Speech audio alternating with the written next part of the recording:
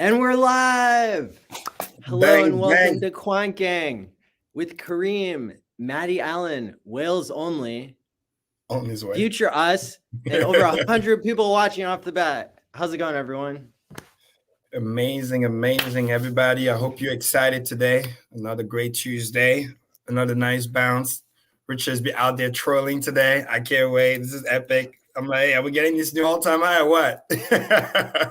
Yeah, excited to be here as always. And got great stuff to discuss. Yeah.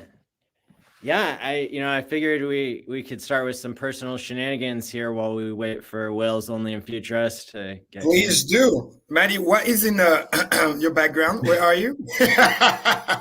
These are curtains. Yeah, no, it's a rhetorical question. I know where you are, but can you tell the viewers where you are and what's going on? Give us an update. How's life? Yeah. So last week at the beginning of the show, everybody heard that, I was coming back to Kiev because I had met somebody that, I wanted to see. So come on, spill the beans. What do you mean? Is that what you gotta say? Finish. Yes, back. You told us last week. Mr. X is stupid. Yeah, hey, that's the beauty about X. You know what I'm saying? You broaden your horizon, different continent. You know what I mean? You're not limited by zip code anymore. The whole world is a zip code. Like all I can really say is every time I see her, then I have to pinch myself to see if it's real or not. Wow. Okay, guys, we have a winner. We have a winner.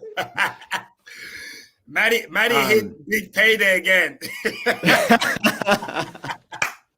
Before Snapchat. That's a good one. Before Snapchat. So he got three. He got three big payday. Oh boy. This is awesome. And then I also got to see all of our friends out here. I saw Hugo. I also saw Alex and some other people that we know. So yeah, it's been a really great trip. Make sure. Of course. Yeah. And now they're getting ready to come to America. Mm-hmm. Alex is with Gary. And then I'm going to be joining the US road tour. So I'm excited about that. That's tomorrow. Yep. Because you've been there for about a week. You're coming back tomorrow, right? Ish? Yes. Today? Ish. Oh, yeah. You live in the future. So, yeah. we're still 19 over here. I know it's 20 for you already. So, which is awesome.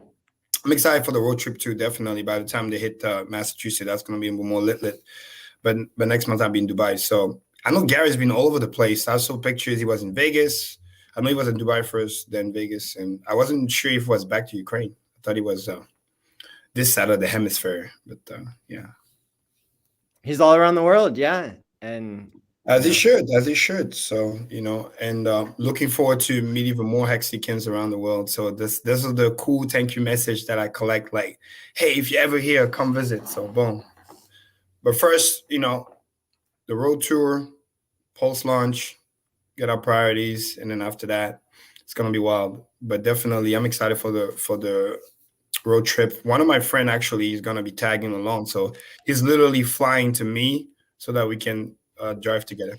So, which is gonna be cool. And that's awesome. Yeah, I might convince even what's his name? It's escaping my head. Homeboy from Dan. Yes, I'm gonna convince Dan. Yeah, Dan. So he's gonna come in because breaking news. I said it last week, but for those who missed it, U.S. travel ban is being lifted next month, early next month. It's like November 9th, I think, right around the special celebration on, November 11th. But I think it's great for those obviously that couldn't come to the U.S. Now you have an opportunity next month once the travel ban is lifted. Of course, you got to, get your paperwork in order, but that's a great news. That's awesome. So, and it gives you extra, guarantee so you don't have to worry about Vegas. If you haven't bought your ticket yet, right? Now start the hustle because So there's an update about that. I decided it was probably time to stop rewarding people for bad behavior. So all of the tickets are on sale now. When they sell out, they're gone. Whoo! You heard it first on Quant. numbers matters. You know what I mean? So if you don't, you snooze, you lose. About taking accountability and then making actions, because I know some people were buying extra tickets to give into their friends. So oh yeah, and I mean, when you have 50 to 100 speakers, then it's going to be insane. The venue is going to be insane. I mean, you guys have no idea. I just looked at the pictures. I was like, whoa, this is going to be lit. So somebody's asking in the chat, what is the number of tickets left, roughly ballpark? I know we still got like 4 or 5 months. I'm not rewarding bad behavior, so I'm not going to answer that question. If you want to find out, go buy a ticket and then ask, or whatever. It's like at the end of the day, I know people are going to complain that they can't get a ticket at the end. So I'm warning you. It's going to be the person that just got onboarded the day before. Be like, wait, you guys are going where? How can I go? Say, oh, sorry, bro. No more ticket. What? So that's hilarious. So we're going to do our best to include everybody, but part of the deal is the conference happens as a result of the community funding it by buying tickets. So yeah, I'm so excited that the road tour is going to be ending at the Hex conference. Karim, my biggest question for you at this moment is, what are your plans to wrap the Tesla? You're hilarious. Well, Sierra 3.0 is gonna be the one that's gonna get wrapped. Yeah. I mean, this one that I have, I really love blue. So color trust, I started with that. So that's my only hiccup why I didn't already wrap it out. But my next car, right? Breaking news. With new phone, right? But we'll see, 2022 or whatever, maybe. It will be a Tesla too, obviously. That's what I do. It's going to be most likely the Roadster. Fuck yeah. 1.8 seconds. Yeah, we got to try this. When I was with Gunter, we did we did some 2.1 and some 2.0, but that's cool with the plate. But we got to. So that one, once I get that one, then I'll probably wrap it with hex color. I love it. Like kind of like the same color type, almost like the R8 that Abbott has, typical type of color. That's the one I'm probably gonna get wrapped. But hey, funny enough, Pulse Chain has some blue, so we'll see. We'll see. But yeah, that was the only reason why I haven't already the existing one, because it's that dark navy blue. So for those who know. So I know. Blue is my favorite color, and it's the color of trust. So that's why I have that. And then Staker also has some blue. Good point, Anand. So maybe something like that. But by all means, one thing's for sure is I'm joining the tour. I'm excited. And by the time you come here, because you're going to be in the already Midwest and then coming to me, so to speak. So I'm excited about that. I already talked to the people out in New York. They're excited about that too, hosting and stuff.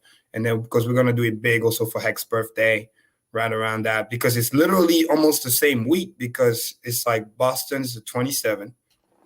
Then after that, literally within 3 days, boom, kind of like Albany, New York, boom. And the next thing you know, it's Hex birthday. And then we go all the way down to Miami for the New Year's Eve, and then we start moving out west. So exciting times for sure. So if people want to go to St. Louis this Friday for the workshop, or the meetup, there's going to be a number of things happening. Go to FreedomTV.info and RSVP. Yeah, shout out to Great Delusionist in the chat. You're right. That's the one. That's the Tesla. There's a list for that. So I'm just kind of like waiting. Yeah.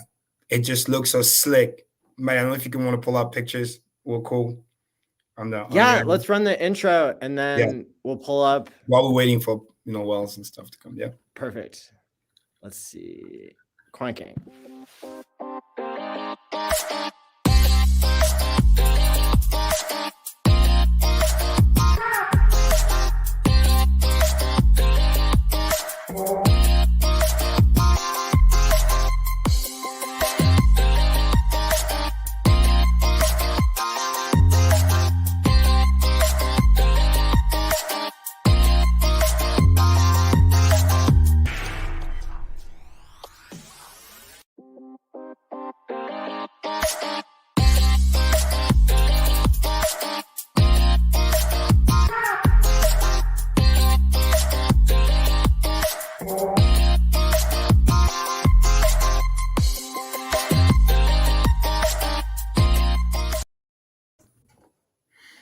Yeah. Yeah, let's pull up some pictures. And after that, we'll do some updates on the quick little sticker update after. Go ahead. What? What's the pictures of? Oh, the Tesla Roadster. It's called Okay.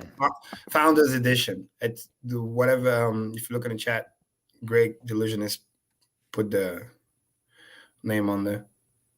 It's really cool. It's like a coupe. It's like a 2-door. But I just love the body. It's just sick. The design and stuff, especially on the front side and the corner edge. You just look at it like it just looks fast. You know what I'm saying? And then get the picture because it's also convertible. I think it's like the get that one. Okay, up from the front, just looking at the front, which is sick. The back with the nice little round butt. Yeah, that one. Dude, look at this. And then if you can zoom in on the one with the convertible, yeah, there you go. Wow. Oh, that's sick. Obviously, all electric. 0-60 is like 1.9, 1.8 if you flow it right. 2 doors. It's kind of like, you and the girlfriend type of situation. You know what I mean? Or you and the wife. For those of you out there married. But for me, it's me and a friend. Who knows? Who knows, right? Hey, single, no kids. So we'll see what happens. But yeah, because I was thinking exactly like this. Red. Because usually I don't do red because, I don't want to get too much attention. It's like, cup C is just like, all right, you're going to get a ticket. But are you Quant Gang's most eligible bachelor? My goodness. We're going to be optioning a date with Karim. Oh, my God. I guess you're off the market. So, yeah, technically, you know what I mean? I got to ask Wells, but yeah, I guess you can say that. So hex color has a little bit of red too. So imagine kind of like this and then kind of fade from red in the back and then fade towards orange in the front.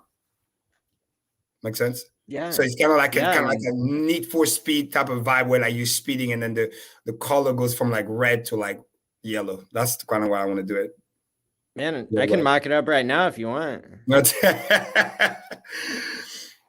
So, but there's a list, obviously. It's in the waiting list and stuff. So no, there's no rush, with delay gratification. So, but that's most likely, that's the next car. Like I tell people, like, if it's not electric, don't talk to me. I'm not interested. Remember, I came from solar. I care for the environment.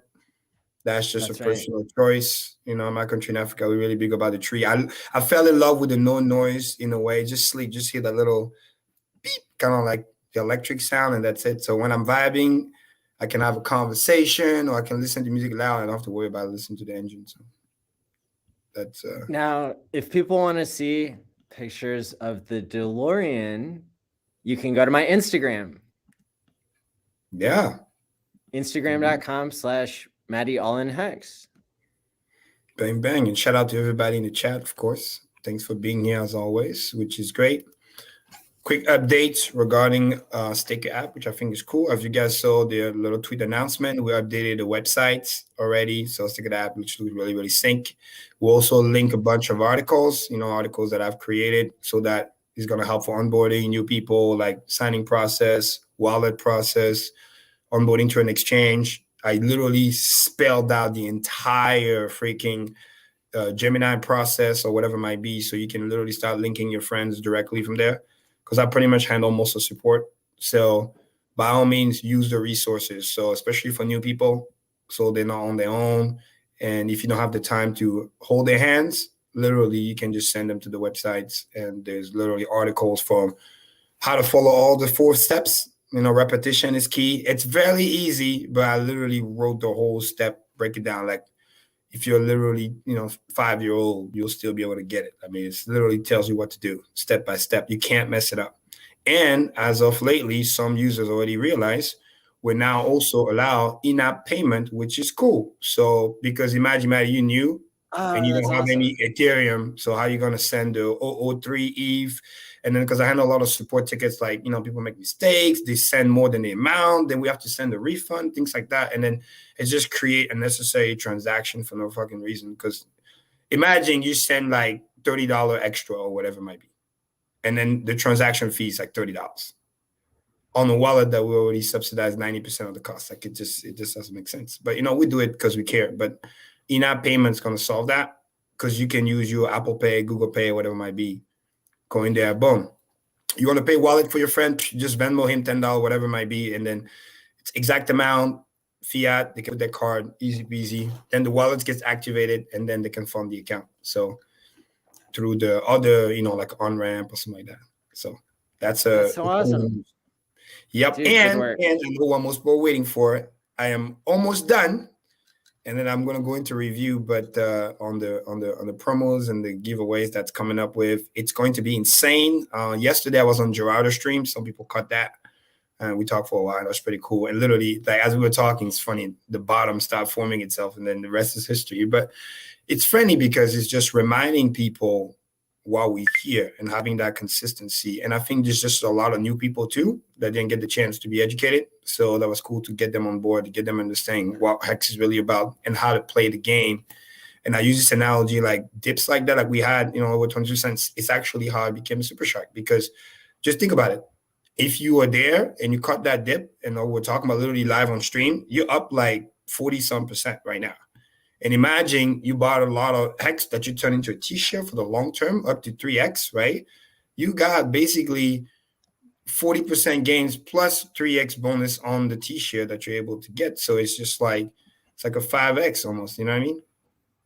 So those are the things that you want to pay attention to. So very important. I heard about that you and Gerardo got together and really kind of saved the day in a way, by helping people to keep their faith and not freak out so much. I mean, I think the panic was real for a lot of people because people really haven't seen a legitimate dip in a while.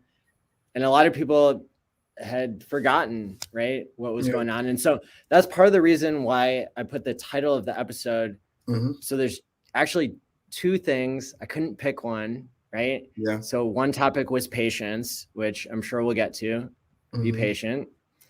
And the second topic is liquidity. And if I can just maybe get that out of the way really quick, and then I'll show you your Hex Tesla. And then, because I already finished it. And then we'll get down to all the other topics. So, So the reason that I put liquidity in the title is actually having nothing to do with liquid loans, which I'm not ready to comment on yet. It has to do with an aha moment that I had regarding something that FutureUs always says. And I respect his genius a lot. He's picked apart every single line of code in the Hex contract and written T-shirt app on top of it. He's very brilliant also with game theory and understanding the implications of the Hex contract, right? Well, one thing that he always says is that Hex does not need new buyers in order to operate. And I understood that at a couple levels before, right? The idea that if you value your wealth in Hex, then the Hex contract, of course, can always pay what it promises. Unlike every other promise coin, including Bitcoin in the space, which needs devs to keep it running. Hex does not. Hex is a finished product, which, there's scam coins out there that promise to pay ETH, even though they can't mint ETH, right? So on those levels, it made sense to me. But on the level of, everything can go to zero if you sell all the houses or all the cars at the same time, right? It was that level where I was getting stuck and thinking to myself, well, you kind of do need new buyers just like you do in every other market. And then I realized something. Hex, because it does trade on decentralized exchanges that have liquidity pools, I'm pretty sure that's another level and reason to understand that you don't need new buyers, even at the USD level, as long as liquidity is there, which of course it can always change. But at any given moment, the automated market maker allows us to really say that we don't need new buyers in a way that every other market can't. Mm-hmm. No, absolutely. I mean, this is what Hex is so beautiful the way it is. And then it comes down to understanding that this is why we're so confident, you understand?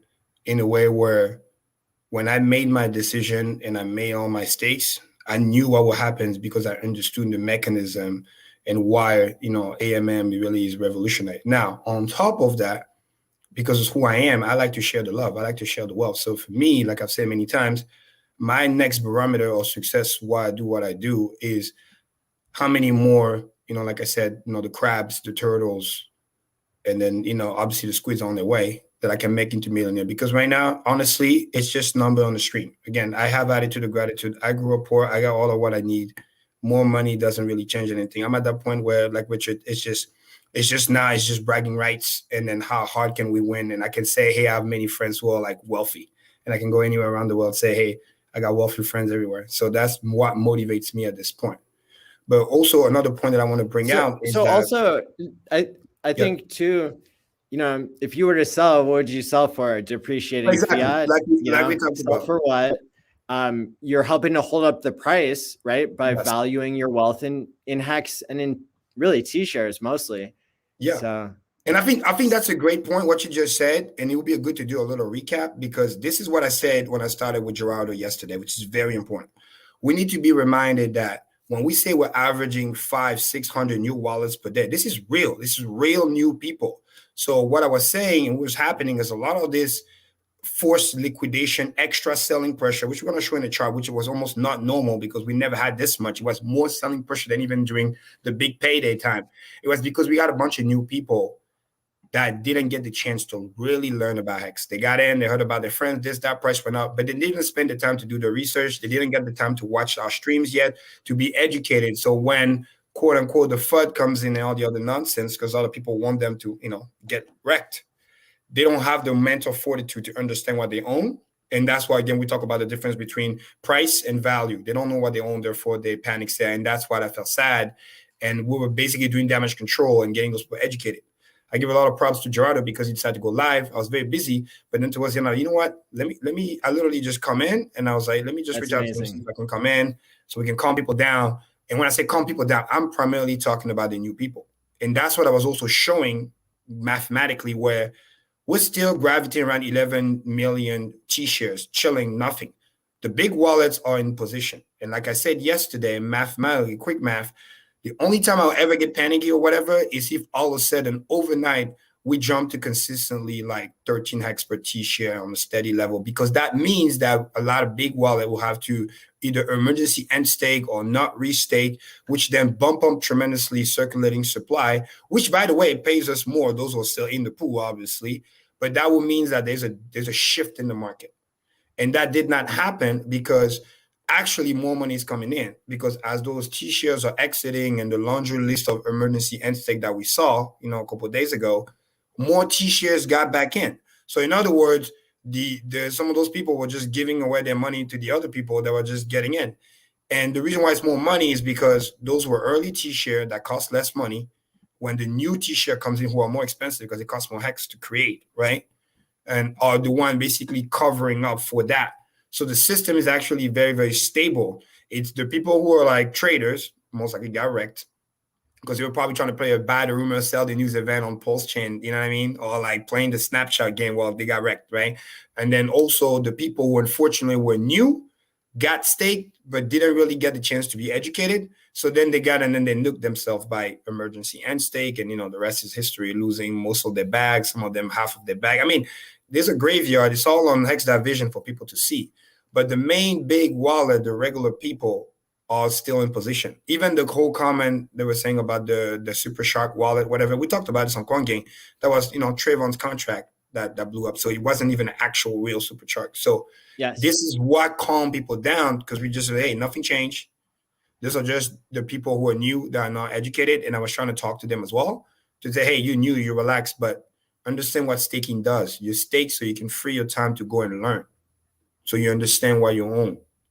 That's the key. That's another hidden value of staking. And also, because we're a human being, and the reason why the psychology of market cycle chart is so famous is because human beings are going to do what human beings do.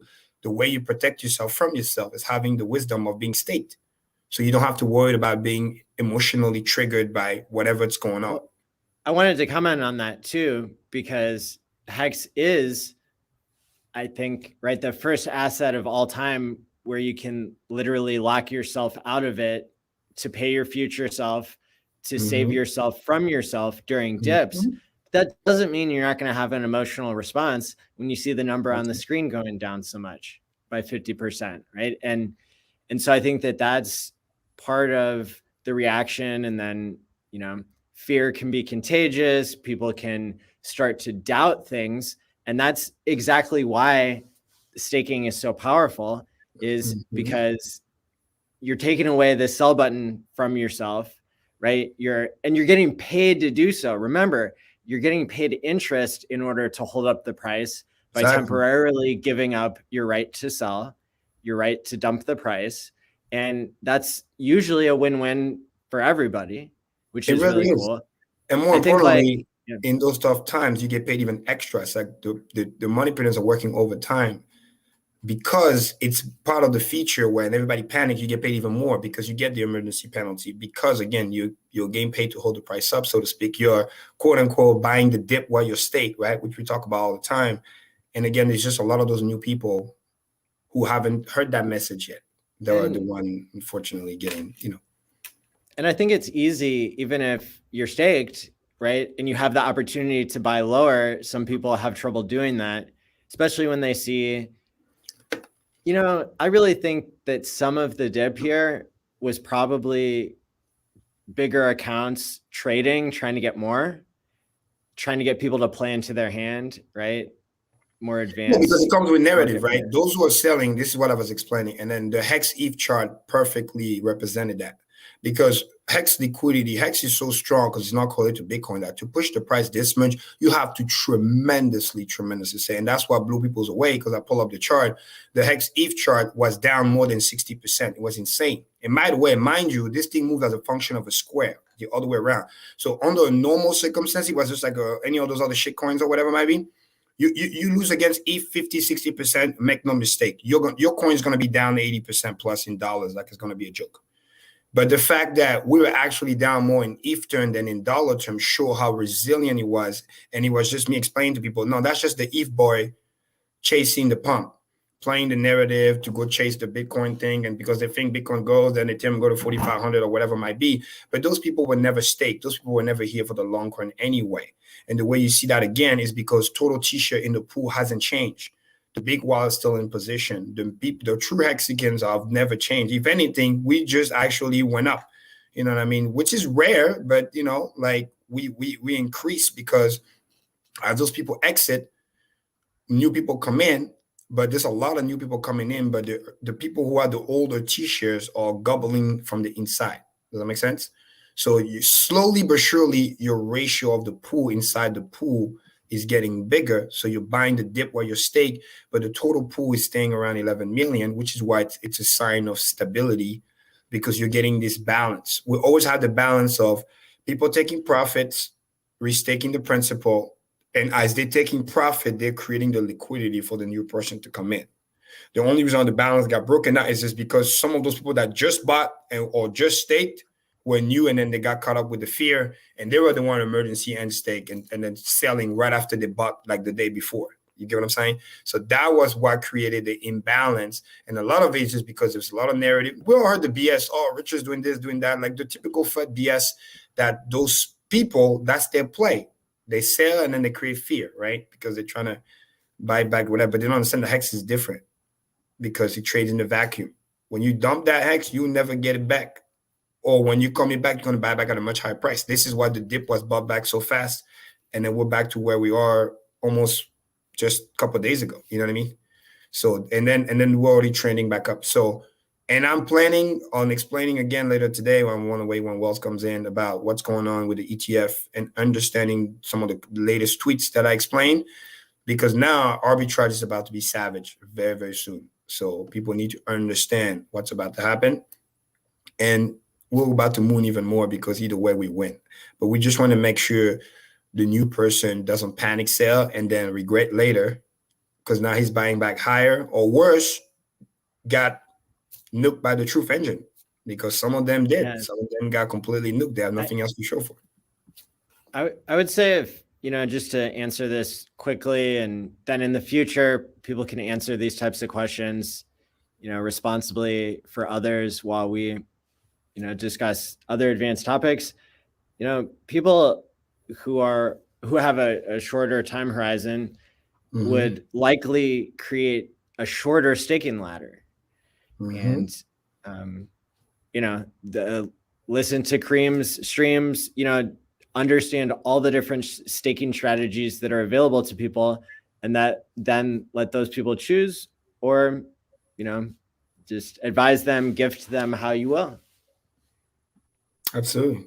And that comment that came in, I think it's a great question. I can help some of that, because chances are, and then bless your moms, being 80 years old, that's awesome. Typically people who make it this long, there's a high chance that they're probably going to live into maybe 90 years old. Again, the average female live until 88 years old. So what I would do is, obviously, it all depends on how much economic energy that she have currently saved, right? Because that's really the key. And then also, what is her living expense looks like? Because I would put her in a category of, between level 1 to level 2. When I explain about the 30%, whatever, t-shirt preservation. Because again, the older people, if you want them to be happy and taken care of, the older they get, the more money they actually require. Because you may have to hire somebody, right, assistant care, or if you want it to be like in a really nice retirement community, maybe like kind of like a spa type life, whatever it might be, or she just lives with you. That's fine too. African family, that's what we do. But we just get a bigger house. But the point of the matter is, they actually will require more and more money, because chances are also they either already retire or stop working, so therefore they need more and more money. So I will put her in those who watch my video with Maddie, right, in the level 1, 30%, 15 years, and then the rest you just hold liquid. That's what I would do. So you get the T-share acceleration, the preservation, you get the copy on Pulse Chain, which hasn't happened yet. It's very important. Anything you stake right now has never been more important. This is the reason why how we can literally launch Pulse Chain. You get your double like this, because now we double the liquidity, we maintain parity. Those people that sold, sadly, a couple of days ago, chances are they're not going to get those coins back, which means they're not going to get their copy. So they lost double. They got wrecked, and they got wrecked on the opportunity to get a copy on the Pulse chain. That's important. So which means after the launch, not Pulse per se, but the hex over there, there's a high chance that very, very quickly it's going to find parity. And when that happened, mathematically, you just got another double, because if it's the same value on both sides, then you just got another stack overnight. And then the price can start to continue to rise. So worst case scenario, you put her in a level 1. Best case scenario, you put her in level 2. And this is where you got to do the homework. Okay, what's her retirement account looks like? Does she get any type of immunity? Like, what's the cash flow? It's always about the cash flow, right? I want to talk about it, because that's the key. That's why Hex is so powerful. The passive income, does she has any? Or what does her retirement look like? And then based on that, you cross-reference that with what is her expense looks like. And then you get to see, is there any excess coming in, or does she need more money from you every month? And then from there, you can kind of schedule, so to speak, what the staking ladder is going to be, because you also got to be mindful of the taxes. That's the biggest thing, because your number one enemy is the taxes, because that's where most of that money will have to go. If you have to do short-term stakes, which means you get caught up with the short-term capital gain, which means that's your number one enemy. So I'll give you an example. If her retirement money from everything she has, from Social Security, any kind of other CDs or annuity or whatever it might be, life insurance, whatever that is, let's say she's getting about $3,000 a month. I'm just giving an example from her investment and retirement stuff. And let's say her expenses is literally about the 3,000. Then in that case, which is really, really cool, it's easy for you to do a level 2, which is you get the 30%, the 15 years for that setup. And then you start doing the laddering stake. I would highly recommend nothing less than a year, simply because you don't want to pay short-term capital gain. And the reason why this is ideal, because just math, it's because she's already self-sustainable with the money that she has, because her retirement is already paying her bills. So there's no crazy urgency here. And then B, she's able to quote unquote build wealth, because even at 80 years old, they can live until 95 or 100. Nobody knows. My goal is to go to 100. You know what I mean? Like, you'll be surprised. People, again, they say all the time, we underestimate how long we're going to live. And if you're doing good, chances are she wants to be around to see that too. So that's cool, because the less stressed your parents have to be, the longer they live. So that's why it's pretty cool.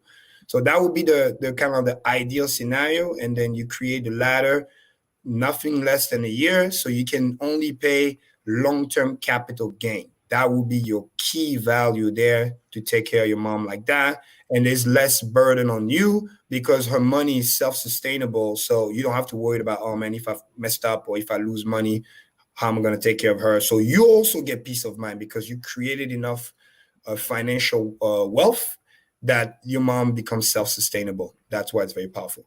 Now, if you're in a different scenario where maybe her expenses is that $3,000 a month, but then the retirement money is only making $1,500, which means you're net negative every month, money has to come from you, then at that case, I will just play it safe and just do level 1, the T-share preservation, and then you hold the rest liquid. Two things going to happen. The liquidity is going to be there for the liquid if there's an emergency and money has to be used every month. You're going to pay short-term capital gain. It sucks, but it is what it is. You need the money. So you're going to have to do what you got to do. But the fact that you at least have a level 1, which is cool, and obviously, you should get the copy of the private key just in case something, happens, you forget. So you have that. So you can be like kind of like the mini hedge fund manager of that account, to make sure that, hey, if anything happens, emergency, maybe I take from my account, then I fund her account. And because I have some T-share preserved over there, as I'm spending my money, I'm basically getting it back in the T-share preservation 30% stake that I created for her. So you kind of create a balancing act. So you can kind of monitor what's going on, prepare for emergency, but also building wealth. Because everybody should be building wealth no matter what, because those accounts are transferable. And I'm sure even my mom, she will always say, or my grandma, they don't care about me no more, or my brothers, they care about the grandkids. They will be the first one to say, hey, Maddie, we'll give the account to so-and-so, right? That's what makes them happy, because they always want to make sure, if they can't spend the money, they want to make sure their loved one or somebody they care about, or charity or whatever it might be. And then she will just put it in the will, and then we'll set up the dream account to address that need. So hopefully that makes sense. But that was a great question. So yeah, absolutely. Shout out to Mark. Everybody's really anticipating the results of the cold shower survey. Yes, let's hear it. Let's see who actually did it. That's what I'm good. Put some ones in the chat if you actually did it. And then let's hear the result. Whoa, where'd you go? Did you? Yeah, normally I don't have a button. Nice. I didn't know you did a survey for it. That's cool. I know I told people to like. I was. Mm-hmm. I want some honest feedback. If you didn't do it, don't lie. Okay, so this isn't worded sarcastically at all. It says, if Karim and WhalesOnly told you to jump off a cliff or take a super cold shower for mental clarity or whatever, would you do it? 545 votes so far. 45% say I'm already a cold shower believer. 16% I'm willing to try cold showers. Hey, 21% hot showers only. 17% I need to watch Quant Gang. There you go. I'll take that. I need to watch Quant Gang too a little bit, because hey, if they keep watching repetition, they will convert. It's a matter of time. But you see what's funny? It's like an 80-20. The one that I know absolutely won't do it is hot showers only. They make it clear. So those are like the 20%. Well, but shout out to the 45%, man. That's awesome. And those willing also. That's awesome. Here's That's what happened. I voted for hot showers only. And then I remembered that I said I would try a cold shower. And it really did work. And so you guys, you were right. What? Say it again. Say it again. Because you kind of cut out. We don't make sure we hear you. You were right. Yeah. You're welcome. I kind of have this tendency. No, but it truly is good. You guys know me. I wouldn't mention something that I didn't genuinely believe in. It just looks scary, but until you do it, and it's just the vitality that you get. Some of you guys ask me, like, Karim, are you on drugs? Are you this? Now, how you get so much energy? Well, I'm literally giving you the hacks, the things that I'm doing, because it gives you a lot of energy, makes you feel alive, and then you're building courage. If you can do a hot shower, a cold shower, I am telling you, almost nothing was scary. It's kind of like going skydiving in a way, you know what I mean? So, hot shower. Everybody's changing their username to hot showers only one. Oh boy. And cold showers only one. I live on the beach. Hey, there you go. The seawater is cold, so you probably already trained. So that's good. But more importantly, again, in all seriousness, it brings you a lot of energy, vitality. It's good for your skin. Your skin is not going to be as ashy.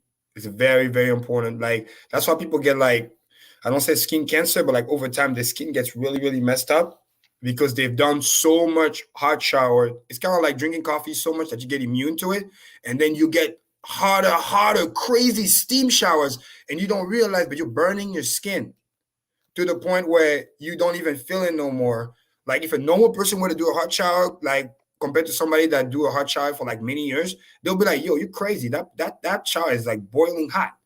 Because after a while, you burn your skin so much that you don't even realize, and that's bad. So if you want to have nice, soft skin, that's another thing too. It helps for that. Someone said T-shirt gives me energy. Then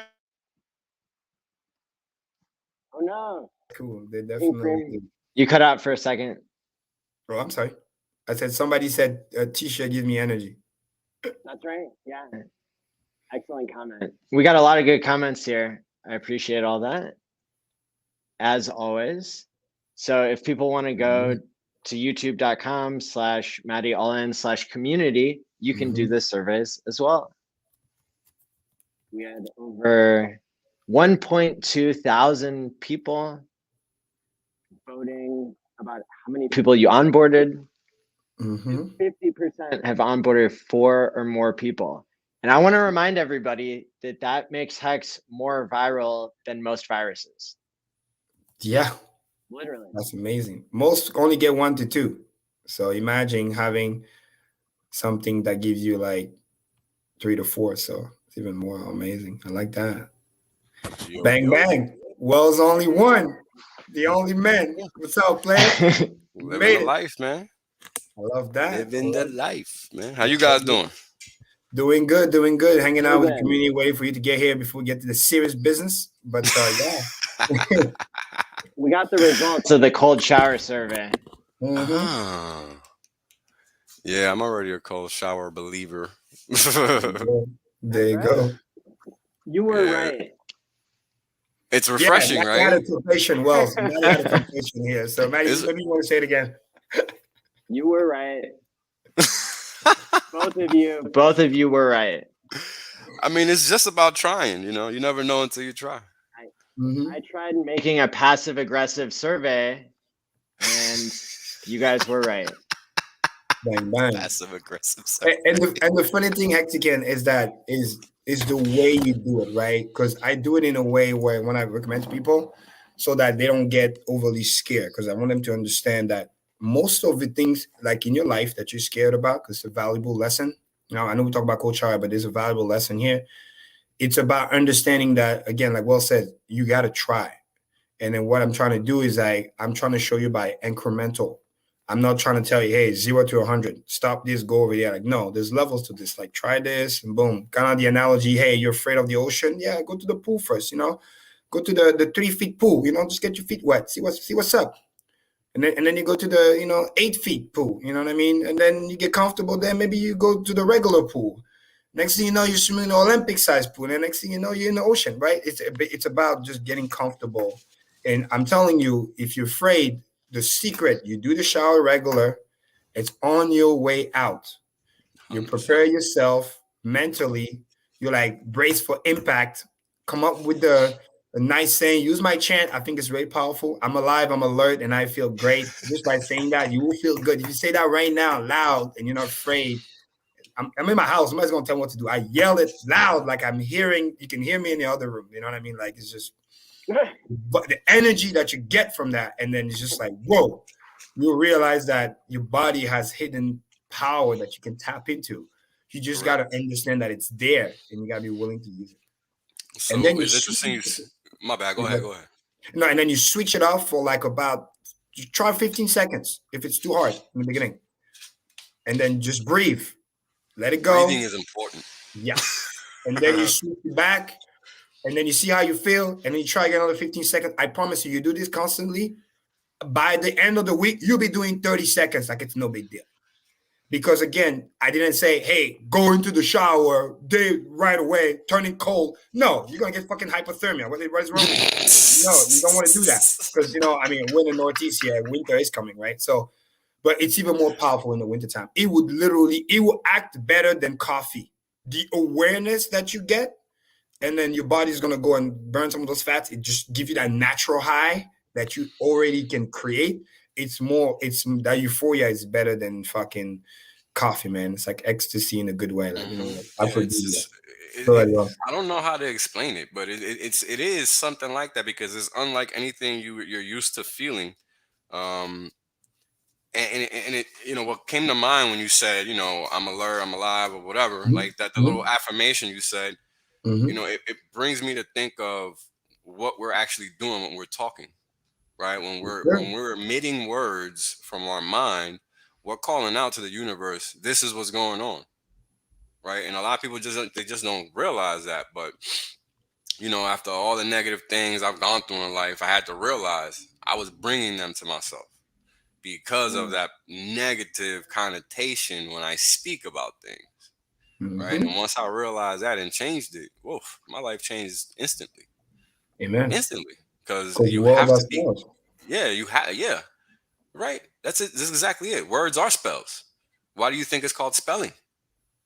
Yeah, think about it. Magic almost. Wow, that's a good one. That's a good one. Yeah, I got them here and there. That's a good one. You got them all day, man. Yeah. That's why people call me crazy when I say sometimes I talk to myself at third person. Like it's not everybody crazy when you realize that you're just.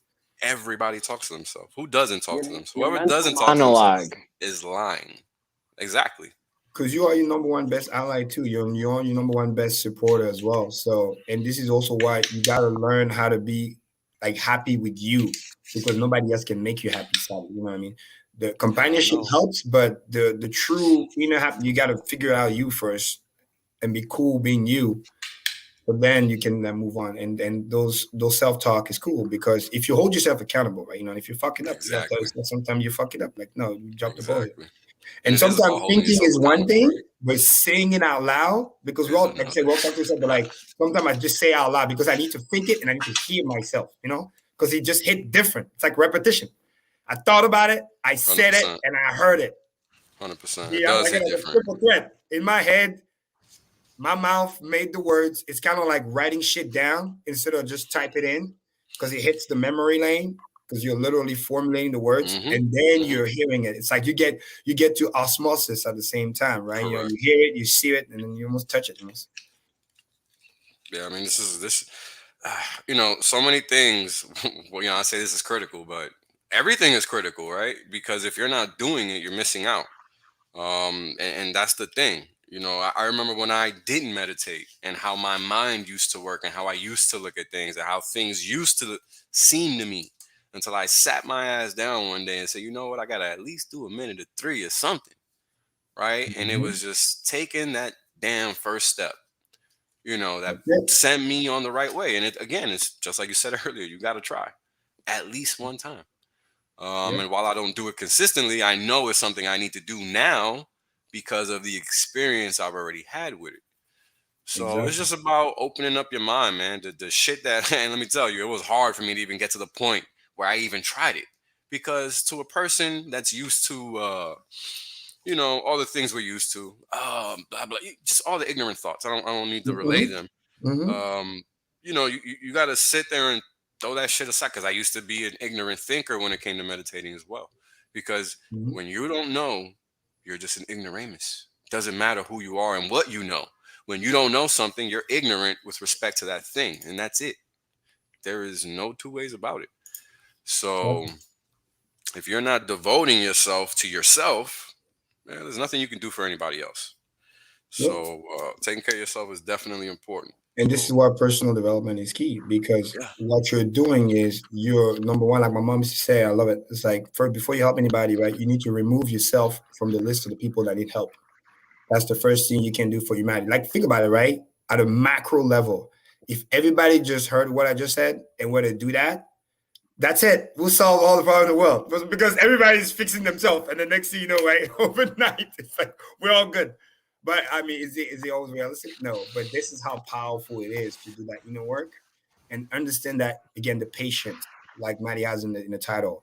Understand that it's a journey. Understand that step by step you get ahead, not necessarily in fast bursts. Like, you can't do the 20-minute meditation. That's fine. Just do 1 to 3 minutes. Do something. Start.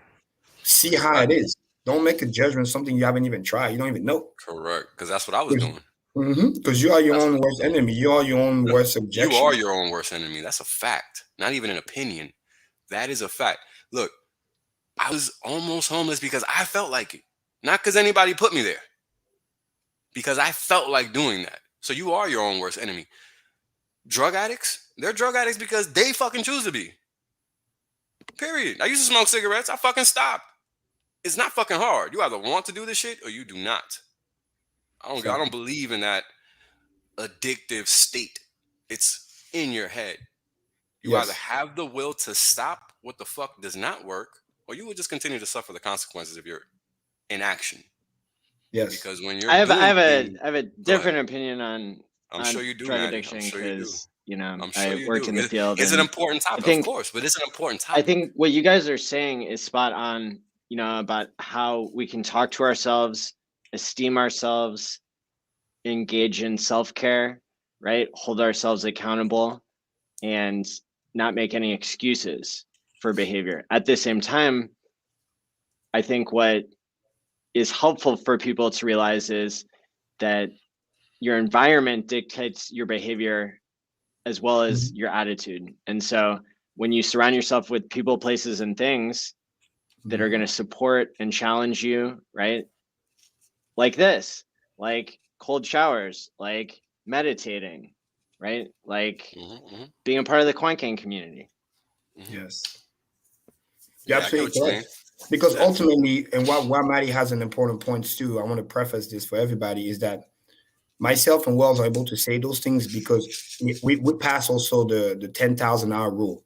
I have many hours of mastered repetition to the point where I can go in any environment, like Maddie said, crazy, which 10 years ago, I didn't want to be there, because I know with the wisdom, oh, dude, if I hang out here, it's a wrap. It's just a matter of time. I'm going to become one of them. Because, again, it's antagonizing. It's nice. It's feel good. Like I told people, like the most like craziest stuff, nightmare, temptation. It's not what you see on the fucking TV and the movie and the monster. No, it could be the most beautiful shit you have ever seen or experienced. But that's why you don't see it, and that's when you get punched in the face.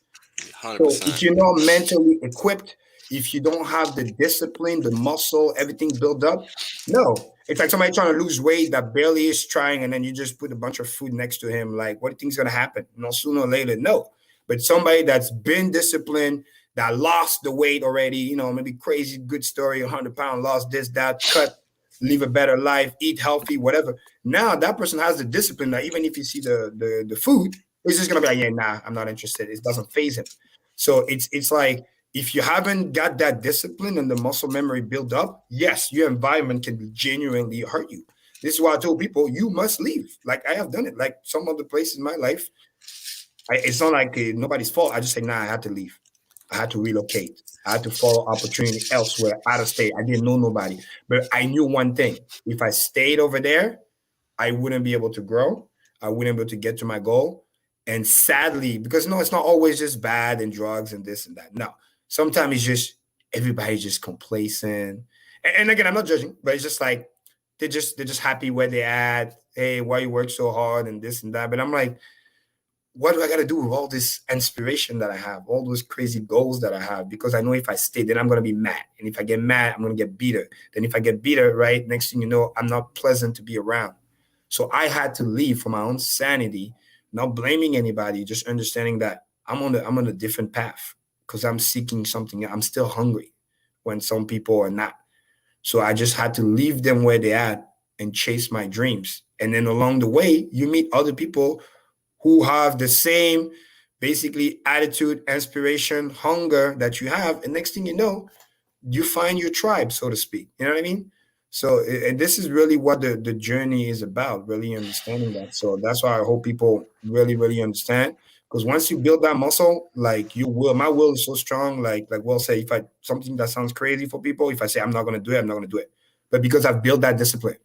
If I say I'm going to do something, I'm going to do it because that's why I was raised. Some people, they say something, they change their mind the next day, right? You know what I mean? Look, people talking about, like Marco had a great clip. Shout out to Marco. He posted on Twitter. Even you got to be careful. There's some wannabe Hexicans out there. You know what I mean? The kumbaya. And then when things start to go another way, they're the first one to disappear. No more posting, no more talking, no more whatever. Or worse, sometimes they hop on the FUD too. So you got to be very careful of those scavengers. You know the real one. Right? Even I was extremely busy. What do? I saw Gerard. I was like, hey, let me hop on the stream here. Let me educate. Because the funny thing is I was just pointing out what we already point out every week anyway, but just reminding people and also reminding everybody else that we also have a brand new bunch of people that just got in that haven't watched, our last 37 episodes, that doesn't know fully what Hex is about. They just got the excitement. They heard about it. Price went up. Look at the charts. Cool. APY, great. But they don't understand that dips are in the game. But more importantly, this is sometimes the time when you get to accumulate so much more when you feel like, oh, you missed the boat. No, you get to buy the dip 40%. I'm sorry, Karim, but two things. One, to address Maddie's point earlier. While the environment is a big issue in terms of how we view the world, I think there comes a time when you have to make a decision, just like Karim just said. Yep. Where you have to remove yourself from that equation. Now, I grew up in New York City, brother, in the slums of the fucking slums. So I don't agree with that notion. And now, this is coming from a person that's had family members that are drug addicts. The first mechanic I ever met in my life was a fucking crackhead. Okay, so this whole idea of addiction and the coddling of it is the problem. If you want to stop a habit, you will fucking stop it. I had, again, family members that were drug addicts. And guess what? They no longer are, or they're dead. There's no other way to go, bro. You either want to change or you do not. And there's no in between there. I'm sorry. There just isn't, regardless of environment. Because the reality is that we choose to do the things that we do. Nobody chooses them for us. So this is why I have no sympathy with respect to that, because at the end of the day, it's what we opt to do that puts us in the predicaments that we find ourselves in. It's not anything else. So why is it okay to allow people to think, like, look at what they do in New York. New York is a perfect example. The methadone clinics. Now, I don't know if you understand what those are or how they work, because I don't know how the Midwest is. But in the East Coast, all those clinics are ways to keep people drugged up. Yep. They're not trying to help people get off. Resellers. Period. They're not. That's a fact, not an opinion, because what you see when you walk by these fucking places, because they're all over. It's like a service provider. Exactly. Them motherfuckers are just standing outside. And it's sad because it shouldn't be, but it's sad. But you're right. They have that in Boston here too. No, I'm sure they do. East Coast, baby. East Coast, baby. It's what they want. Period. Because you always got a few group of people that are always trying to beat the system, and they'll find a way to take the thing and then resell it and then turn into some other shenanigans. And again, I know because I go to some other places and then people just look at me and they're trying to like, offer you the join and whatever. I'm like, yeah, no, thank you. But you can see, right? Because I read people, right? So it's like, wow, this is what's going on. And you thought it was a force of good, but then again, it also depends with who actually runs it, right? It's kind of like how we're saying money just is an amplifier of who you really are, right? You're a good dude, you're a good person, you're gonna do good. If you're somebody that's just out there doing crazy stuff, and guess what? It's just gonna accelerate the chaos, Gonna get crazier. Yo, so to the second point. Yeah. Plenty of newbies, that's fine. But if you're new, right, and you're coming from some other coin and you didn't know there were dips in the game, then I don't know what the fuck you were doing over there. So maybe you should just reassess your whole life and probably find something else to do. Period. Because the market does not give a flying fuck. It just doesn't. Now, it sounds harsh, but look at what just happened.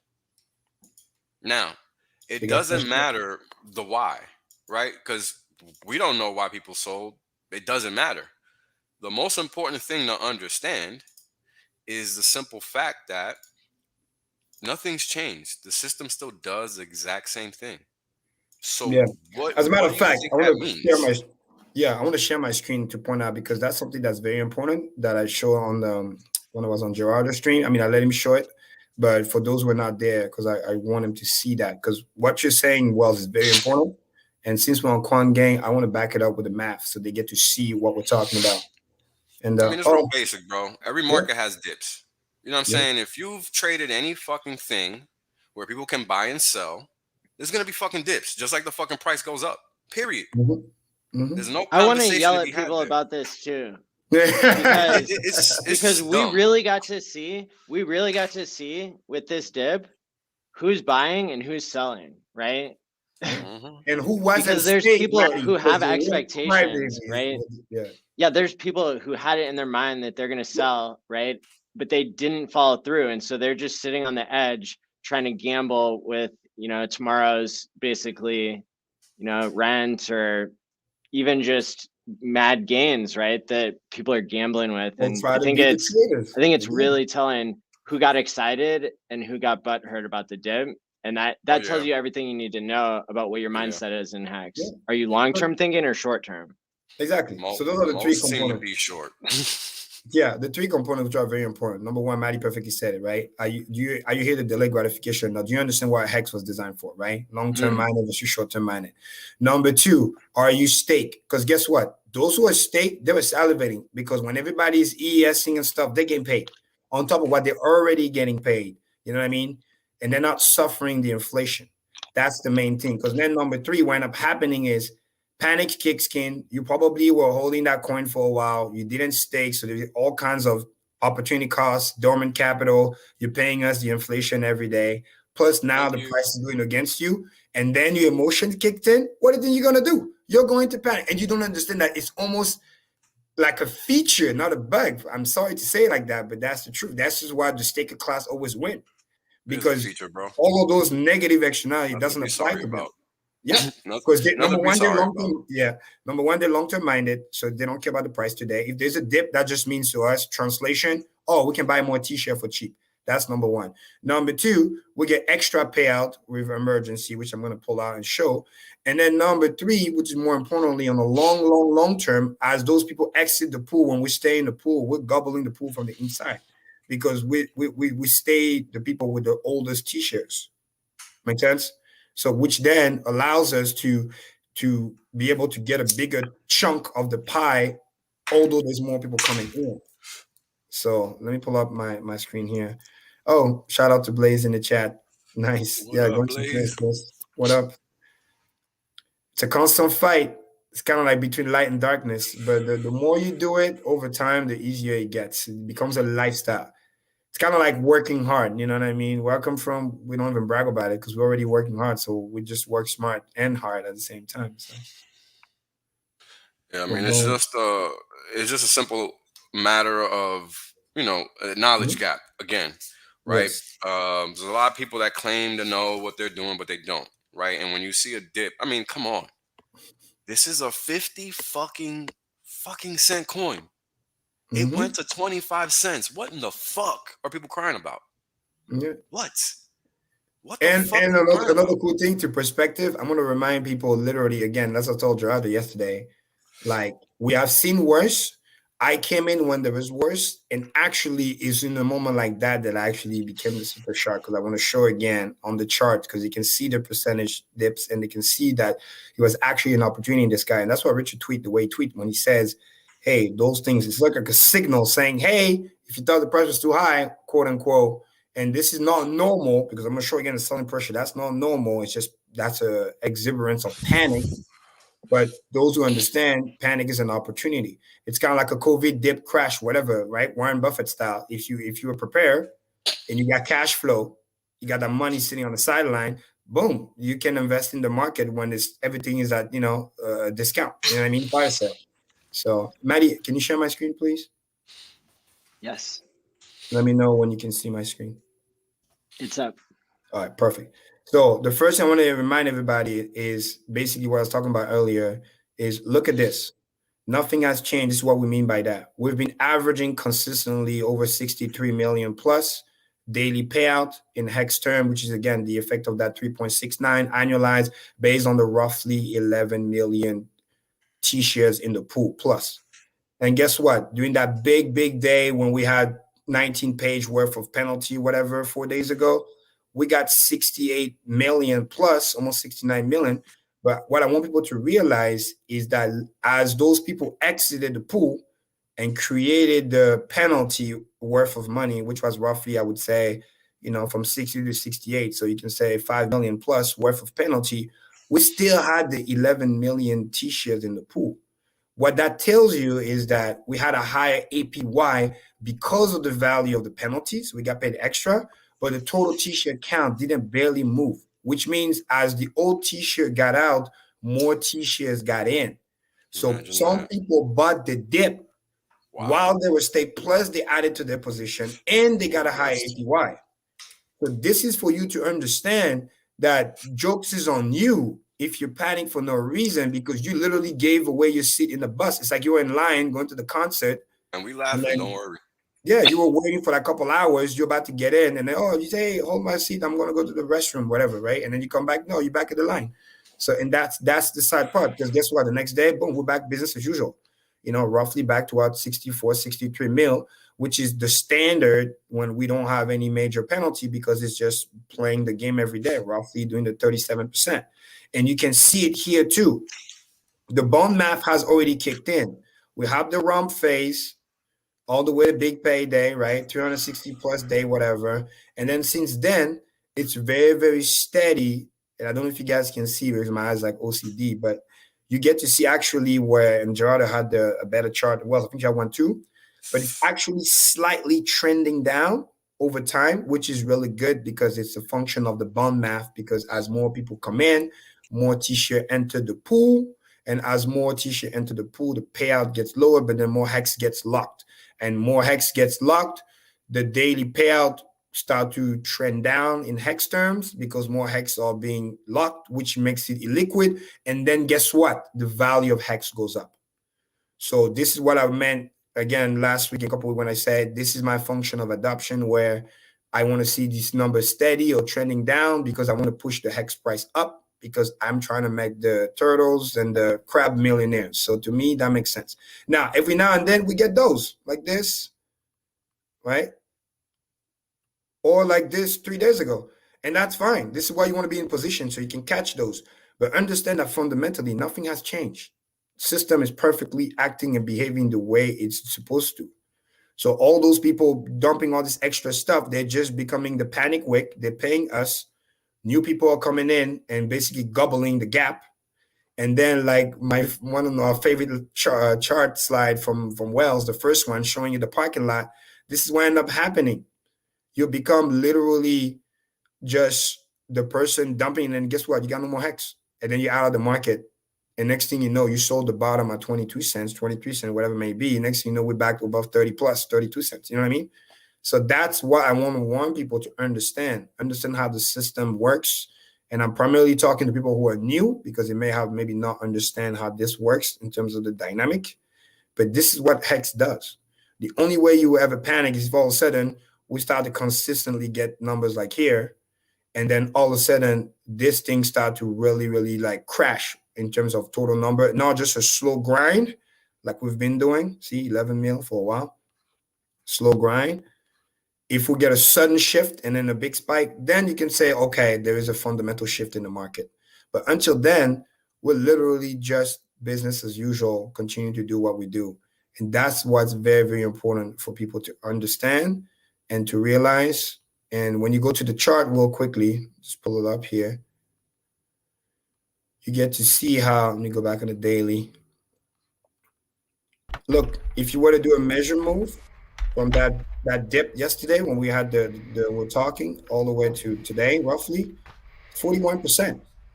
Some people sold over here, sadly, when we're literally we went back to the triangle that we were in here for. And I'm thinking what's going to happen is it's going to continue just to climb back up and then exit up, exit to the right, up and to the right. The same way we have seen here, nothing new. Same way we have seen kind of over here. This was just exacerbated because of panic. And this is what I show Gerardo real quick on the DMI. You get to see because we have never seen this much kind of like selling pressure in terms of, let me see, was it on the weekly or was it on the... Yeah, well, first of all, like on the 4 hours, see, yellow has never been this high because that was just the panic of the people. Check the weekly volume. Yep. And then also, the reason why it's important is because every time we were this high, kind of like roughly here, every time after that, we went on a parabolic run on an average of 3.7x. So you look at right around here, what did we do? Blue is buying. We went all the way here. When we were here, after we cooled off, we went all the way here. When we were here, same thing. After we cooled off, boom. So we're just forming the same play again. It's already starting to trend down. See selling pressure and kind of double top. So it's already being eaten out. The emergency penalty has slowed down. And you can see matching the chart. Look right here. First example. When we did this, then we ran almost 5x. Look at the chart. What did we do? We were here. Measure move. Right? Like Gerardo perfectly said, average of 3.7x, 380%. So you need to understand. Same right here, same around this run over here. You go back, you look at the chart, you look at the fractal, you see the same thing. You see the same thing. Last time orange was this high, selling pressure. Look at what we did after. We went on a run. What do? You come back here, you look at it, you see the same thing. Sideways actions, and then we went on a run, another 200-300%. You see the same thing that we're forming right now, and also on the RSI. I know Wells like RSI. I mean, we're literally like so oversold. It wasn't even funny. At some point, we were like at zero almost, literally. That's how abused it was. And then now we're getting ready for another run. So be smart, understand what you own, and understand that this exacerbation is just for the new people because they don't know how the system works. Because ultimately, I'm gonna end with this. When you go to the weekly chart, which is important, this is how special Hex is. Buying is always in a different world compared to selling because that's what it does. That's what it's designed to do. It's a blockchain CD. You can do all your shenanigans. Even the haters, they'll do all their shenanigans. They'll make money and they'll come park the money in Hex because there's no better store of value, period, full stop, end of story, because of the T-share system. The last time buying was this low was literally like big payday time. That's how good of a reset is. This is literally right here. And what I was told showing Gerardo that blew people away is that we got this much selling pressure, meaning the blue went all the way down here, almost at this level, and the price was still above like 22 cents. And now it's back to 30 cents. So by the time we do another move like this, back up, it's going to be insane. This is how we're going to go to the dollar because Hex is very scarce. We just reset. And by the time we get ready for another run, it's going to be insane. Same thing on the RSI. It's like, dude, it was severely like, look at that, oversold over here, It's like 20. By the time it bounced back up, same way he has done here before, it's going to be insane. So, and we got end of the month coming. We got still the snapshot that hasn't happened. Pulse chains around the corner. I'm sure we're going to do some shenanigans around Bitcoin's birthday, because why not, right? Just to mess with it. That'd be funny. Well, imagine we passed Bitcoin on his birthday. How funny would that look? I wouldn't even be surprised. I'm not saying it's going to happen, but imagine, right? I wouldn't even be surprised, bro, at this point. What? Yeah, I can't wait to go into my little spiel. Yeah. Go ahead. Go ahead. That was just a little. Hey, FutureUs, how's it going? Hey, what's up, player? Long time no see. What's up, man? How you doing? Yeah, I'm doing all right. Life's got its ups and downs and its whirly things. Yeah. Buying the dips. Buying the dips. Flying airplanes. That's why I'm late. No. Another joke too. By Friday, watch how the price is going to be this Friday. Like I feel like market is gaming with me. Like Maddie, I was telling people how they probably like timing when I get paid, because it's like when I get paid, price always higher. When it's the other Friday, it's like that's when the dip is there. I'm like, wait a minute, what's going on here? Has something been going on with the price? Has it? Well, in a funny way, we're back to normal. Nothing. It's just the new people that sadly some of them got a little wrecked, but some of them are getting educated, and that's why we want to make sure they understand what they own. So that's why we're explaining that fundamental hasn't changed. My wife told me. FutureUs is messing around. He was telling me $100. I'm always messing with the Karim. I'm always, you'll get it one day. My wife was telling me she bought the dip, so that's cool. Nice, dude. I got mad messages. Oh my god, I got this. Even my, the big shout out to her. Yeah. She says, you know that USDC I've got? And I'm like, you've what? What do you still got that for? Should I buy the dip? I'm like, okay, love. It's not even a question when it comes to X, It's not even a question. I didn't even know she had it. I got a funny story. It was so bad. Some of the people, I got some like support ticket. People were panicking so much that they were like, made mistakes, send the wrong token, and we had to because they were just so excited. Oh, I gotta buy the ticket. People then send their money to the corporate wallet. I'm like, what are you doing? But it's like, I just need to fund my smart wallet because I want to buy the dip. I'm like, yo, but take your time. Read the thing first. Like, I know we're cool. We'll give you the money, but like, Jesus. That was do it right, man. Like, don't fuck it up just for fun. The rush to buy the dip. Yeah, like I feel it. I get it, but damn, make sure you do it right. Yeah. So look, one thing I like to do, and this is a little pro tip for those that don't know. I think I might have talked about this once before, but what I do is I visualize the actions that I'm going to take before I take them in that kind of scenario. Because what that does is that it lays it out in my mind as to what I need to do. And then it's easier to just do it instead of trying to figure it out while you're doing it. You've already thought about it beforehand. So just something, it takes time, right? It's not something you just do on the first go, but it's a good mental exercise. And it helps you stay in line with what your action is supposed to be, which is difficult in a scenario of that caliber, right? Because you want to snatch up those fucking T-shares ASAP. Mm-hmm. But you want to do it responsibly, that you don't make a mistake. Because again, we're very lucky, and I know, you guys know me because I handle most of the support tickets and stuff, and that's cool. We're gonna make sure you don't lose your money, but like, you gotta understand, this is crypto. Many times you make a mistake like that, your money's gone. Yeah, you're just lucky that say, if you have it, hey, we'll help you out. It's not cool, bro. In my opinion, it's not cool that they're doing that. They shouldn't be doing that. Like, just take your time, send it to the right wallet, because there's gonna be times when you're messing with exchange and then you reach out to us and be like, dude, we don't have your money. There's nothing you can do. That's exactly right. Yeah. So please just make sure. Because I see those tickets a lot. Every time there's a dip, I see this. They keep popping up. Oh, I made a mistake. I'm like, dude, take your time. The one thing that I would say that I saw that I felt bad was we had a situation where there's some exchange, such bullshit. They have a minimum requirement for withdrawing funds. So some users were like, but it's just rare. They were trying to pay for the wallet, but then they couldn't because they can't just spend $10 because the minimum withdrawal is higher. So if they send more, it's gonna come up as, hey, I send more money or whatever. So I was just I paid a couple wallets for people just to help them out. But they had a legit reason, because the minimum withdrawal was like a couple $100 because they don't want to pay the big fee. I mean, that's ridiculous. So that's cool. So I helped out with that, and then one of because we had to drop one of our in-app partners because like no, we got no tolerance. Like fuck that. We switched to kind mode because they were just like we're just getting some of our users were telling them like the customer service wasn't there. It takes a while for the funds to arrive. We're like nah.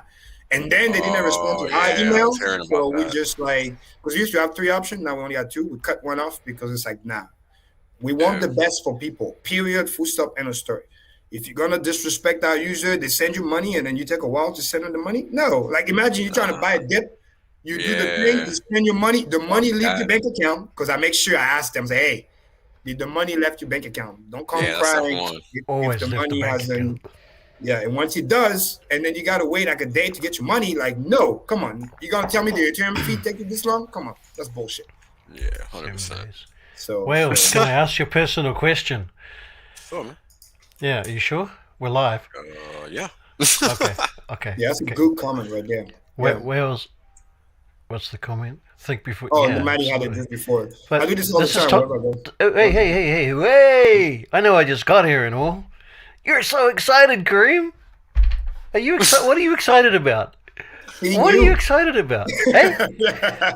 Come on. It's just you were always excited, but yeah.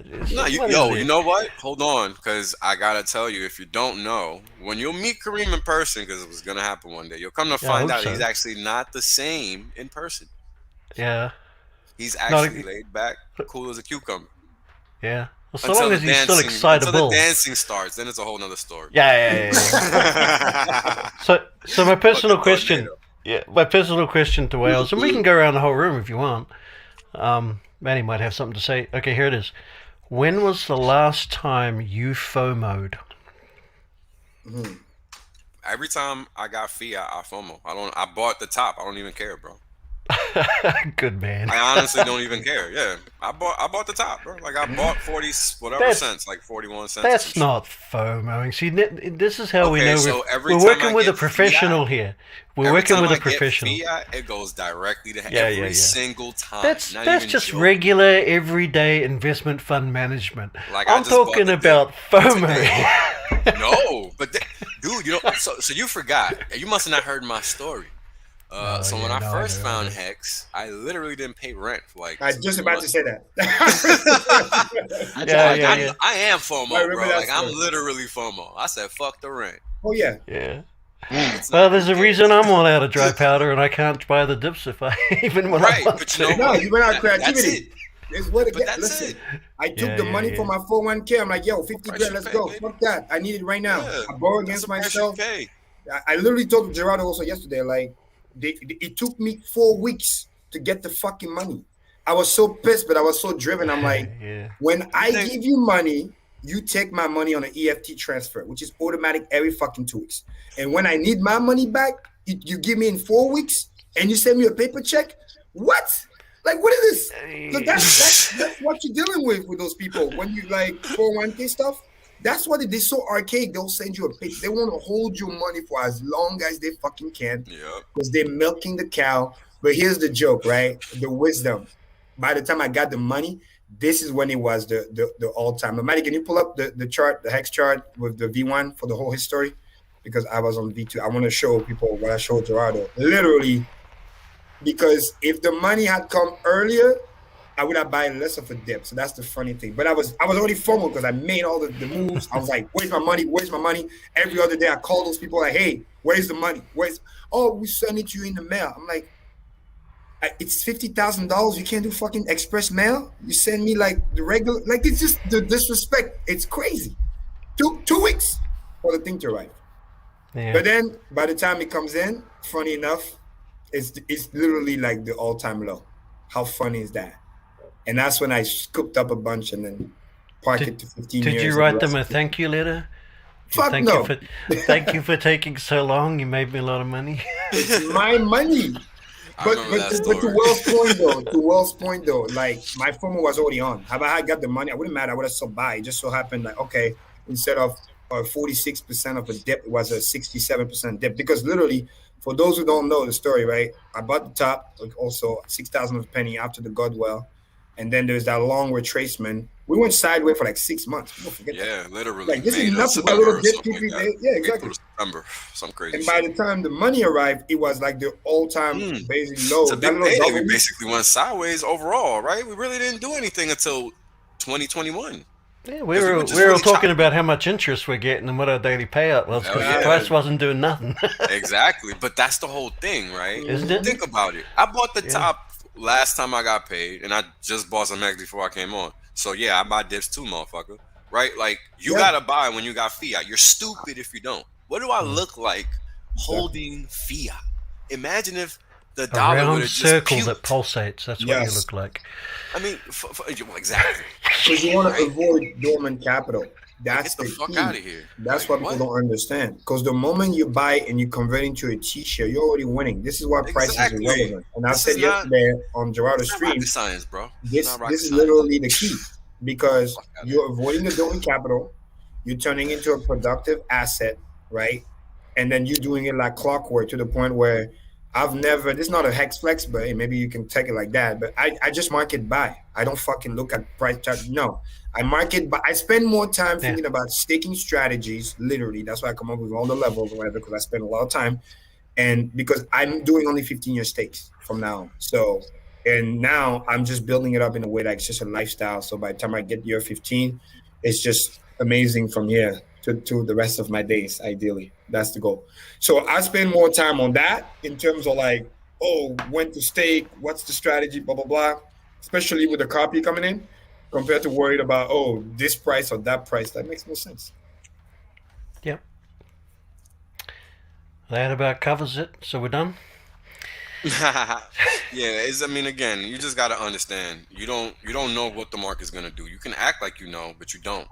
No. Right? So you're better served acting like you don't, because again, what if the dollar would have just went to hell all in one day? What then? What then? What would I have done with myself then? I would have just been screwed. And that would have just been the end of that. I would have been looking at hex at $1 because you just don't know when it's going to move. Exactly. But look at where we're at today. Now, I think today we're almost at day 49, if not day 50, since we doubled. I'll tell you guys in a second exactly, but this is what I'm talking about. Like, what else is there to do but play the game, right? Yeah. You want to hold fiat, you go ahead. Good luck with that. And guess what? We still, again, want to remind people, we still haven't got the snapshot yet. And then people don't know that can just randomly say, hey, guys, snapshot tomorrow. You don't even know if it happened already. And if you're not in position, you don't have fiat, you're waiting for Friday to get paid, guess what? Too late. And that snapshot is going to be a double by itself. So just that alone is going to continue the average of the 47 to 49 days, whatever, because people don't understand the snapshot event is a doubling event. It's a double. So the price could just literally. I don't know why that's so hard to comprehend. Like the people that just sold the double. Like they're fucking. They really just because once the liquidity is double and the parity is doing. I figured it out. I did the research. I know what they're doing. It's irrelevant. They're buying Bitcoin because there's going to be an ETF, and the government's going to go. Oh my God! Yes. We think that shit. The government's going to give Bitcoin permission to exist. I'm going to take a big old shit on that one. The government's going to give Bitcoin permission to exist again, so therefore price go up. No, wait. Yeah, no, that's not how the math works. Not at all. And I think I can't wait to shit on that. Don't worry, we're good. Yeah, that's what crypto was invented for, right? Sell the news. Apparently. I just wish I had bought some so I could sell the news. Right? But I'm gonna make more in Hicks, so I couldn't. Looking very juicy right about now, and I don't think they'll come out in maybe 30 to 60 days after the ETF becomes live. If it does. And here's well, they approved it. They approved it. They kind of did the pre-launch with the pro share. No, because there's multiple ones. The one already got on live, the pro share thing. Once they approve it, that's just already ready to go. There's not really any waiting to be had. Exactly. So, but the main thing, the deadline had come yet. The main thing that people need to worry about is my last tweet that I said is the thing with grayscale. That's what I called them out, and I'm pointing out because this is what people need to understand. And going back to, and it's important because some people are new; they don't understand how ETF works. ETF is kind of like, and then I want Wells to chime in on this, but it's kind of the superior, ultimate kind of like wrapper in terms of like, you know, big money, easy access, whatever, so they can just dabble into the asset. Because those motherfuckers, they don't care. Grayscale guys, they don't care about Bitcoin. They don't care about real decentralization. They're out there promoting fake Bitcoin. They literally want the ticker to look exactly like the BTC, like to create as much confusion as possible, but because they don't care, they just want the money. Oh, you buy real Bitcoin, fake Bitcoin, they don't care. They just want the exposure so they can charge their fucking fee. But what people need to understand, which I said on my Twitter, which is very important, is understand how an ETF operates, because the Bitcoin, the GBTC trust, as much as I was talking a lot about the premium and how nasty it is and whatever, they still have a functionality that they do that actually, to some degree, not protects, but doesn't allow the premium to be really exploited yet, because it closed down the arbitrage opportunity, because they are the only one doing the fucking arbitrage, because they are the one controlling the redeemability of the coin. Because what you're buying is like a paper share, but you're not buying the actual Bitcoin. But they are the ones slowly dumping. So they are the one doing the arbitrage, but they're doing it very, very slow. They don't want you to take advantage of it. They are the one doing. That's why I call them out all the time. But now, with the announcement and the application that they did, they are going to be the motherfucker dumping the price. Make no mistake. They are the largest holder. They have the most Bitcoin. They've been net negative. It's on CryptoQuant. I got the data here. We pull it up again. Week over week, it's going down, not up. And now, to add insult to injury, they're applying to be the spot-on exchange to be used for the ETF. Are you fucking kidding me? That's just like... Scale? Yeah. My last two. Because now funny. What they're going to be able to do, which is the key of an ETF in the paperwork, is the create and redeem share on demand. It's literally the dream fucking for the arbitrage guy. Yep. It's like your account was regular, and then you were worried about the, T+2, and then you got updated to like margin trader type / you got more than 25K on your account. Next thing you know, you're a day trader, so they allow you to go in and out as much as you want. Trading fractional reserve. Exactly. Yeah. So when they become that guy that can create and redeem on demand, and they're going to be the primarily dealer for the New York Stock Exchange, it's a wrap, because they're going to be able to simultaneously, for people watching, quick math, they're going to be able to simultaneously sell Bitcoin at the top premium and buy back from themselves, from their own trust. This is how they're going to fix the 17% premium. It's going to be an easy trade, 17%. The moment that shit gets approved, and they already apply, who knows when it gets approved? Maybe they'll let Bitcoin price run a little bit, but they're going to close that premium. Make no fucking mistake about it. The question is, which way? Exactly. That is a good point. Now, my hint, because people are assuming that they know. Exactly. My hint is that right now, and this is my logic backed by math, in the balance of probability, because this is nothing new. It's like, I'll make this analogy last week saying when I said, it's like the favorite restaurant that everybody wants to eat at because they love the type of food. You waited for years, never happened. 5 other people, competitor came in and opened the same restaurant, and then finally you're allowed to launch. Nobody cares. They already ate the food elsewhere. Canada got the fucking thing. You can buy on Coinbase. You can, like, big money is already buying crypto. Okay, it's not gonna now. More money is gonna be able to come, but the main, oh my god, surprise is gonna be the gold effect and blah blah blah bullshit. That's a it just needs to be underwritten. A couple of signatures on a piece of paper, yeah, we'll underwrite. Exactly. It doesn't have to be any pages of Bitcoin. Actually just happened. What's actually just happened is that the Bitcoin market has just been paperized. Yeah. Thank you. So what does that mean? What that means is that your Bitcoin isn't going to $1 million, motherfucker.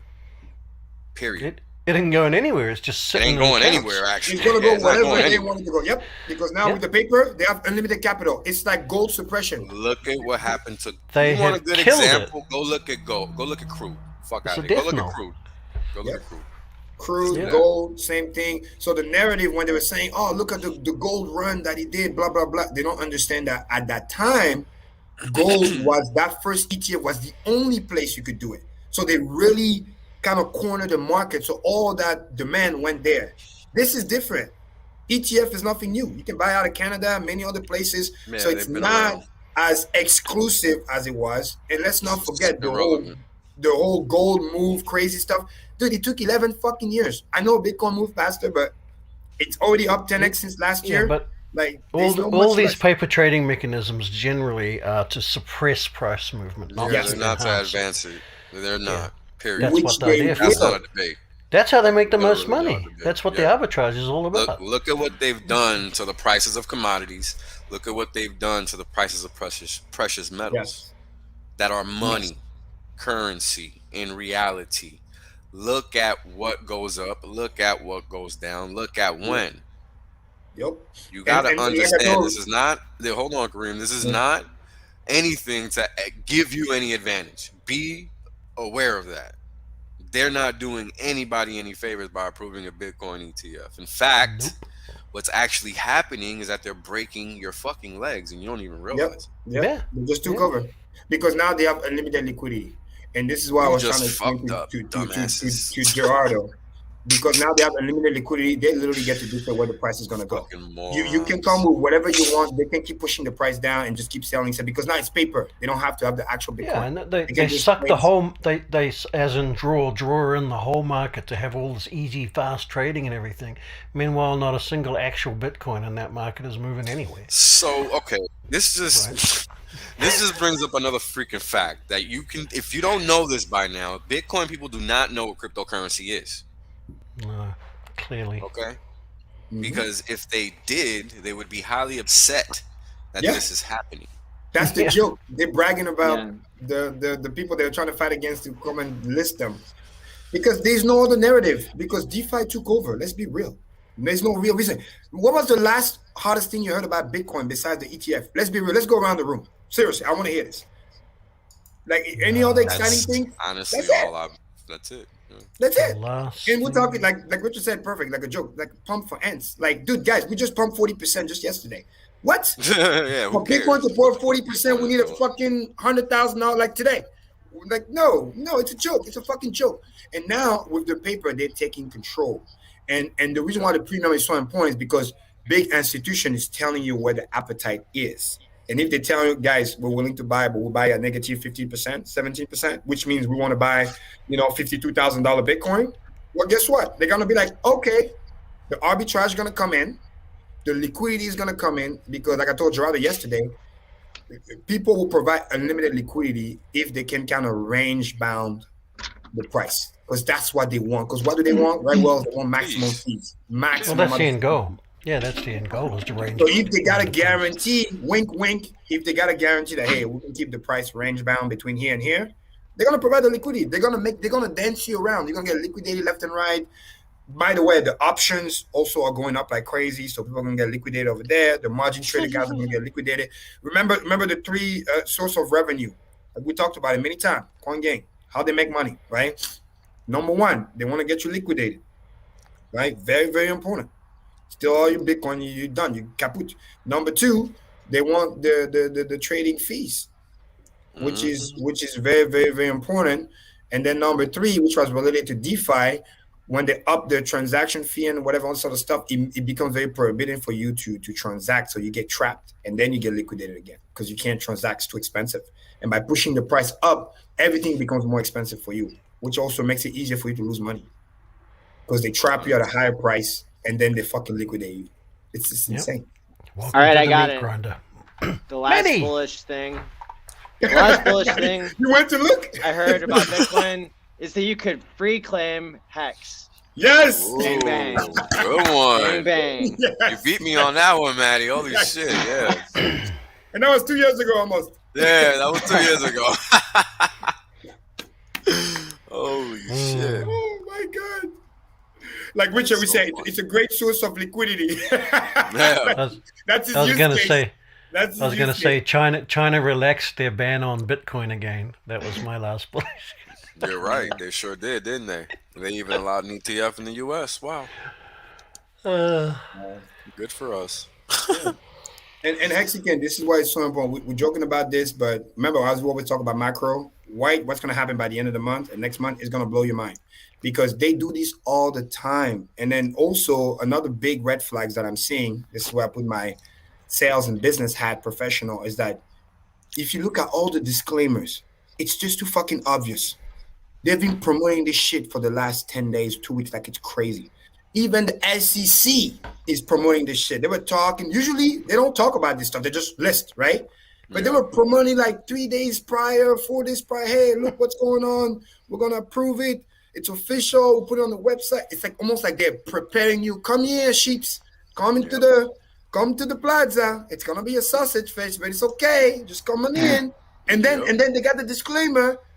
Remember, the price could be volatile. Anything could happen, right? Well, they'll be like, we've been warned. Past performance is past performance is not indicative of future performance. Yeah, we are approving the thing, but we're not responsible if you lose all your fucking money. That's basically what they're saying. Pretty much. So they're not teaching you what they're approving. They're not teaching you how it works. They're not telling you anything about the premium that's negative and how arbitrage can be allowed now, because once they can create and redeem, they don't tell you none of that stuff. They don't tell you about all the option demand that's piling up like crazy. They don't tell you none of that stuff. They just tell you, hey, it's approved now. Come play and come get wrecked. We're ready to take your money. Yeah, pretty much. Faster, and more efficient than ever before. Bitcoin's at $63,800 right now. So what people don't know is that nighttime pumps are usually not a good thing. We'll see what we wake up tomorrow. I always say market, my favorite in the traditional market, it's always midweek. Always Wednesday and Thursday tells you the story. Like, is the trend going to be this way or that way? What day is the day? Oh, it's Tuesday. This is why it's perfect with Quant game. We always get to see the shenanigans ahead of time, and then we look like Nostradamus. Like we told people, hey, last week, watch the bottom. Watch what's going to happen. It's going to bounce back. Next thing you know, we're here, right? But I want people to understand that if you understand the mechanics, if you watch what they do, know what they say, that's when you know. When the Barry Silver guy is doing this tweet, sophisticated investors are getting the message because they know what it means. I just take the time to kind of break it down, to tweet about it, to let people know what's going on. But they do that. That's how they do their little secret code. They're letting you know, hey, this is what's going on. Hey, we're the one applying. And that's a big deal, because if they get that thing approved and they're the sole provider, they're going to be the one fucking doing the dumping. Because think about it. Why would you not take it? It's the easiest arbitrage in the world. You got been approved. You can create and redeem shares however the fuck you want.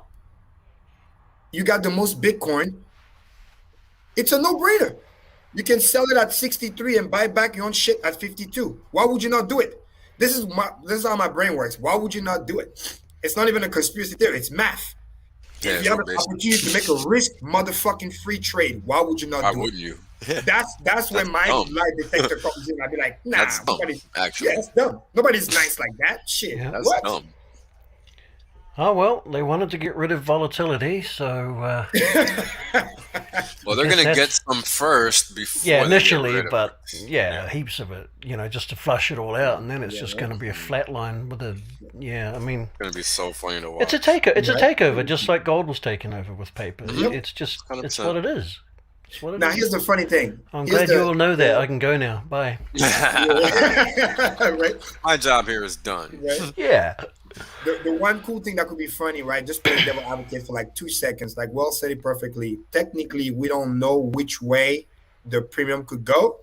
If all of a sudden, by the end of the week, the premium disappear and the price stay where it is, meaning like they're selling at the premium, but then the buyers are actually there to buy it, and the premium were to close itself and Bitcoin is staying where it is, then I can say, guys, all right, we're bullish.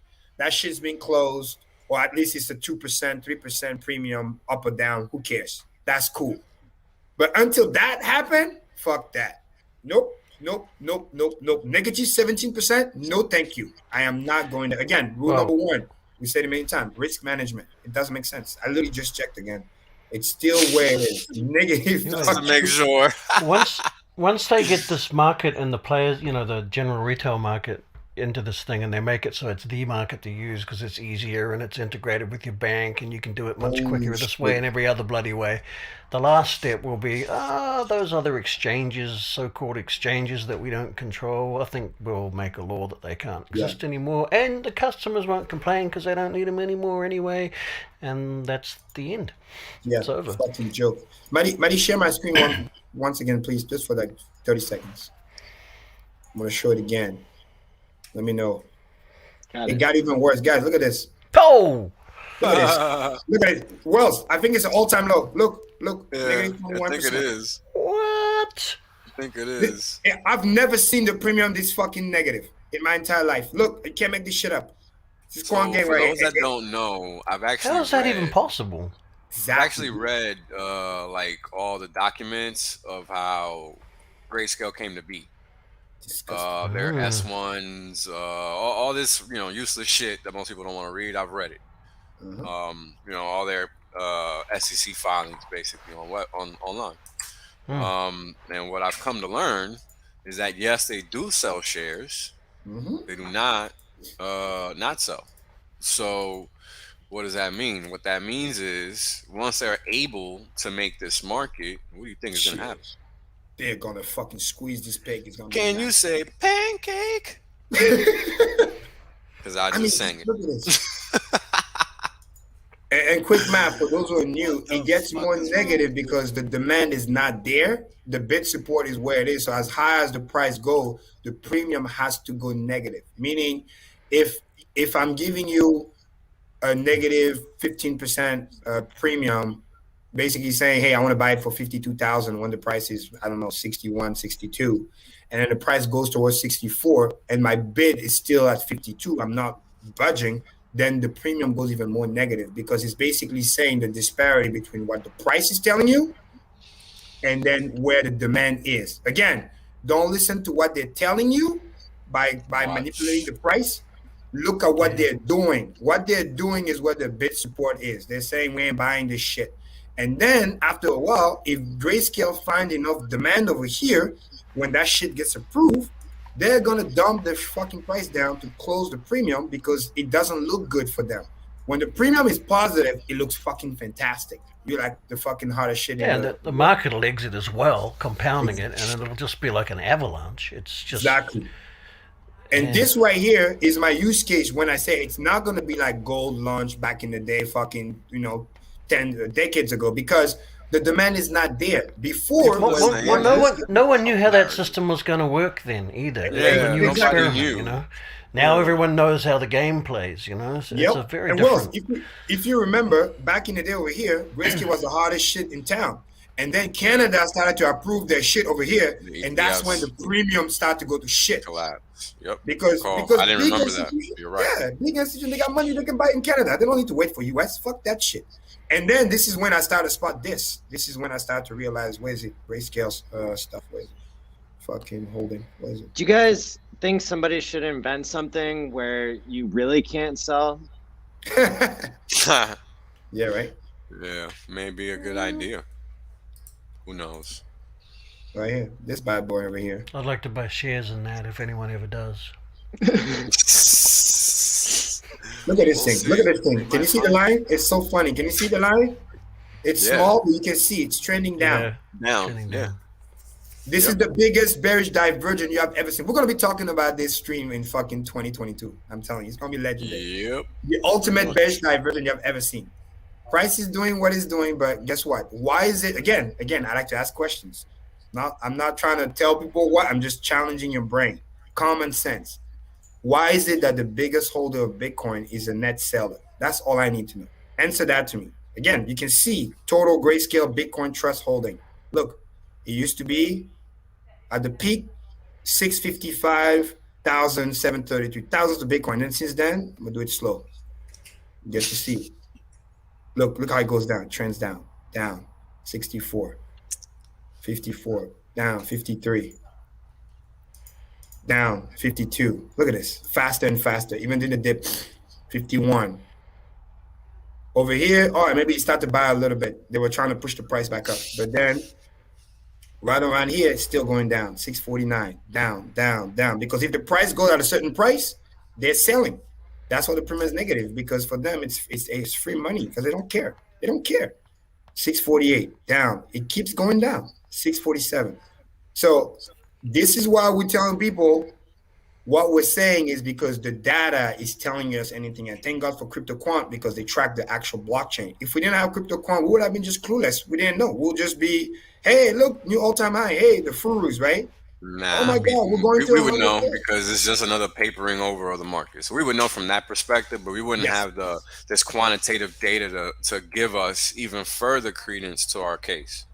Yes, right? and That's sadly, really all that's it what is. we need for the other look, people. Because it looks even clearer from this angle, like the way you're looking at the chart now on the right, that Look at there's a this. downtrend. I think Look it's at even more obvious when it's a smaller chart than when you maximize, which is Can't funny. make this shit up. You can't make this shit up. It's funny, right? And this is why we say what we say. It's not like we don't want Bitcoin to go up. People still don't understand that. Richard is right. If we go to 100K, we'll all become rich faster. Yeah. If they'd only stop fucking with it, it's about maybe it could. Exactly. Is that they're fucking with it. Exactly. Yeah. I mean, this is the first time in my life. This is the first time in my life I've ever looked at a bull run like that and said, "Hey, that bull run's the most bearish thing I've ever seen." Exactly. You know, it's tragic. And look at how fast even the spike. It almost makes me cry. I'm kind of over it now, but when all this shit first started happening, and before DeFi came along and all that, I was just about ready to give up on all of crypto. I thought whoever they are, have won. Right. Another thing too. That's how I felt in 2017, actually. Yeah. Another thing to remember too is that DXY is still high doing his thing. Trend is your friend. That's another guy too. You gotta keep an eye on because people forgot he's still doing his thing. And then when you combine all the factors, and you combine that, hey, we still haven't got an all-time high yet, no matter what they're saying. I'm still waiting for that 65K. But it just tells me that this could just be a gigantic rising wedge again, and then boom. Now, hey, can we be wrong? Yeah, absolutely. But we're showing you what we're seeing based on the logic of what's going on. It's clearly driven by hype, lots of hype, from places that hype has never even come from before in this sector. And in the middle of a bear market. So the sell pressure, I would expect the sell pressure to be epic after this. And that's just such a damn shame because it's gonna screw up, the new people's confidence in the entire crypto arena. And that's what they want. Yeah. Just like they do with the stock market. Just like they do the same thing with the stock market. This is what crypto people don't know. Just wait till you're down and then crush it. They think it's gonna be different because they think it's crypto, but the whole this time is different bullshit, right? Yeah. They just promise coin people and they just don't know it yet. That's all. That's all of the people that hold Bitcoin, period. Doesn't matter if they don't like it or not. That's a fact. Absolutely. And the reason why crypto, what I tell people all the time, where it's like it's gonna happen so fast, is because once the cat is out of the bag, and they know that, oh shit, this is the play, they're gonna dump faster and faster because they don't want you to pull up your bid. That was a funny comment. They need that effect of surprise. Whoever this James Chow guy is needs to go look at the hex chart. What did you say? Stupid ass comment. So so let me help him understand what his problem is. So you're confusing crypto with non-crypto. Hex is actual crypto. Bitcoin and everything else is not. Correct. Pretty simple. So Whales was the first to discover that. Made me laugh, and then I was like, hell, he's right. Listen 100%. Up. Go ahead. Yeah, pay attention. Because you either know the facts or you just lost like everybody else. You don't got to take my word for it, bro. Don't mean shit to me. I'm getting paid. I don't know about you. I don't care. It's very simple, right? I mean, you either want to get money or you want to fucking talk shit. I'd rather get money and talk shit. So, you either want to look stupid or you don't. And again, the number one value proposition of Hex, people still don't understand. I mean, the new people, it's not actually just the price, so to speak. It's actually the yield. That is the number one value proposition. 100%. Price is not, again, price doesn't matter if you leave off the interest, restate the principal. You literally, it's just a barometer to tell you how expensive the money printer is going to cost you when you're trying to get that T-share. That's all.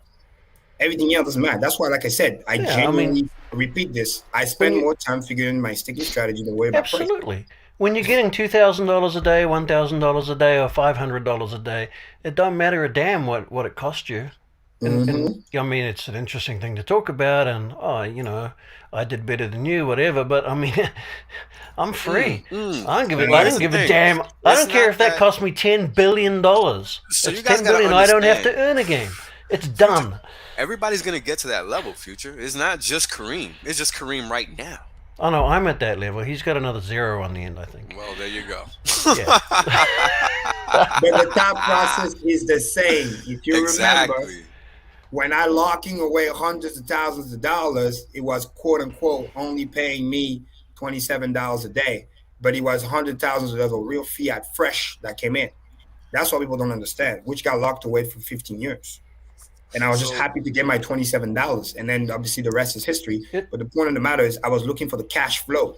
That's why smart investors that build wealthy people, they will fucking pay the premium.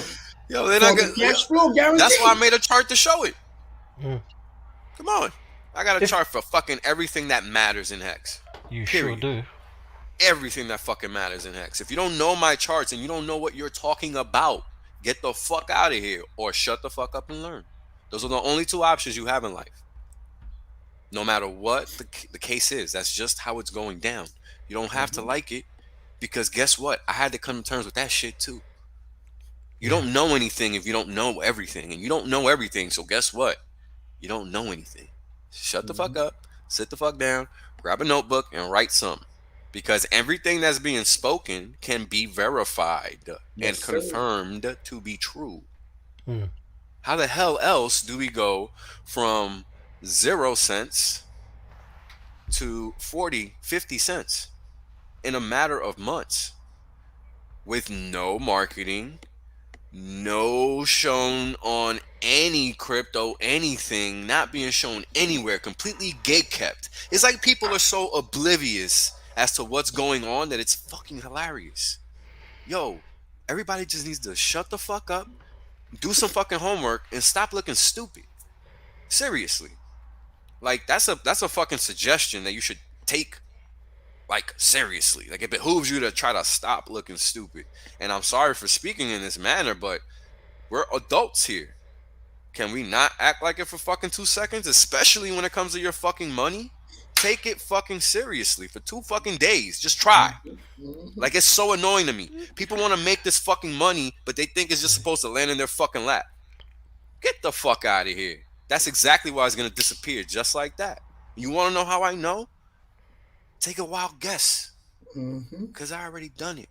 Everybody that's about that fast money, that's how they lose it. Hint, hint. That's why they call it fast, motherfucker. It ain't because it's staying in your bank account.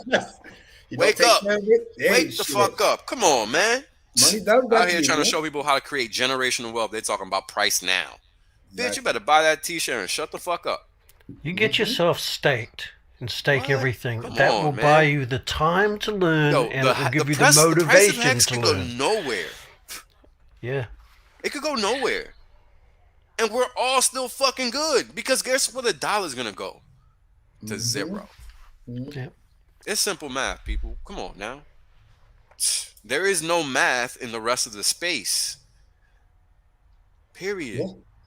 Because you can't mathematically verify anything anywhere else. Right? We can't break down Ethereum like we do this. All we can do is talk about their stupid ass hash rate. Yeah.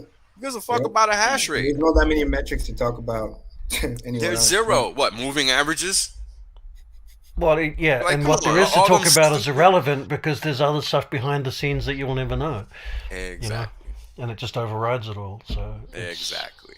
Yeah. Like when they topped it out in 20, what year was it? 18, 17, right?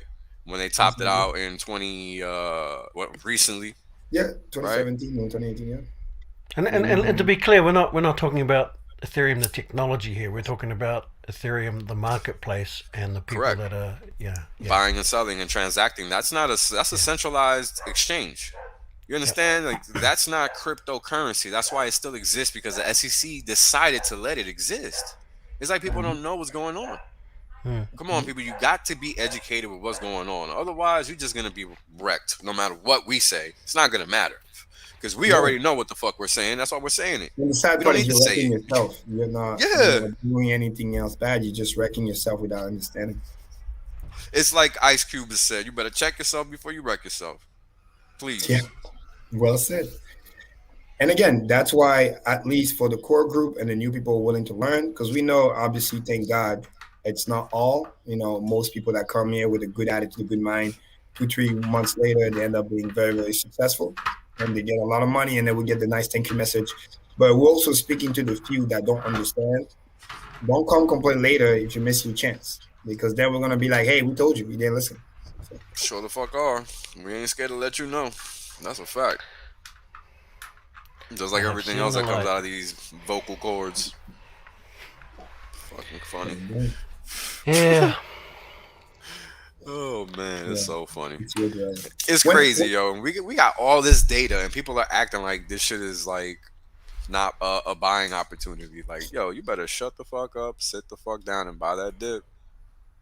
I think a lot of them, like you said, also is even when they have the data, is either A, they don't take the time to really understand the data, so they can see it, but they don't even understand what they're reading, because again, they want the quick fix, superficial, don't train me, just tell me it's gonna go up and then take my money. But it's like, no, funny, yes, staking is great, yes, you get all sort of stuff, that's cool, peace of mind, but you should free your time so you can go actually learn, so you can understand what you own.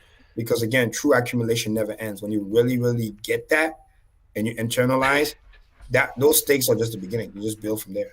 Don't sell your sheep, man. That shit's going to the moon. Haven't you heard? Imagine. Yo, shout out to 369 people watching. Shout out to the $55 super chat from Ascend Staker. The level of knowledge and truth in these streams, I appreciate all of you and what you guys do for the community. Our pleasure. Thanks for tuning in. Thanks for the drop, Ascend Staker. We appreciate it, brother. Yep. And I made it here even though I botched 2 landings. Wait, what?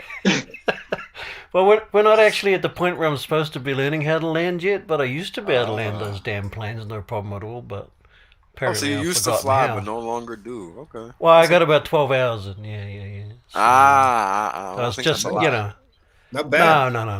I was like taking off landing. Because flying is hard. I've done the flying simulator before. That shit is not intuitive, bro. That shit is not intuitive at all. Yeah, there's some basic foundation stuff that really helps. Yeah. It gets much easier. Yeah. Anyway, not to go on about that. Another cool thing to remember, to notice and realize is, again, share rate is continuously rising fast and fast. Jumped today. We crossed 19. Yeah, jumped 1952. So we jumped another 42 hex, 53. Yeah. Well, it's 52 and a half. I'm sorry. It's just rounding up. It's like it went from like, hey, stretching, walking, and now it started to run. I saw that shit. I was like, what? Like, that's why I bought it before it even came on. I was like, I gotta buy this shit now. I can't wait. If you were to put it in perspective, and hex was $1 right now, and I were to tell you the share rate goes up 50 points a day, that means that the cost of a t-shirt increased by $50 a fucking day. And that's something that only goes up. Can you just let that sink in? Like, do you understand? And by the time you realize what it just did and the price goes higher and higher, that force multiplier effect, it gets worse and worse. Next thing you know, you get fucking left behind yet again. So and sad. That's awesome, because that's how we simulate compounding interest. So the more the better. Thank you very much. This is true. Meanwhile, while someone's got crying, nobody's paying attention to the nice massive stakes that just keeps coming in. Like, you can see people doing their t-shirt preservation. You can see it, they're multiplying. You can see wallets that literally set up their 30%. I mean, it's just like some of the people, they message me. Like, it's just, they're just enjoying the dip and they're just relaxing, just building wealth. That's it. There is actually one thing about this dip that's annoyed me. I had to look it up, but apparently last time I was on stream must have been the time before this one, or maybe it was last time. I can't remember. 2 streams ago, yeah. Yeah, whenever it was. That time I had to leave early. Yeah, right. I was calling 25 cents, and we didn't get to 25 cents quite, so I'm a little annoyed. Yeah, but that was made me look bad. Yeah, I know, right? And that's a testament. Just when I thought I had my shit together. Can't even predict the dip. But hold on, I'm seeing 22.6 on V2. Oh really? Yeah. Yeah, the low was a wick. There's a wick. Yeah. Yeah, we didn't close there, but. I didn't see the wick. Yeah, I don't look at it much. But but that's why I saw 27. Hex is so amazing, because I told people one of the reasons why the strategy is so important, especially now before the pulse chain, when I was talking about the different levels, is that now is such a critical time because people underestimate the value of emergency end stake penalty, because you can't predict exactly when they're gonna come, but they are part of the game and they will come. And those who are in position are going to be able to catch that. Because like you perfectly said, it would have been very rare for you to guess that 22 cents. So let's be honest. That's a total if those people, those new people that didn't panic, if they didn't panic, you would have never seen that 20. No, of course the not. reason why we went right back to 30 cents like nothing happened, because it's just the new people that didn't understand what they own. And sadly, they just wrecked themselves. And then you just become a wick. Yeah, that's a good point, actually. I should have qualified that before. No, seriously, like, that was a total freaking fluke. I was just making a joke. So for anybody that thinks I was trying to claim I can predict a dip, no. Oh, yeah, that's whatever, man. But since I did, and since I was basically right, I mean, you know. And that is literally the... Not on the day, though. Not on the day. Oh, dear. Because as much as it went down this fast and it went back up this fast. So it's kind of like in a way where only maybe a few that were already in position maybe cut that. And even that, it's such a risky move, because if you're trying to swing trade that and you miss, you can actually wreck yourself. And many did. There's people that literally end up with less hex because, again, you accidentally sell on the way down. And if you sell a lot, you actually could be the reason why that wick got created. That's what people don't understand. Yeah. And the wicks are so, the upward wicks are just, they're just pow, and you know, you can be setting up your limit order and it's already too late. Yep. Because when it wicked the way it wicked, it actually means that it could have been 22 cents on the close on the way down when the people are selling, pushing the price down. And then because the buying trying to come in quick and everybody trying to crowd the trade, and that's what sometimes the same thing, oh my god, I'm trying to buy the dip and it's not working, blah blah blah, or I'm trying to increase the fee or whatever it may be. By the time that confirmation comes in, you actually sometimes, most of the time, you don't get the 22 cents. You buy it back at 25, 26. You actually end up being the reason why the price rebound. Yeah. That's what people don't understand. A lot of time in trading, that happens. The low is actually the person that's selling down. And the bounce could be just the people trying to buy the dip, so to speak, but because it also becomes less liquid when everybody's trying to buy the dip at the same time, there's not enough coins to go around. Because again, that's the beauty of hex. That's why they go straight up. Pretty much. So let's talk about day trading for a little bit, just because I used to do it and I understand the allure of it because I used to make a shit ton of money doing it. But what people got to understand is that on the backside of that, there's a lot of capital being used to generate that shit ton of money. You know, these are guys with fucking 5 figures and up. Like, they're not using $500, $600 to make this kind of money. You're just gonna wreck it. Yeah, you got to understand it takes time, it takes patience, it takes understanding the market you're trading and how you're trading it. So it's not just something that you just wake up and do. You know, you got to really understand that, because that's what I thought. And it took me a long time to figure out exactly how to be able to talk like this and understand what I'm saying to the point where I can educate you and I don't got to be next to you. Right? Exactly. Like, that's powerful. You know, that's very powerful. In my opinion, from my limited exposure, I would say to have any chance at all to succeed in day trading over the medium term, it has to be at a point where you're following your gut, not the technical analysis. You need to be able to look at a chart, everything else you know is going on. Together. But you have to be in a confident manner. You have to be so connected to it all, and then confirm on the charts and everything. But if you can't have that intuition and gut feeling, if you're not at that level, you're already too late. You're out of the game. You're just going to keep getting, you know, you're still paying for your education at that point. It's a lot of time. You got to put the time in. What's funny is this, FutureUs. This was funny, bro, because while it's true, it's not. The reality is that it's a psychological effect. Right? What's happening is that over time, your body is becoming in tune with the market and the way you're reading the chart. That's what's actually happening. That's basically what I'm trying to say. Yeah. Well said. And that's the confidence that you're building over time, though. That's important. Right? Yeah. But that's the same thing that ends up getting you wrecked. That's the thing. That's why I said medium term. Success in the medium term, because and especially if you're chopping and changing to different markets, because they behave different. That's exactly what used to get me every time, because I would be making so much money in one market. I'd be like, this shit is getting boring. Let me go trade something else just for fun. because that's the kind of shit you do as a trader. You just want to hit the next market. It's almost kind of like gambling, but not really, because you have a strategy, But if you're not treating your risk the same way and knowing when to walk away, you're gonna get wrecked. It's the same deal. It all comes down to risk management in the end. Exactly. You took it right out of my mouth. You got your risk management got to be game tight. That's you basically got to try and you got to try and lose less than everybody else in order to win. Exactly. Over because the long people term. are always gonna lose. You got to learn how to lose. And you don't get much sleep. Yeah, because you can. I mean, not in the foreign exchange and crypto world, you don't get to sleep. At least the normal share market bloody shuts up at right. Yeah, you got But I used to trade futures and FX, so I barely slept. Right. Yeah.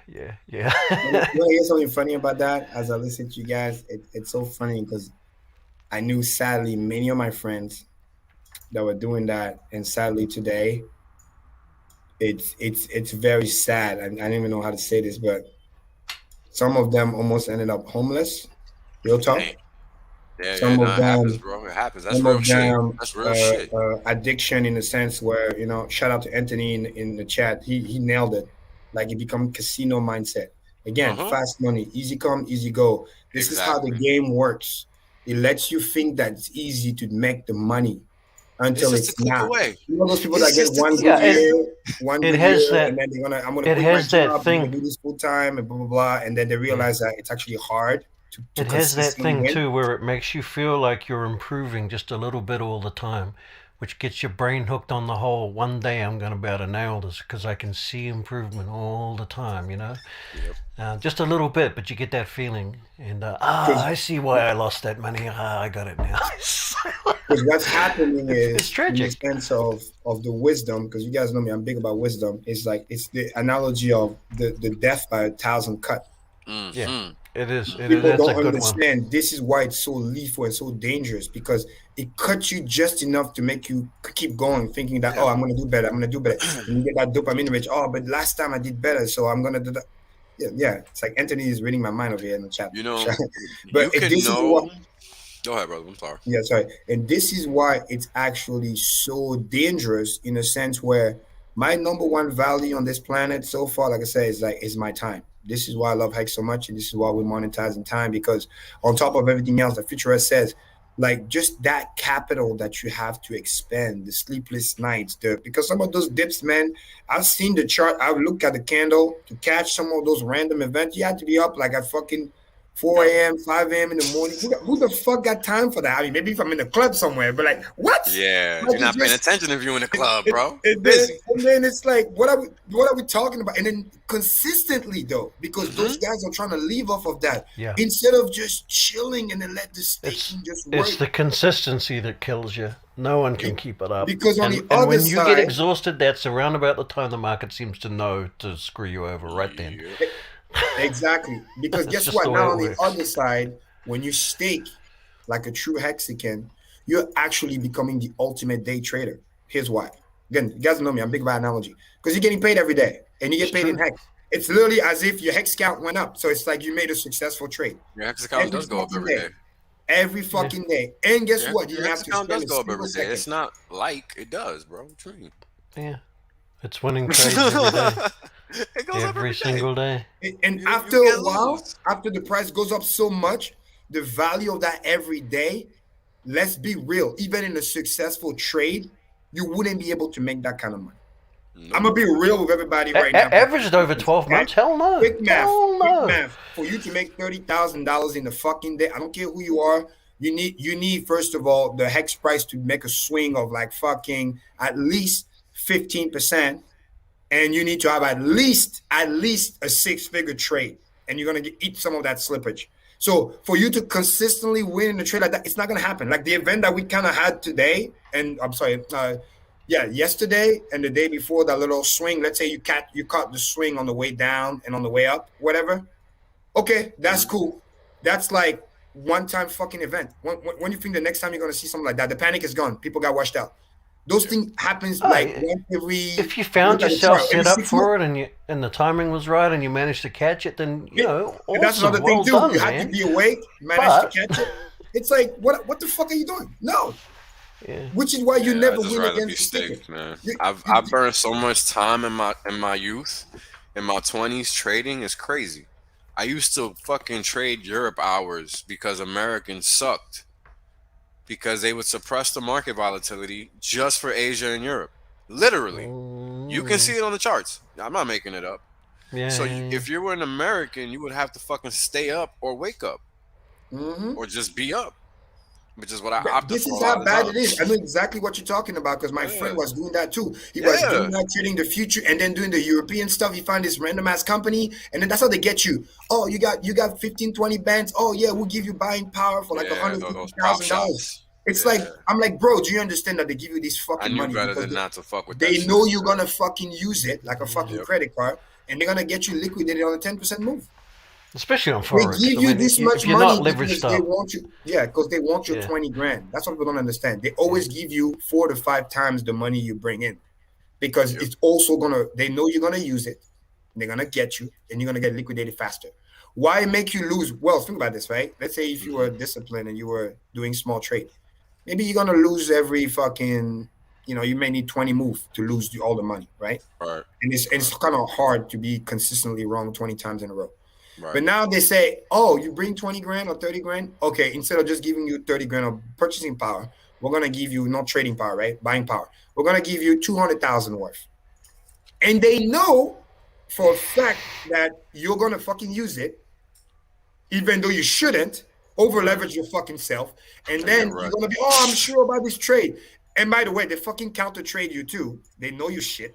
Because they know the platform that you use. You're using their platform. It's they got access to your book. It's a prop shop. They got access to all the level 2s. They see what the fuck's going on, and then it's just a fucking movie. I just can't even. Okay, how are we gonna steal these guys? I don't understand how it's legal, or it should be at least covered under like the gambling act or something. The market, you gotta have some type of licensing nowadays. So. Well, yeah, but it's still not considered gambling. All the rules and regs that are around casinos and things like that, I mean, they don't apply, but they should. It should just be another form of casino because that's all it is. Well, and it's a rigged, it's a legally rigged casino. These leverage You gotta understand the purpose of the markets, brother. The purpose of the market is for them to extract value. Yeah. This is why it's hard for us to do it because we don't get how to do it. Exactly. We have to learn how to do it. Exactly. Because it's counterintuitive to human nature to do it successfully, especially on a daily basis. Because the way you win is by doing nothing. And the average human is taught work, slave. Yeah. So if you're not doing anything, you feel like something's wrong. But that's exactly the right thing to do. Yeah. If you're not doing anything, you're probably not screwing something up. Correct. And this is the wisdom of staking, and this is why we say Hexicans, that's the best strategy, the best thing you can do, because you're protecting yourself from yourself and you're avoiding to be involved in the shenanigans, because they make it look like, oh yeah, you have a fair chance, when in reality the fucking thing is so rigged against you, you have no idea. The moment you walked in, you don't even know. They just want you to stay there long enough to lose the money, and then if they can't take it all, they'll at least take half your money. Some people learn the hard way. Some people, even though they learn, but they still, they still lose their shirt, or they lose a little bit, or it's just painful to watch, man. It's just like, what are you doing? Like, switch that. Because when you delay gratification, you build what you're actually getting 100% of the value of the work that you do. Because you're already out there killing yourself, killing your body at times. Those of you out there who have manual labor stuff, or even sales back in there, just walking around and stuff like that, talking to people, sleepless nights. Like, don't let that money go to work, to waste. You're working hard for that fucking money, especially in crypto, when a little bit can turn to a lot very fast if you don't fucking touch it. That's the key. That's why we're saying all those things that we're saying. That's why we're building wealth faster than most, because people still haven't fucking get it, the wisdom, why we're so special, because we're doing something most people don't do. That's what I was saying last week and many weeks prior. Like, in the beginning, you almost... If you have bad habits, you can't even fucking trust yourself, because you gotta be doing shit that you haven't done before, because that's why you were broke before. So when you start to build the wealth, of course it's gonna feel weird. It's gonna feel different. This is all very, very new to me too. Even well, definitely 2 years ago, but I'd say even a year ago when Hex was already been going like 10 months or whatever it was. I mean, the mindset for investing, I mean, I got it. I was staked. I had 10 years, 15 and all that, but actually living it and understanding it was so strange and so weird and felt so wrong, emotionally, because that's just not how I'd lived my life. It's not how my parents lived their life, their parents perhaps before them, I don't know. We just didn't have that in our blood, this whole delayed gratification thing. It was like, be thankful you've got a job and work your ass off because tomorrow might not come. I guess it's a post-World War sort of thing, right? Yep. So if you're in that mindset, well, if tomorrow's not even going to come, then delayed gratification makes no damn sense at all. And so that's sort of where we came from. So and it turns the world upside down for you. It confuses you sometimes, and it can make you scared, and you don't even know why. Why am I scared? Just because it's unfamiliar. So, for people just starting down that, trying it out, the delayed gratification thing, instead of, the quick wins and survival mode and all of that, don't feel that we're, don't feel that I'm special because I'm sitting here with, these three gurus. Man, it's hard. It's hard getting your brain spun around and getting the experience of the success from doing nothing is just so counterintuitive, and your mind, or my mind, had to experience it, had to see those payments coming in, and not stopping even when all kinds of crazy things happened in the world. And you need to get the feel for it, before it'll start to settle down. And that's so easy because it's so comfortable when you finally get there to sit here and go, these people that won't delay gratification, I don't know what's wrong with them and blah, blah, blah. But it comes with the qualification that I don't know what was wrong with me before either. And I'm still learning. I'm still spending money before I get it. It's like the Matrix analogy, because before you were asleep and now you woke up. And then you see what's going on. You can see the Matrix, and it's sad because you also see the ugliness of the industry and what they're doing and how they're bringing people to the meat grinder. And how dumb I've been before, and if only I'd known this then, and everything else. And, it's a roller coaster. It's a real... Richard, do you think the Matrix will allow you to release crypto code that is superior to that of Bitcoin and gives decentralized financial freedom to all? What? You already released it? Oh, we better stop gatekeeping. Congrats on 100,000 Twitter subs.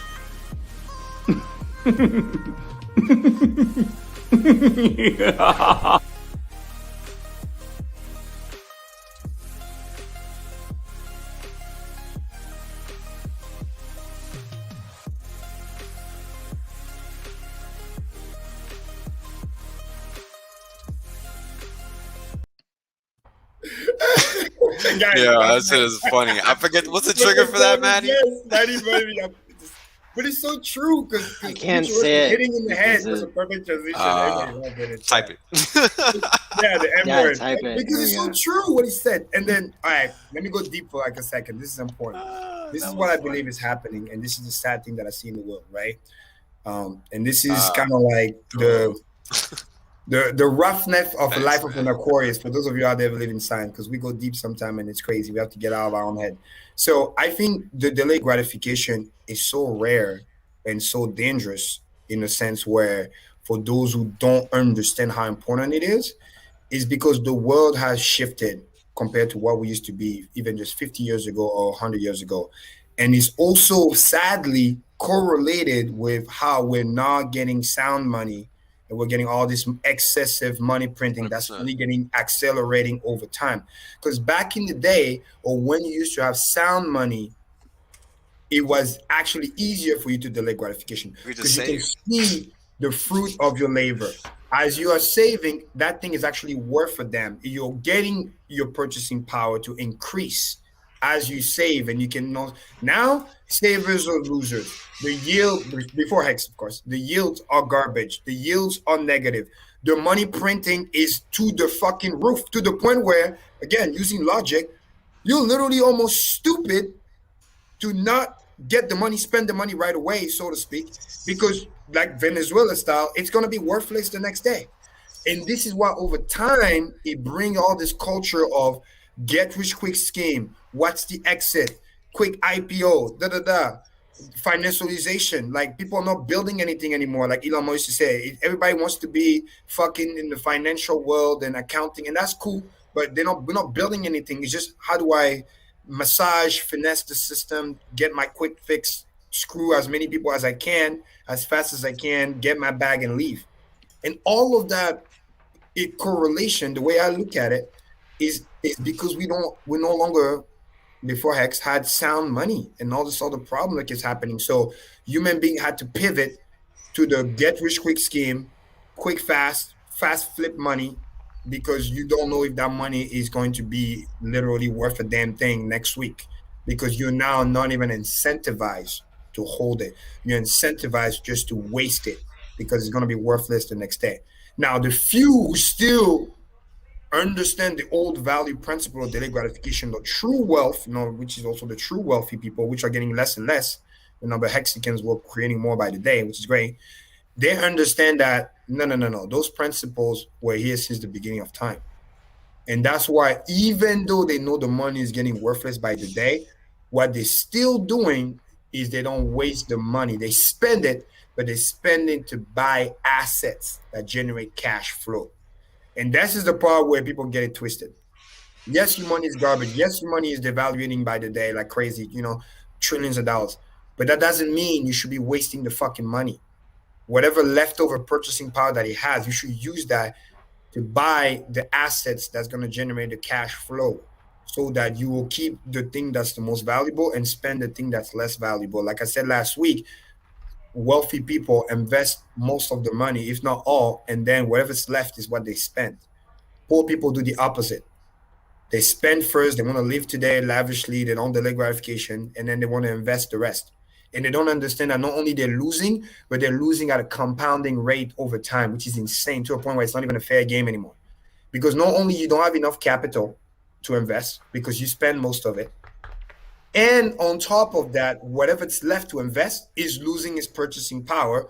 So whatever you're buying is creating a lesser cash flow because it's not much, and the not much is losing value.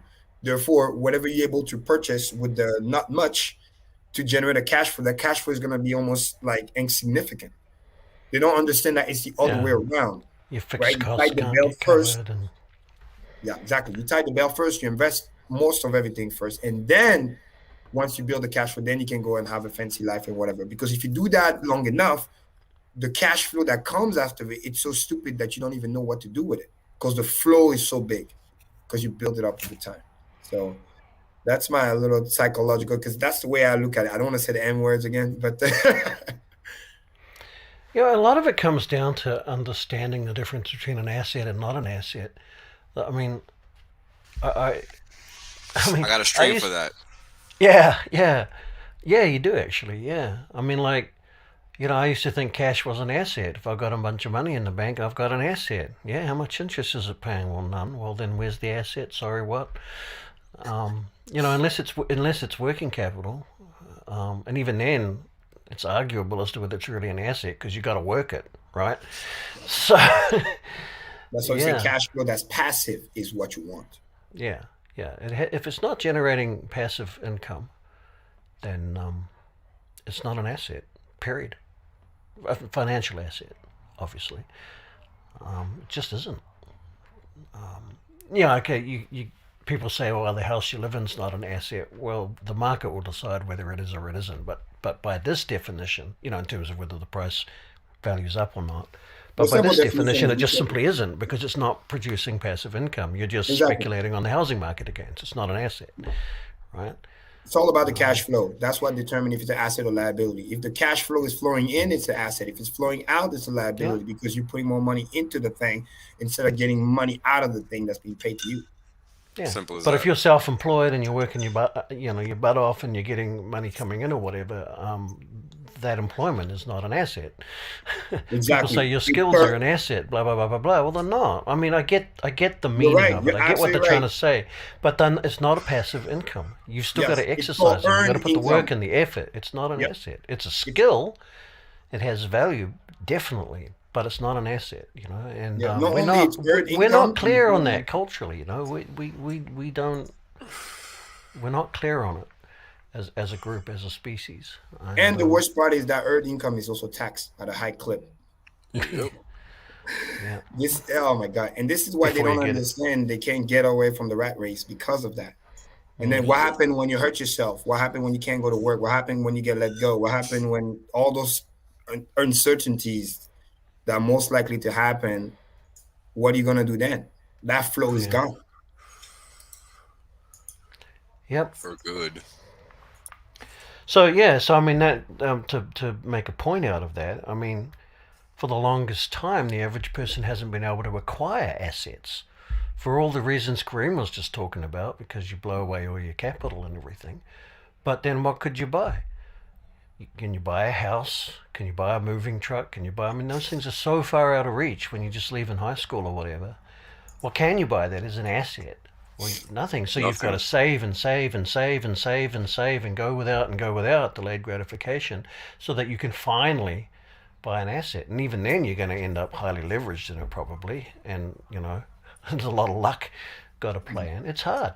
And then along comes something like Hex. Well, hey, $50 will get you an asset, you know, Ethereum fees notwithstanding. And you can just chip away at it and build a bit and build a bit. And you don't have to save for 10 years and then get the asset. You can save directly into the asset. That's a dream come true for someone. I'm 51, you know. If I could have had that 30 years ago, it would have changed everything. People don't know what they've got. It's amazing. This is why I get so amped up and I get so worked up when I talk to people, because it's like, you guys are not paying attention to what I'm saying clearly. It's clear. I have streams explaining specifically what Hex is. Nobody should be saying a damn thing ever about Hex, period. Why? Because it's a productive economic asset. End of discussion. If you don't understand that, get the fuck out of here and go watch some old streams. Yeah, but that's the thing. But that's the thing. You have to have the appreciation that such a thing is a good thing to have in the first place. It's just been bred out of us, you know, to have productive assets in your life. Unattainable. Only rich people have those. Go away. Shut up. Do some work. And this is where the education comes in, because a lot of those people, they talk stuff that they don't even understand, and they never got the financial education, so they can't even see opportunities in front of them. And this is another thing that I say all the time, and I tweet about it earlier today. People confuse price and value. It's not the same thing. You know what I mean? Price is what you pay, value is what you get. So once you understand, like one of Wells' chart, the PE chart that shows you that not only it's an asset that generates positive cash flow, but the returns are like stupid. Like, how quick can you double your money type of thing. So this is why and when I say we, those who really know, we don't buy and don't want to buy anything else, because this is the most productive assets you can get. And this is why it's so key, and this is why you'll get the highest, best return, to the point where that's just what makes it crazy good. Yeah, even the best business out there in the world right now, any industry doesn't yield the way Hex yield. Period. Full stop. End of story. Because we've done the math, and this is, once you understand that, this is when you get to see the liberation potential, the freedom potential. When we're talking about being financially free, which is not just like, hey, lollipop and candy, funny thing to say. No, it's that powerful. Become financially free just means that when you get to a point where your cash flow, passive cash flow, is generating all of your living expenses and what you need on a monthly basis, you are financially free. Like, you don't. When you wake up and every morning, you can ask yourself the question, "What will I do with myself today?" You know. Well, that becomes whatever the next that is battle for you. And then you got to come on Maddie's stream and then get the therapy and get your wealth syndrome, fixed. And after about 3 weeks, you're thinking, man, I got to get a job. That's where Maddie comes in for sure. And people are like, you're so crazy. We got to be productive. We got to go find something to do. Or we're just going to be like, what the hell? But the point is, it's a beauty to say, hey, my stress level is low. Hey, whether I decide to work today or not is irrelevant. I am financially free. It's having options. At the end of the day, it's having a choice. Exactly. Having the choice is what it's all about. Maybe I want to, you know, work on my hobby. You know, I don't know, ride and fix motorcycle, cars, whatever. Go play golf, whatever it is that you're into. The point is, it's such a powerful tool because you can truly get a shot at financial freedom. And if you really, really write it down and spend the time to do the math, anybody right now watching the stream and anybody can literally sit down with themselves, do the math. Look how awesome it feels. Hey, how much would I need in positive cash flow to be financially free if you're not already? If you were to do the math, it will blow you away. Some of you probably are there, not even realizing that you're there.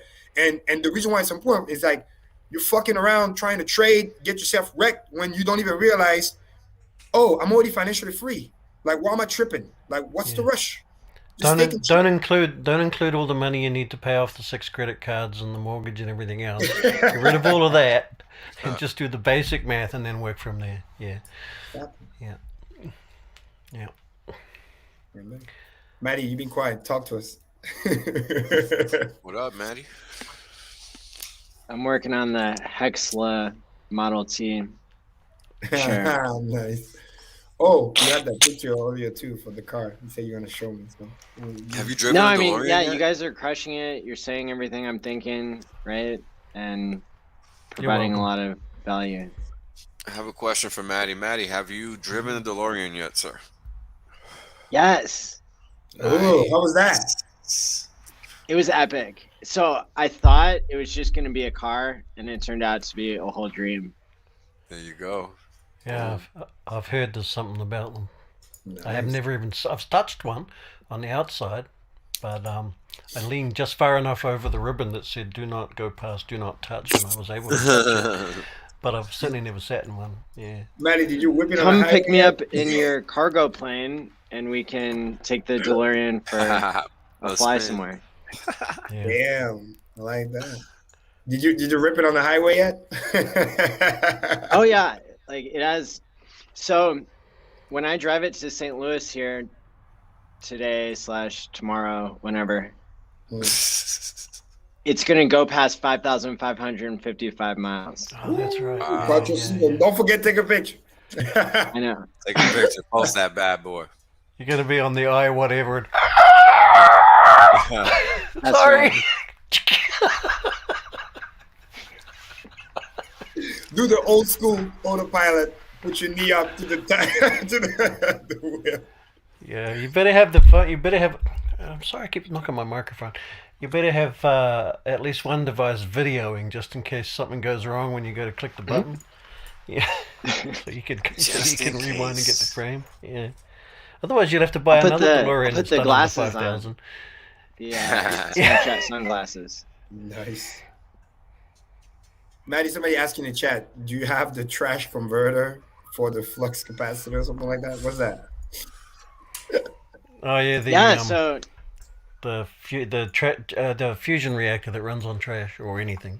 Yeah.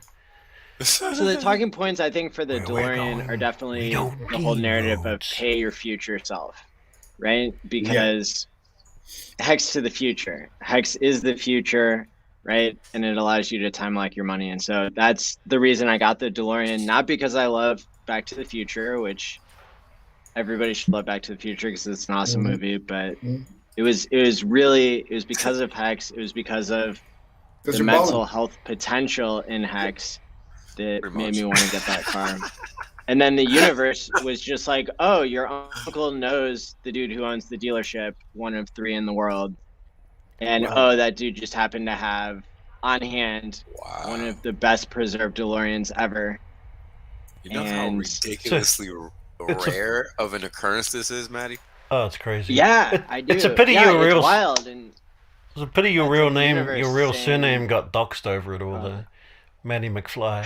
Exactly. I've already got MaddieMcFly.com. Check it out. You do? I love it. It's Marty in the movie, of course, but it's close enough. Close enough, for sure. Head a little bit further south, they'll probably pronounce it Marty anyway. That's right. I can see that. Yeah. Yeah, it's epic. Yeah. Who else want to hit the chart? I'm almost done, man. Sorry, I just got some new charts I'm gonna show, so they're gonna be worth the wait. No worries. Just love the surprise as always. Yeah, this is these. I'm ready to show Karim his new car. Oh wow! Oh boy, Maddie, don't. Hey, I'm safe no matter what you do. Get ready. My Photoshop skills are not the best, but I think you'll like Karim's custom. Custom. What is this? A Tesla something? Tesla, yeah, Tesla Roadster. Founders Edition. Woo! What you put in that? Yo, what you put in the windshield? It says dream account. Hey, holy cow! You been working it, huh? You like it? It's interesting. They'll be like, yeah, what's I like the logo. Woo, okay. That's our logo right there. That little Quant Gang logo there. Yeah, that's pretty cool. Okay, I don't know. Nice. What'd you put the hex then? You gotta put hex somewhere. It's like 5 a.m. over here. No, 6 a.m. Just kidding. I'm like, I don't know what the fuck is going on. That is sick. You gotta put the hex logo somewhere, Manny. It's true, yeah. Holy cow! But I like the color, like dead ass. That would be the kind of. Yeah, the color is nice. Yeah, the color is nice. If you look at Abbott Air RH, similar type, yeah. Because I want to do definitely red in the back and then bring the yellow orange towards the front. So it's kind of like as you're traveling through space, right? The car change colors. You know what I mean? So when you do like a Black Honda, that'd be sick. You'll be like, yo. Bang, bang, bang. I travel through space when I drive, bitch. Yeah, there you go. Put the sticker. You get right. Yeah, I was about to put you know what I want to put for the license plate? Can anybody guess what the license plate would say? Wait, don't say it. Don't say it because somebody will front run you. Oh, really? Oh, okay. Really? Yeah. Register it and then tell us. Yeah. Ooh, That's I'm cool. Yeah. You can type it in the chat, but don't say it out loud. Okay. Yeah, it's kind of like the domain, man. They'll right. Take it. That's right. Damn, right. Man, you guys are ruthless out there. I thought you were about to say, yes, somebody's going to just buy it from me and give it me as a gift. Yeah. I'm going to let the cat out of the bag. The plate is banana. Go front run. Go front run. All right, hold on, put it in the private chat. I ate a lot of bananas though, so that's that could happen. You'll be like, duh, obviously. I didn't think of that one. There you go. Nice. Face. Now, man, wherever you go, be like, we just say, hey, imagine getting pulled over and then they read that. That's right. What the hell's going on here? Duh. Oh man, that's awesome. Let's see the comments. Maybe somebody got some. Oh, banana. No. COVID-19. Oh my God. What you doing? You won't. Bro, you're gonna get us banned from YouTube. Take it 4-5. That's a cool one. Yeah, I like that one. That was a good one. Oh man. Yeah, I still don't know what I'm gonna get. That one toy. I still don't know. I have no idea. So many options. Somebody said T-shirt app. Hey, there's some T-shirts in there. T-shirts cool. The T-shirts are the ish, bro. T-shirts right there. T-shirts are the shit, boy. PYFS 555. What would the PYFS means? Pay your fucking self. self. Pay your future self. Nice. Oh, yeah. Of course I would curse, yeah. Too funny. That is dope. Let's see. Take a quick look here. Anybody in the chat while Wells is... Oh, so I got a good question earlier, actually. The question was, how much inflation have we seen in the system up to now? Is it 3.69 or not? That's a good question. Shouldn't be. Yeah. I wanted to discuss it. However much I wonder how close T-shirt has gone up, that's what it actually comes out to. Yeah, really? I look at it like this. Technically, yes and no, because it's a dynamic dial. Actually, scratch that. Yeah, because the 3.69 is dynamically calculated daily. So in the beginning, obviously, we're getting It's total supply now versus total supply then, but because it keeps getting burned and recreated again, it's really hard to. That's what I'm saying. You have to go through every actual start stake and end stake and compute it all through right from the. You couldn't. There's no. Now this is what we can do. What we can do is just quick math. We just take all the sum. Well, we could calculate on one chart. Some of the I got it. I could do it. Since inception, and then we reference that in ratio to total market cap right now, total circulating, and we can see what's the percentage. Because I actually clearly we were not getting 63 million payout. Actually, the total supply is recorded by the times 2. No, but the total supply is recorded by the contract. I've just realized because that's what it uses. Yeah. The 3.69% is always computed over the all the hex that was ever minted, not just what's currently in existence. Yeah. So we do have that figure. The APY is based on the total coins. Yeah. Staked. Yes. But remember, that's from all the coins, not just the circulating supply. Yes, but the variable here is the fact that that creation can happen randomly ahead of schedule. When somebody emergency end state and coin create out of circulation that wasn't supposed to be here until, let's say, years from now, that bump up that number. That's what I'm saying.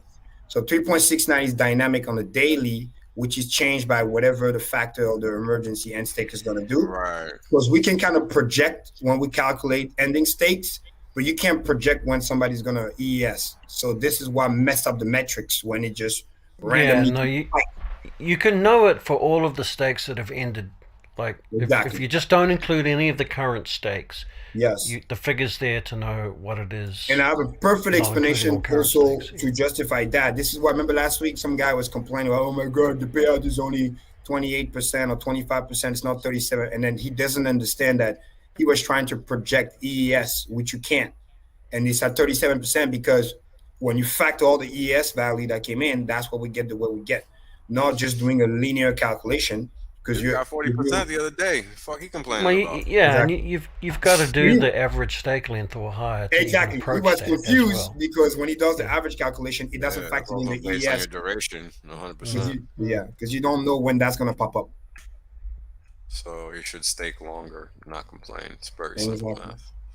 But we can still extrapolate by saying so far the value of the EES is adding an extra 12 to 13% to the APY, which is pretty good. Again, which is why you want to buy the dip while you stake, like we've been saying. 3 days ago, we got 40%, which was dope. 100%, bro. 100%. I mean, why not? Well, whatever it is, it'll be something a little less than 3.69% per annum flat since the inception. So, yeah. Yeah, that was an interesting question, right? Because it's something to think about. Because you got to take into account the emergency end stakes. You can't ignore them. Because they're part of the yield. Exactly. So the number is going to be higher than on an APY basis, right? The reality is that that number should be higher than 3.69 on an annual basis, just because of the emergency end stakes. That's it. Because that gentleman he just went to the go.hex.work site, and then he just plugged the number, and then the system just spit the calculation.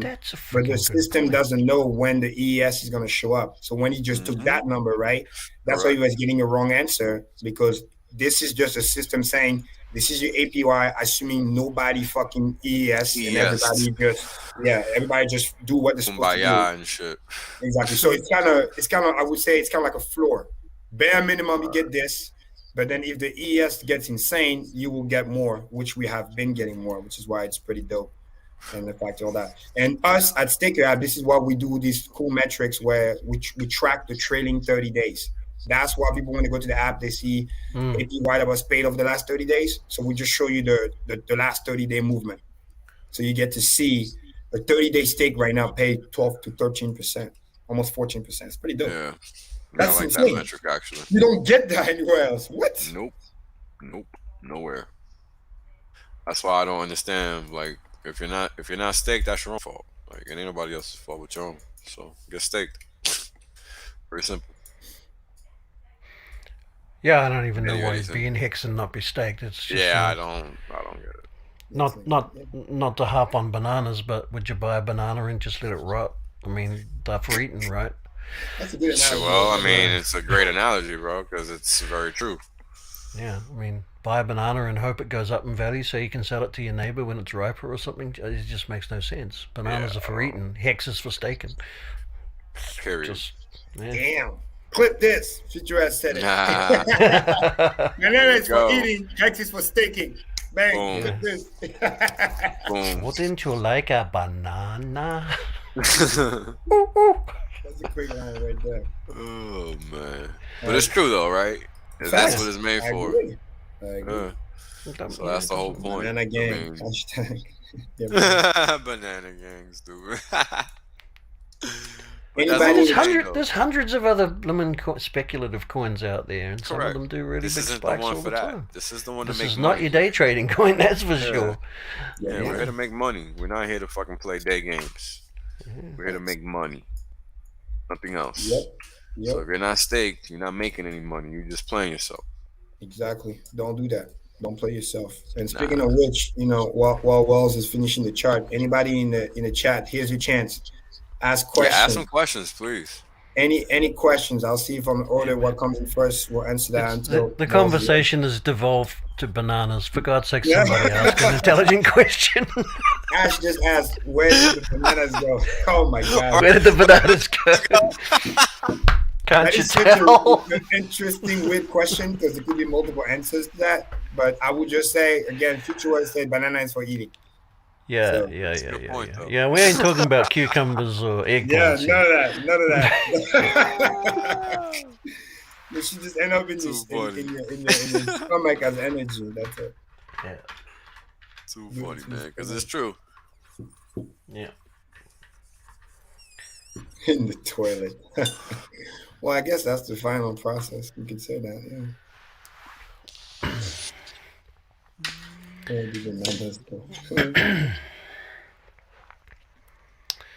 But yeah, man, you gotta just understand the game. You gotta understand the game that you're trying to play. Otherwise, you're just gonna get wrecked. Because at the end of the day, whether you're day trading or not, your whole objective is to make money, right? Your whole objective is to compound your capital. So you should not be exposing yourself to downside risk if you don't have to.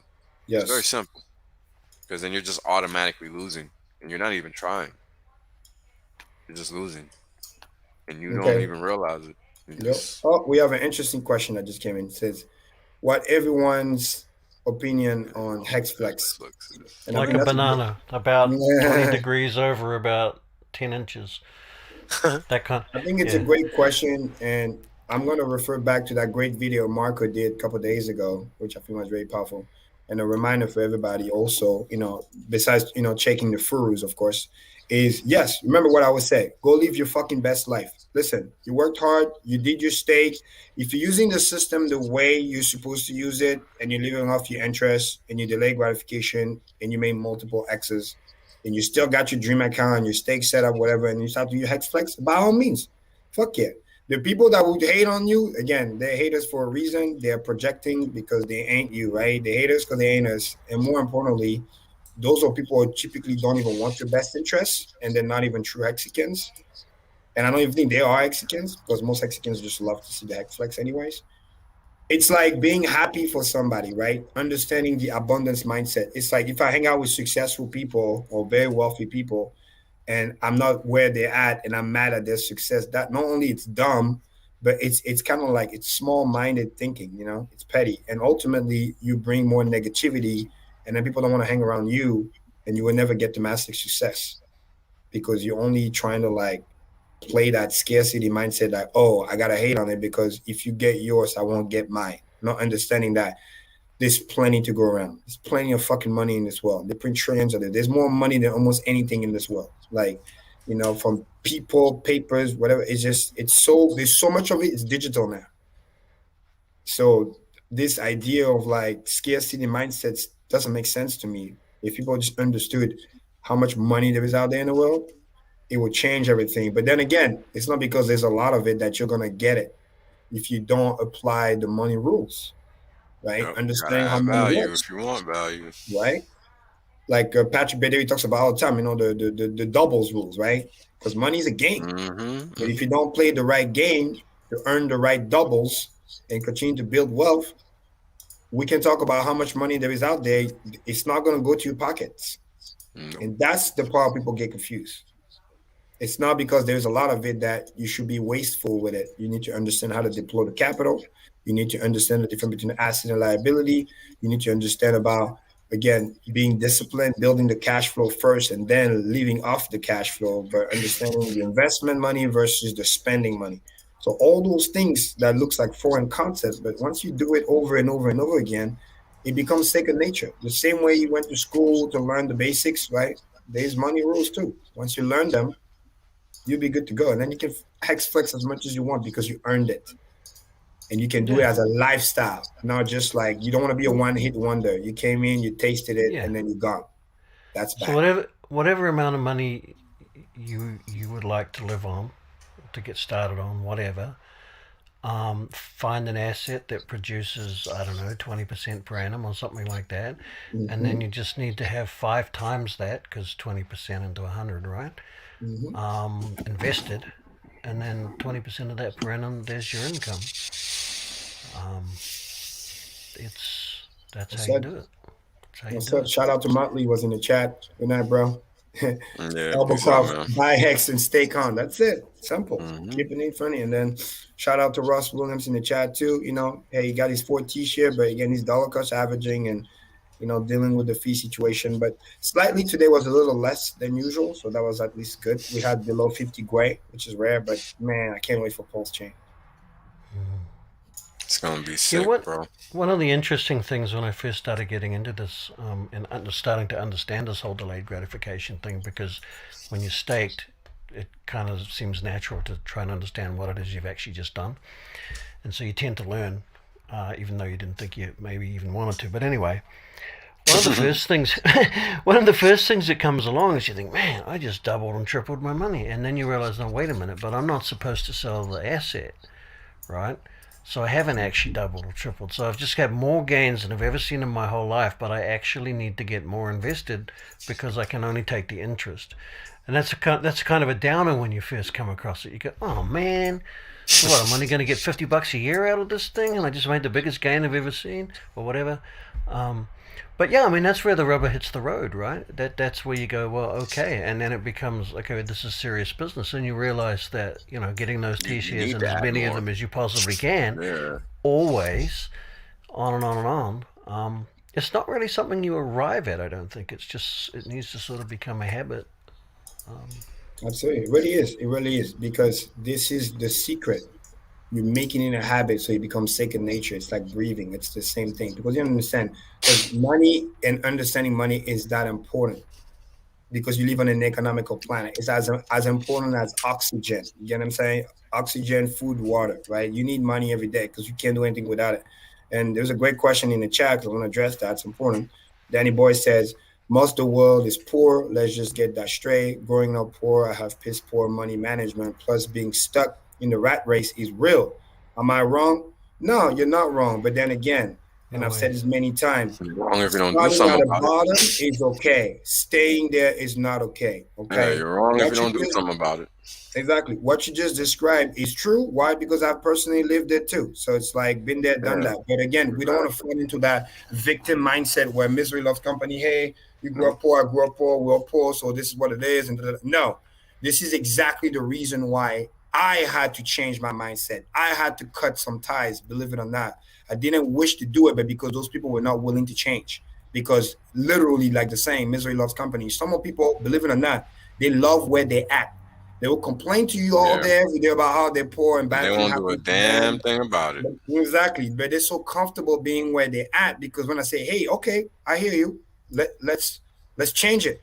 Let's do something about it. Here's an opportunity. Come work with me. Can do X, Y, and Z. Oh, no, it's too hard. No, it's, oh, we got to do efforts. Oh, we got to be disciplined. Oh, we got to show up on time. What? So it's understanding that difference. So it's supposed to feel weird. You're supposed to have poor money management. Guess what? Because you had no money, right? So once we get that understanding out of the way, first of all, we stop being a victim. And second of all, we start to build that fire so we can do something about it. And the best thing about starting from the bottom is, guess what? You know, positive mindset. You can only go one way, but up, right? When you're at the bottom, right? You can only go but up. Yep, exactly. There's nowhere to go but up. Exactly. Positive reinforcement from them. But then as you start to generate the money, as you start to make the activity, you got to watch out for the trap, the rat race trap. You make money during the week, right? How many times I've said this? People that I know make thousands of dollars every week, but spend thousands of dollars every week too, and they're still broke. And you'd be like, what the fuck's going on? I see you out there, you're in the club, you're doing this, that, don't understand that. No, like, get your shit together. I give you an example again, like some of you guys that follow me on Instagram, you know, sometimes, again, I live my best life, right? But like I've said many, many times, I build the cash flow first. It's a fraction of what I have, not even, it's a rounding error. And even that, when I go out with my friends and we all chip in. So when you factor even that, I spend even less money. Well, check this. I'm in the club with my friend with VIP popping bottles, and I can tell you, and you know this because New York, same thing with the high price bullshit. At the end of the fucking night, I spend less money than the guy that was probably at the bar by himself, or like, you know, maybe him and a friend, and then, you know, maybe buy drinks to girls, whatever it might be. But he probably spent like $100, $150 easily, because you know how it is. It's like $20 a fucking drink, and you have to pay to get in, probably $40. When I just pull up with my crew, we get free parking, valet. With VIP, we don't pay to get in. Bottles are included. We got unlimited mixers. I mean, for those who don't drink, they can just get the soda. And then you're vibing VIP. You got stage, you got space, you can sit down. It's crazy. But because I have a group of friends and we're like, you know, 5, 6 deep, looking out for one another, of course. By the time the party ends, we actually spend less money than the guy that was at the bar. Because you're gonna spend money, right? If you're going out, you're gonna spend money. Yeah. So here's the thing, right? When it comes to hex flexes, this is my opinion on that. You gotta hex flex in such a way that it's changing your life. Like, you need to be taking your life back if you're hex flexing. It better not just be you spending money, because who gives a fuck about that? Exactly. Irrelevant. Right. And creating content. Are you connecting people? Are you opening new doors? It's like, hey, look, why am I going to Dubai? Right? Yeah, it's a cool place, whatever. But make no mistake, I'm going there to network as well. There's that big blockchain Bloxpo conference that's there. It's a month long. Obviously, there's old money out there, but you know, crypto is here to stay. Like, those are the little life hacks when you can make it a lifestyle, and then you're not burning the house down. You get what I'm saying? You know, like. Right. Trying to prove people wrong, this and that, but then joke's on you. Okay, you went to prove people wrong and then you broke again. You killed the money printer just because you went to prove people wrong. Like, no, do it in a sustainable way. It's like I explained the story about my car. I could buy it day one, but I waited 3 years because I wanted to make sure it's like less than 5% of my net worth. So when I buy it, it's just like, hey, whatever. Make the payments, build the credit, and then just chill. It's the same thing. There's the right way to acquire things. There's the wrong way to acquire things. So you got to make sure you understand that difference. It's like how the wealthy, they get the flex, they get the car, but they buy it with the cash flow. They don't use their money for that. They use their money to buy the businesses, the assets. I got a story for that. I'm pretty sure I've said it before on the stream here. I can't remember. But yeah, briefly, because like from the day I got out of school, it was like, you know, loans and credit cards and everything. And I'd never had a positive net worth until I was 36, I think, 37. It's the first time. I mean, there'd been the odd occasion where I had like $7,000 in the bank because I sold something, but the next day it was gone again, you know. Yeah. And so I think I was 37 or 38 or somewhere around there. The very first time I experienced walking into a like a Home Depot, I guess it would be. Yep. And what did we buy? It was a vacuum cleaner, a freaking vacuum cleaner for the carpet, right? Interesting. But we paid cash, $1,300. It was a very expensive vacuum cleaner, and the same one probably costs about $600. Where you exchange everything out. Anyway, it was a fair chunk of money, and I certainly wouldn't have ever paid cash for something like that before. You know, you put it on credit, no interest payments for blah blah blah, and all the rest of it. And I thought, oh, okay, we'll pay cash. You've got the cash, we'll pay cash. That's cool. Didn't think much of it and just thought, that's a first. But as I actually walked out of the shop, for the very first time in my life at 37, I felt the feeling of having just bought a quote-unquote big-ticket item and not owing anything. I could go buy something else now if I wanted without having to think about how is this going to affect my credit rating or anything, you know. And you know, you can theorize about this stuff all day long, But I guarantee you, the day you experience it, something changes inside. You go, holy shit, this is actually pretty freaking cool. I'm still free. I mean, I can't describe it because I'm talking about a feeling. But trust me, if you get to that point, and I'm assuming most people listening are in the same world I grew up in, where everything is on tech and finance and everything, Sure. If when you get to that point and you have that first experience, it will be an enlightenment. Whether you can hold on to it or not depends on circumstances and everything else. But it is an enlightenment. It's a little one, but it's real. And for people that have always saved and always paid cash and always been careful, they'll be like, "What are you even talking about?" But if you grew up in debt since the first dollar you made, and it's all you've ever known, it's really something. Even if it's just $500 or something, Mm-hmm. It doesn't matter. On a credit card, being able to do it. It's just being able to do it. That's all. Mm-hmm. Credit cards are a way. Yeah, credit cards are a way that you borrow from your future self instead of paying your future self by saving. So it's more like paying your future self to punch himself in the head. Yes. It's a totally different environment too, they're right? Like that changes the monetary environment and so people's thinking it's going to be hard to make that transition, and so it's really helpful when you describe feelings like that other people will experience once they get there. And I would like to second. Everybody understands that it's having to experience it. Yeah, you definitely have to have the actual experience, because everyone can understand that. Like, of course, if I had the cash, it's going to be better than having more debt. Duh. But actually having that feeling is something. I'm still mad at Adam Stokes because I found out he never staked Hex after he talked to Richard for hours and hours and hours. So there are people out there who think that they're investigating things. They think that they're researching. They think that they're being informed, but they've never taken the action. Send $50 to your future self, bro. I'll do it for you. Like, let's go. Well, that's true. That's sad. But FutureUs, this is kind of what's funny. People don't really understand about credit card. It's kind of hilarious. Again, it is a tool.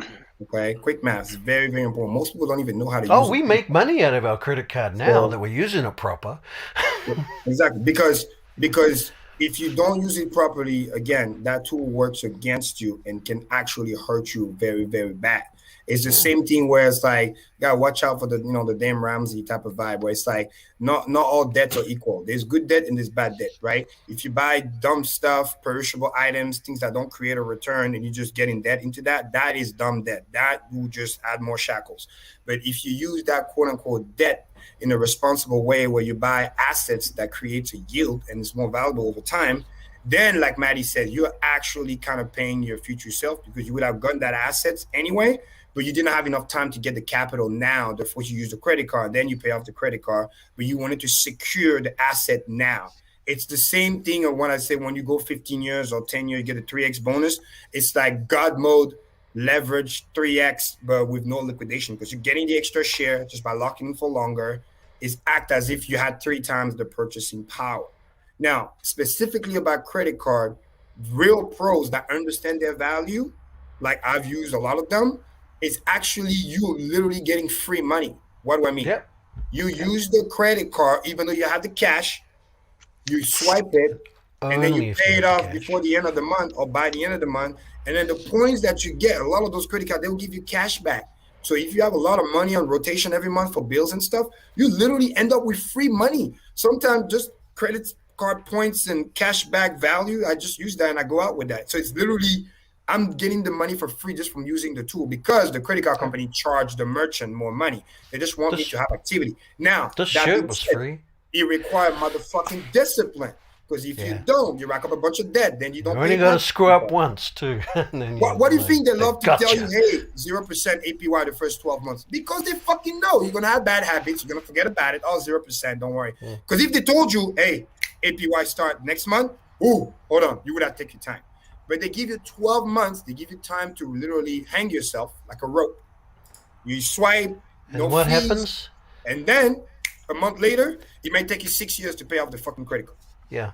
And you may be very disciplined and you may play the game right, but credit cards, when you've got them, a life emergency will come up where you go, well, thank God I've got the credit card. Do not fall in that hole. Pretend you didn't have the credit card. You'll figure it out. There was a way. You got through emergencies before you had the credit card. You can still do it with the credit card without using it, because once you fall in that hole, it's got you by the balls on a downhill run. Like I told my friend too, even when you pay off the credit card, that doesn't mean you fucking close it. Don't be a fucking idiot. Keep it open because it's good for your credit. It's part of your revolving availability, so your credit score looks good. Because if you close it, then it's gonna hit your credit because you have less money available. It's just like you use it, you pay the thing off, and then you leave it there for, like FutureUs says, for emergency. It's cool for a credit rating. And every now and then, just do a small purchase, whatever, because you have to kind of use it. Because even after a while, if you don't use it, they will forcefully close it for you.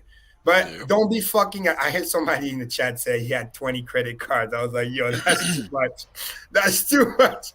You should not have like a library of those. Like, keep it like, it's better off to want. It's also bad for your credit when you have too many. It's better to have a few, and then with a high limit, than a bunch. But what do you need credit for these days? I mean, to buy a house, maybe a car. I was going to talk about that because it's important to understand what's going on, right? And the fact of the matter is that, and not to like plug myself or what I'm working on, but I'm literally working on a solution for hexagons and not have to worry about having to find fiat because they already have an asset that's valuable. They just have to find a way to leverage that asset, and I'm trying to.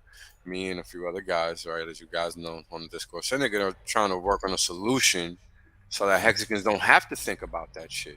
It's just being done because your hex flex should be changing your life. It shouldn't be anything else. And if that includes you buying a fucking Aston Martin, then so be it. But it should be a part of one whole thing. It shouldn't be just that. And that's my whole message. You got to be willing to make the moves at the right time, not just because. But then, once again, I want everybody, very important, too much is given, too much is motherfucking tested. I don't care what it is. I know somebody just plugged the liquid loan thing again. That's cool, whatever. Even tradable shit, all of this stuff. Everything is a fucking tool, and it comes with rules and regulation. You fuck it up, you're going to get motherfucking wrecked. The reason why we say hex is the point, because we need that fucking discipline, that truth engine. And no, this is not love, because this is the thing that's going to change your motherfucking life. Because some people cannot have nice things too early. They just, because they haven't built the discipline, they're gonna fucking burn themselves. It's like a little kid trying to play with fire. They're not ready. Not ready. You have to grow up, be the adult, and then you can go play with the fire and you can make the cooking and then but 37. 5 years old in their fucking head financially, there's no fucking way I'm gonna let you play with the fire. No way. No fucking way. Because know what's gonna happen? You're gonna go overplay that shit. You're gonna get wrecked. Nobody to blame but you. Other people are gonna make this money because again, remember it's a vacuum. It goes somewhere, and then you're gonna come back crying. And worse, you may have to emergency end stake some stuff. Just again, Richard said it for a reason. So please. Very important. Use this wisely. And that's what Wells is trying to talk about too. The wise, the hey, paying bills, stuff like that, emergency, maybe whatever. Because we know some fucking niggas gonna do it. Because we know some life, man. Yeah, because on Post Chain, we know somebody's gonna fucking do it. Might as well the community do it, and then we can kind of chaperone and make sure, because we don't want people to get motherfucking wrecked. It's kind of a shame that we call it emergency end staking in a sense, because that's the last time you should ever be ending a stake as if it's an emergency. Because if that's the case, you shouldn't have had the stake in the first place. You were over leveraged. You put money in that you couldn't have. I think I like the word emergency because it's to drill into your fucking brain that you made a promise to yourself. That's it. No, I'm not. This one I'm going to flip the switch. No, fuck that. No. You're building wealth. Flip side of the coin. Oh, yeah, no. You definitely should. Yeah, but if an external force comes along in your life that says to you, you have no choice, you have to end that thing. But FutureUs, by definition in English, that is called an emergency. It's something that is called an emergency. Yeah, so you're right. The name is perfectly correct, because if you don't, you're gonna have people that's gonna find excuses, escape, go, but fake ass. No, it's an emergency. It's there for a reason. The penalty. I totally agree with that. I was thinking we should change it to dumb motherfucker. Well, we gotta be family friendly. So no, it's an emergency because it's to drill that to your brain. It's supposed to be emergency. Do you think sometimes I don't get tempted or people don't get tempted? Hey, just do this and don't worry about it. No, I force the discipline because I know myself and I'm training myself. And then guess what? I reward myself, and this is where you get the mad games. This is where you get to look cool and feel good about yourself. But like, look at yourself. You can pat yourself in the back. Be like, wow, you did what you said you're gonna do. You're an honorable person. You know what I mean? So I guess my problem is that I need to go back to the dictionary and get clear about what emergency actually means. Because there's a lot of little things that happen in my life that I call emergencies now that I think about it. Because if you tell me, Karim, I have a big emergency, guess what? That doesn't make it any less honorable. You try to do the right thing. You're trying to be honorable to yourself. But then the motherfucking emergency came about. Yeah, if it's a genuine, proper emergency. Yeah. Exactly. No, like, hey, kind of changed my mind. No, fuck that. That's not an emergency. Therefore, you deserve to be penalized. Like, no. And this is why, obviously, we talk about stinging ladders, but that word is there for a reason because it's here to teach you the spirit behind the action that you took. Because this is why you're getting I just wish there was a word where we don't get to decide whether we think it's an emergency or not, something more definitive. But totally. Well, agree. I mean, the other word is just like that's what the liquid funds are for your kind of emergency. The one where it's like, like I have really a few of those, right? It just sits. Like I was telling Maddie, it just sits there if there is a quote unquote emergency. I'm so can't go another day without chocolate and a banana. I thought it was an emergency every time you went to a Louis Vuitton store. Right? Like listen to this. This is gonna sound crazy. I'm the type of guy that's so fucking disciplined that even if there's an emergency, I will exhaust every fucking resource that I have. May even think about selling something. Believe it or not, I will sell my fucking car as an emergency before That's kind of what I'm trying to get to, you know? That's just the level of, because I know what's an asset and I know what's a liability. Yeah, that was the essence of what I was trying to get to, you know? I will go to all my list of what I can get rid of. Super duper uber emergency before I go to the last resort. And to echo what you guys have said earlier, plan ahead for that. Think about it ahead of time, because when emergencies set in, you don't always have time to think and you're not in the mental state. So listen to what Whales said earlier, about thinking ahead, planning. All three of you have been saying it. And that's what your liquid hex is for. Remember when I said you wait for the double before you stake the other 30%? It's the same thing. I have some hex that's just liquid sitting there. I'm not selling anything. It's just there for those quote unquote emergency. But then when the new money comes in and I feel like, all right, too much dormant capital, fuck that. I'm going to take some of it, turn into a stake. But I always leave a little bit for those quote unquote emergency. But I'm so disciplined and I know my lifestyle that I know how much I will need, because I'm planning for all of that combined. And even once again, there's a crazy emergency. Like somebody said, Karim, you can't always plan everything. That's true. But I will get rid of my car first before I'll go emergency and stake any of my long stake, because I know I can always get the car back very easy because I'm always productive and I'm always making money. That's not a big deal, because you want to get rid of those things first before you get rid of the productive assets. The moral of the story is there's stuff maybe inside your fucking house lying around, dormant capital, doing nothing. Gary sold his car too that he wasn't using for a while. You know what I mean? That's why, there's a lot of emergencies in life too, where if you just don't know what to do for 10 days, they sort of sort themselves out. As crazy as that sounds, So you don't necessarily have to fix it now. You can manage the time as well. Your subscription somewhere is expired, and then you're like, oh my God, emergency, and then you realize, do I really need this? Like sometimes it's a good thing. You see some emergency, like, do I really need this? I wasn't even using for what. Let's just cancel it. Whatever. Boom. And then you realize that it wasn't even an emergency. So again, making sure people understand that definition is very, very important. Yeah, that's the crux of it. I was sort of thinking, being able to emergency in stake is a little bit like having the credit card that you promised yourself not to use, but then there's an emergency. But you've covered the whole. You've covered it well. Well done, as usual. Exactly. Yeah, Nice. so I mean, you just got to realize, right? You just can't overextend yourself. It's kind of like what Rim was talking about earlier. You got to have a little liquid portion, so you can handle those kind of situations. So you don't put yourself in a predicament where you do have to emergency nest egg, because that's not what this is about. This is about paying your future self, and the gains come with the territory. So you have to be smart enough, and to be honest, I wasn't at first, because I got all my T shares. I didn't even give a fuck. I just staked everything that I had 100%. And then I was like, well, this isn't fun because I'm making money, but this chart going up and to the right like this was hurting me because I wasn't trying to trade. So then I was like, all right, well, I need to just put my fiat in there, and just that was that, like you just gotta do the right thing and put your money where it's supposed to go. Yeah. I think the day we realized. Yeah. The day we realized that was the savings account. Hex should now be the savings account for Correct. some liquid. That's the day everything changed and life started to make sense again. It depends what your strategy is.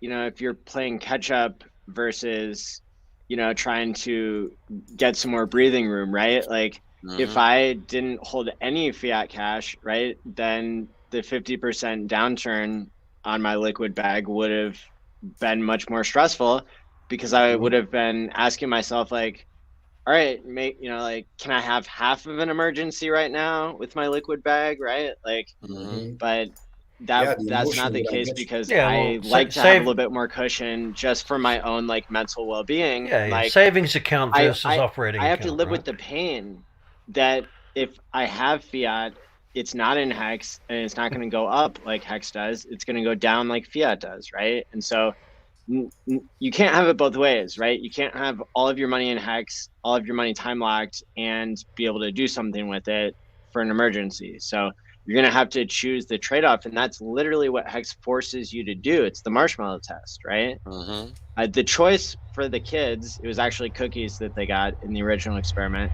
The choice was not, do you want all the cookies now and all the cookies later, right? Yeah, exactly. And again, this is where ladder comes in. But ultimately, once you prepare and then you figure out your level, and then you can scale in a safety way where you cover yourself for emergency, you're gonna be fine. The goal is just to remind people about what the trade-offs are, not having too much dormant capital, but also not having zero. Finding that balance that works for you. What I like about also what Wells said earlier is also because there's wisdom in that, because Wells actually really know thyself, which is key. He staked it up because he knew, right? Well, most likely if he didn't, he will trade that shit and he could have been burned. The same way, I knew I have cash flow coming in every month. I know myself. I know I'm a productive individual. I don't care if I'm a billionaire today. I'll still work because I just love being fucking productive. So no matter what I fucking do, I'm going to end up with excess money every fucking month. I just, that's just how I'm wired. Therefore, I don't need the money. This is why my delayed gratification is on the next level, because I'm always net positive. I've done the research. I've done the math. I've done the personal development. I'm doing on a daily basis. I have a group of friends. I have my life. I was quote unquote well set up before crypto, before Hex. So to me, that's why I'm giving you all this knowledge. So to me, I'm different. Literally, the money is just excess. I'm just building wealth. That's what I can do the 15 years and 100% stake and all this other stuff, because I genuinely don't need the money, but I've done the most important thing. I've done my own research and I know myself. I know what I'm capable of doing, to the point where I'm becoming predictable. Like I'm that lethal, because I know I can almost guess to the dollar how much money I'm going to make the next month, because I'm just so predictable in terms of what I'm going to do, what I'm capable of doing, how much money I can bring in, all that stuff. That's not even counting referrals and all this other stuff. So you got to do that math to find out where you are, what's going on. Again, going back to that video with Maddie, figure out your level. But the beauty about all the level, all the way to 4, it forces you to, like, do you know yourself? Are you bullshitting yourself, or do you really know yourself? Do you know what your income looks like? Have you done the math? Have you sat down and calculate, what am I expensive every fucking month? How much money is coming in? How much money is coming out? Like, some people just go with the fucking motion, not doing the math, and then they lose either way. They end up with too much dormant capital that they don't fucking need, that could have been turned into a stake, or they end up with not enough, not realizing that your cash flow that's coming in is not steady enough. And if there's an emergency, you're going to be fucked up. So make sure you do that math. That's the most important thing. The more you know yourself, the more accurate you're going to be. So your prediction, have yourself a budget. Yes. For goodness sake, don't just fill the account up each month and spend it until it runs out. You need to budget, you know. And same preferably thing, put the savings first and then figure out how to live with what's left. Try to do it that way. So same thing with the leverage stuff. Be careful with that too. The whole everybody's gonna have a different strategy, right? I mean, but you got to know where you're at. Otherwise, you can't have a strategy at all. And no strategy is a strategy. I mean, you know, we can't. That's the fastest way to get right. You know, I'll say this: planning to fail. Literally, that's the same. It's like a biblical saying, you know. I'll say no strategy doesn't mean you shouldn't be trying strategies. That's what I'll say. Yeah. Right. And you know, and you don't have to come up with a system and then that's it for life. You know, right, exactly. Just try to know where you're at instead of just looking, there's money left, I'll spend some. You know, you got to do something, that's all. You really do have to. You know yourself, the better you guys, the better you're going to make adjustments. You guys kind of helped me to realize, you know, that if I am doing a yearly staking ladder, that I can also be doing a quarterly ladder, right? That helps distribute but more importantly, because I don't worry that I'm going to, you know, really do more than my interest. I worry that I'm going to miss out on that, you know, that APY, that sweet 10% yearly APY that's coming out, right? So I wasn't really thinking about that early on, and now I am. You know, FutureUs has spoken to that, I think, privately, and you guys have talked about it publicly, right? Yeah. Look at that. Yeah. Chart's about ready, guys. Give me a second here. Wait, once you get your initial staking ladder sorted out, and you're still producing income, presumably, then you can start to fill it in with the little ones. You know, like maybe you start with a yearly. And then you can do some 6 monthly ones after. It takes time to. And if you understand, remember the industry we're in, how early we are, the potential, what Hex can do better than Bitcoin, and we have so much more leg room to go. I've said it a couple weeks back and probably last week too. If you understand how valuable truly T-shares will become in the future, it will be irresponsible for you to not trying to get as many as you can and set yourself up, because long term, over time, over the years, because again, I'm playing chess, not checkers, 4D level. I'm 31 years old right now, living my best life, this, that. But I don't know if, 30 years from now, how my body will react to certain things. Maybe I don't want to go as hard or whatever it might be. So I want to prepare for that. So why would I not maximize opportunity now to generate passive? So by the time in my later years, again, delayed gratifications, when I'm starting to take more in as my quote unquote body start to do whatever it's gonna do, even though I'll be out there doing my best to slow down the process as much as possible. There's a whole world of surprises coming your way, Chris. Yeah, exactly. Oh, I'm ready for it, bro. Not that I would wish it on you. No worries. Listen, I'm my goal is to make it to 100. Whatever it is, adversity is my best friend. This is actually how I feel like I'm thriving. If it's too easy, I feel like it's a rigged game. Like, all right, cool, whatever. Yeah. We won, no big deal. Like, I need to overcome something, Can I be you? Yeah. Sure, hold on. Does not compute. Yeah. That's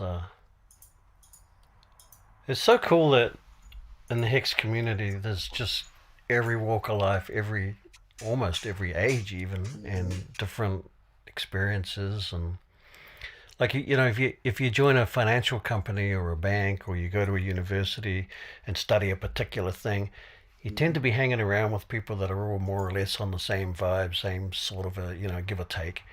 But here we just get thrown in this pool with all these different people, with all these different, like, right in your face. It's so cool. And I'm not a socialite by any stretch of the imagination. I generally hide in the shadows, but it's still so cool. Yeah. Well, yeah, here I am. I never thought I'd be sitting here doing this. Exactly. Yeah. Meanwhile, Hex just chilling, considering trading back up. I wouldn't be surprised if by Friday we're back to 40 cents. I mean, just looking at the chart, looks great. Consolidate. Chilling, back to business as usual. The panic has ended. we're printing like a beautiful little blue flag from the low. It's just great. That was an epic bull flag forming, and then it started to roll off, and I was thinking, I wonder what's going on the market outside of Hex, and whatever. And then it did the dip, and I was like, okay, now I'm curious, and it didn't take long to figure out, bloody ETF mania again. And I think tomorrow or later, Richard got the event in Copenhagen. There's also that going on, getting a little Quant game pump too. Like I said, again, we're gonna sound like Nostradamus again next week. Just like I told you the week prior, be careful. That was the buy your dip. Now, don't be surprised if next week we're back to 40 cents. Just saying, right around that. There's gonna be some nice shenanigans on that Bitcoin birthday. Just be ready. Be ready, because this is how we kill the quarter. So October is the warm up. November is when we go from stretching, walking, and in December we just run. We just fucking run. Oh yeah, so November, December, January is and then there's a bit of a lull, and then May comes, and then you've got the long, summer, and that's pretty much how it generally works out. Even in the bear cycle, those are where the ups come. For sure. All right, give me a second, guys. I'm about to share my screen, and we can get to it. Nice. I'm just gonna quickly go grab a drink. Knock yourself out, bro. Not nothing you don't already know. Don't wait, Wales. Don't wait. You just go right ahead, okay? It's okay. It's okay. Sure I know what we spoke about privately, but it's okay. Silly, man. So let's get right to it. Usual. Yeah. Don't think there's much to be said here, right? We kind of already know how this works.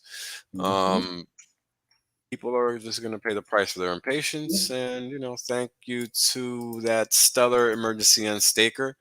We appreciate your hard work, sir, and we appreciate your allowing us to have a above average emergency. It's crazy, right? This is what I told you yesterday. That's your famous picture right there. This is exactly what happened 2 days ago, literally. Yeah.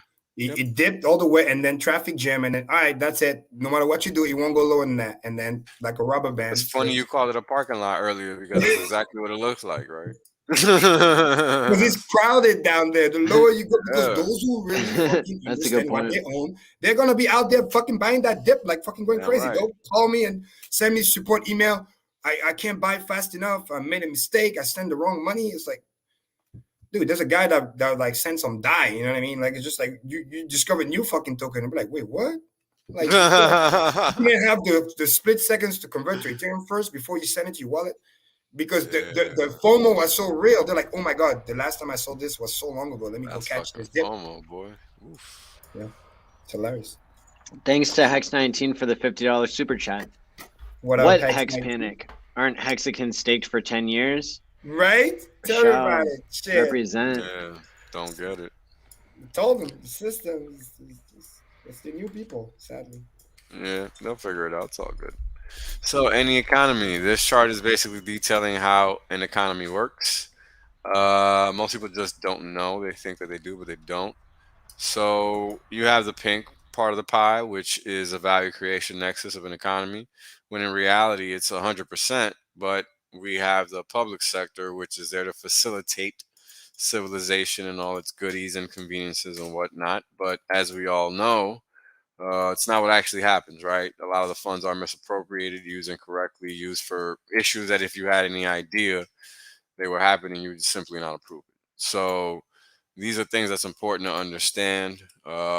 These are things that make or break a decision that you're going to make financially, because you need to understand where the bias lies in the market, right? That's how you make the right trade, literally. If you don't understand how the capital is going to flow, you're going to make the wrong decision. There's no two ways about that. This is why all these people that just sold out of Hex, pretty simple. So you must understand the game that's being played. Yeah, the objective of the market is to cause maximum pain, and if you allow it, it will. And that's what all of those people that just sold are about to learn, because they think that they're about to ride some fucking carpet ride in Bitcoin, and it's just not possible. It doesn't exist. The mathematics is not there, period. That's all. There's nothing else that needs to be said. Who's left to buy? Who? Please enlighten me. I'd love to know. I haven't bought any Bitcoin yet. But yeah, I'm pretty sure you're not gonna. So I'm out of dry powder. Dang. Right. But that's the whole point, right? Yep. That's the whole point. Like, people are just doing things that don't make any sense. So these are the market cap dominance charts. We went from mid-September at 11 and change to 11 and a half at the high. A little bit after that, right? Yeah, a little bit after that. Well, that was already hovering, already ready to roll over. And then we started dipping, and then this is where we're at now. 6.87. We're just going to creep back up to where we were and pass it again anyway, so it doesn't really matter. Because if you're looking at this chart here that I have here, you have Ethereum in orange, 28,700 almost. Bitcoin at 5,100 or 5,200 rounding up. While the Hex index is at 148,000. T-shares are at 285,000. So what is this chart showing? This chart is showing the performance with respect to age. So the performance of Hex versus everything else since inception, along with a snapshot of what T-shares have done. And this is just information that cannot be refuted because it's on a blockchain, right? So just like you're looking at a miner for Bitcoin and what it's emitting, or for Ethereum or whatever people are mining these days, you're going to look at the cost of a T-share, because that's the cost to produce those coins, right? That's the cost to produce 5 Hex. The cost to produce 5 Hex is the cost to acquire a T-share. Simple, right? So as long as that cost is fluctuating in dollar terms, that's going to be what it costs you. So that's all you need to understand, right? So this is why you got to play the game where you're acquiring all of your T-shares as quickly as possible, because once that rate goes, it's gone. There's no in between.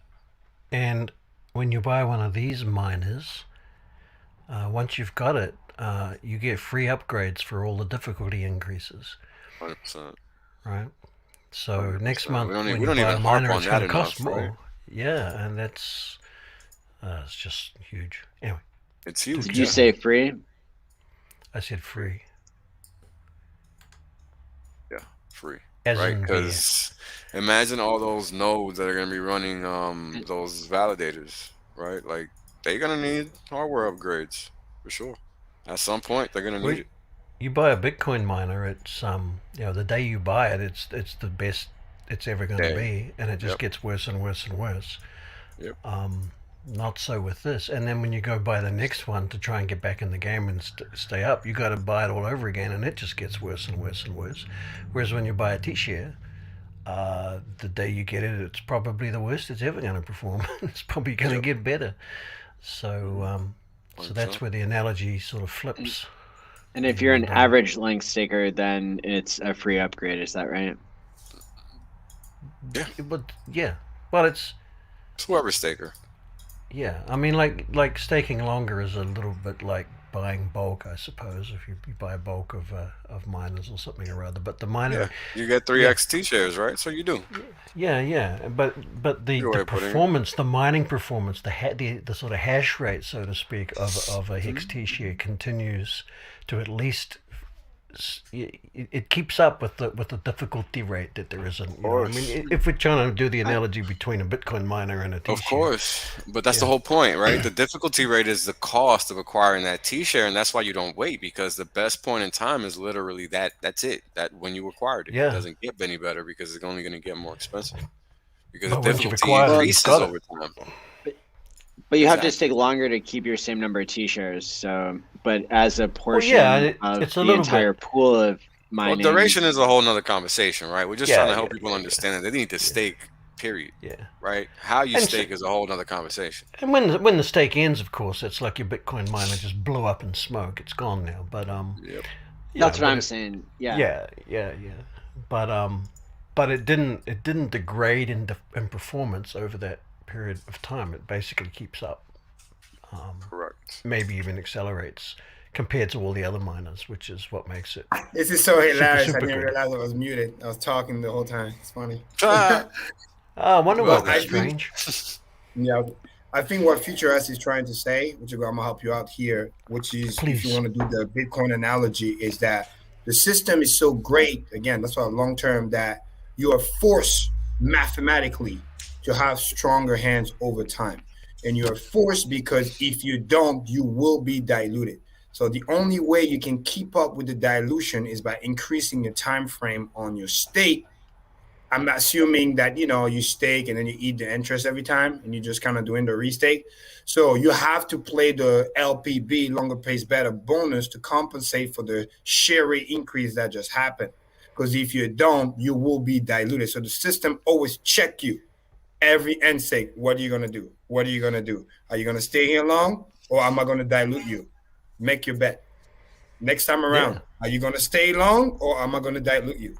So, because I already know that, and I've already done the math 100 years in the future, I'm like, bro, I'm here, give it to me all right now, maxed out. And then I'm just building the thing so that by the time 15 years comes in, I don't have to find out. I already know what's going to happen, how the system acts. So every end stake that comes in, it's the best that I could ever do. So therefore, I'm not worried about it. Yes, there's a massive delayed gratification start point, but make no mistake, when that hits and you're there, well, I'll be 46 years old. But the point is, holy boy. With all the penalties collected along the way, forget about it. But this it was even simpler than that I was complicatedly trying to explain. I mean, that's all truth. But I guess I made the assumption that you all had tried hardware mining before. So here's how it works. You buy a miner, it costs you thousands of dollars. Oh, yeah. The day you plug it in, it starts producing a certain amount of whatever it is that you're mining, let's say Ethereum. Every day after that, it produces less and less and less and less. Because the difficulty is increasing over time. And more people join the pool. Let's not forget that. Well, that's why. Yeah, and people, yeah. So if they join your pool, then you get less on top of that as well.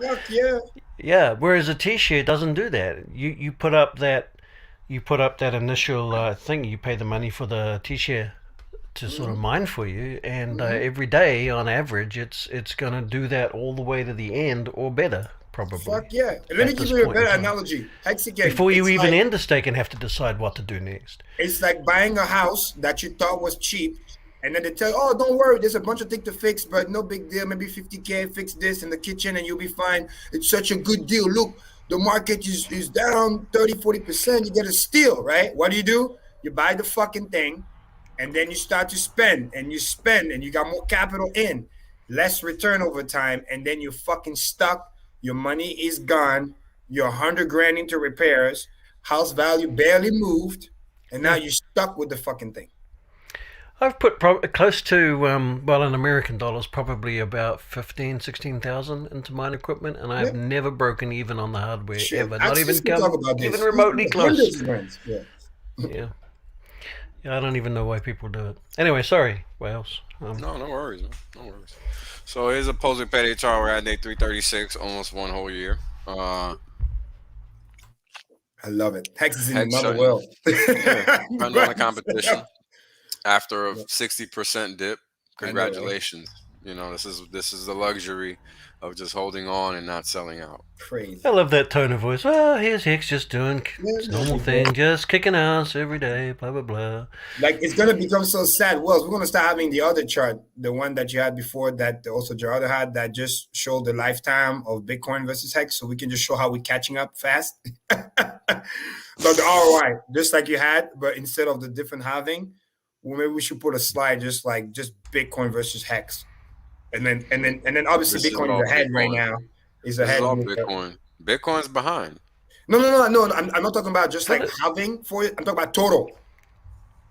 I want people to see. You mean outside? You mean from inception? Because yes, it's ahead, but I want to see people to see how just rate of growth. We are higher where Bitcoin was. But way higher. That's what this first chart shows. Exactly. But then can we get a chart where that just sum it all? So we can just show people, because I want people to understand why I also stayed 15 years, because I can only I'm personally believing 15 years from now, we're going to cross, yes, I'm going to say first on Quant Gang, we're going to be way above 50 million%. So, you know how like Bitcoin got the 6 million X whatever so far? That's just from a penny though. So it's like 9 million or something like that. Yeah, my prediction is 15 years from now, minimum, we're going to generate 50 million X return. 50. You heard me here.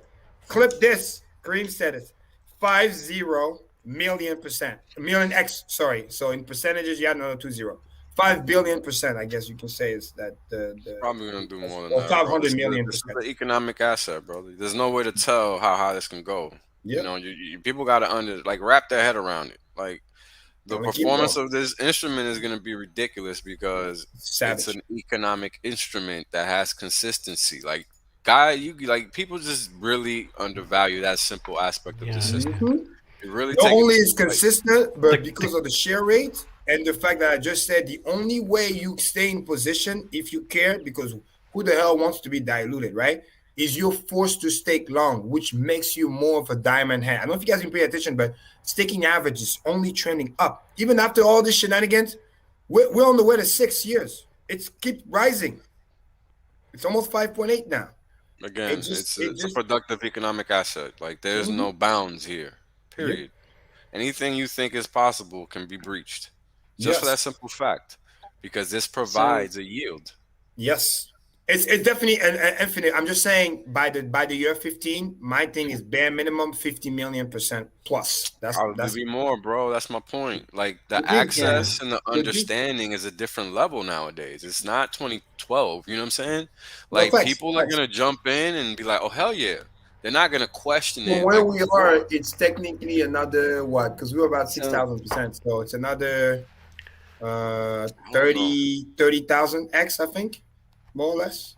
So the end game for Hex is probably 15.2x. Sorry, it's 15.2x global GDP in today's dollars. So that would be a little bit over 1,200 trillion today's dollars. Today's dollar, that's a key, because 5-10 years from now, after what they're fucking printing, dude, that 10 trillion is gonna look like 10 billion. Exactly. Yeah. Purchasing power. I mean, I'm being serious. It can still be that in locked up funds though. And, I'm telling you, because if it's not on the market, we don't even need that inflation. We're not going to talk about trillions anymore. Right. Trillions going to be the next billions. Billions are going to be the next millions, and then quadrillions going to be introduced. You're going to start hearing about that a lot. The same way you hear about a trillion right now. But it's buying. The dollar will end up on Nomics and on page 3.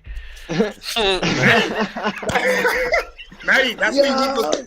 That's why you need those PETA shares. You understand? That's why you need those PETA. You know what I mean? You gotta keep up with the Jones, with the economy. Yo.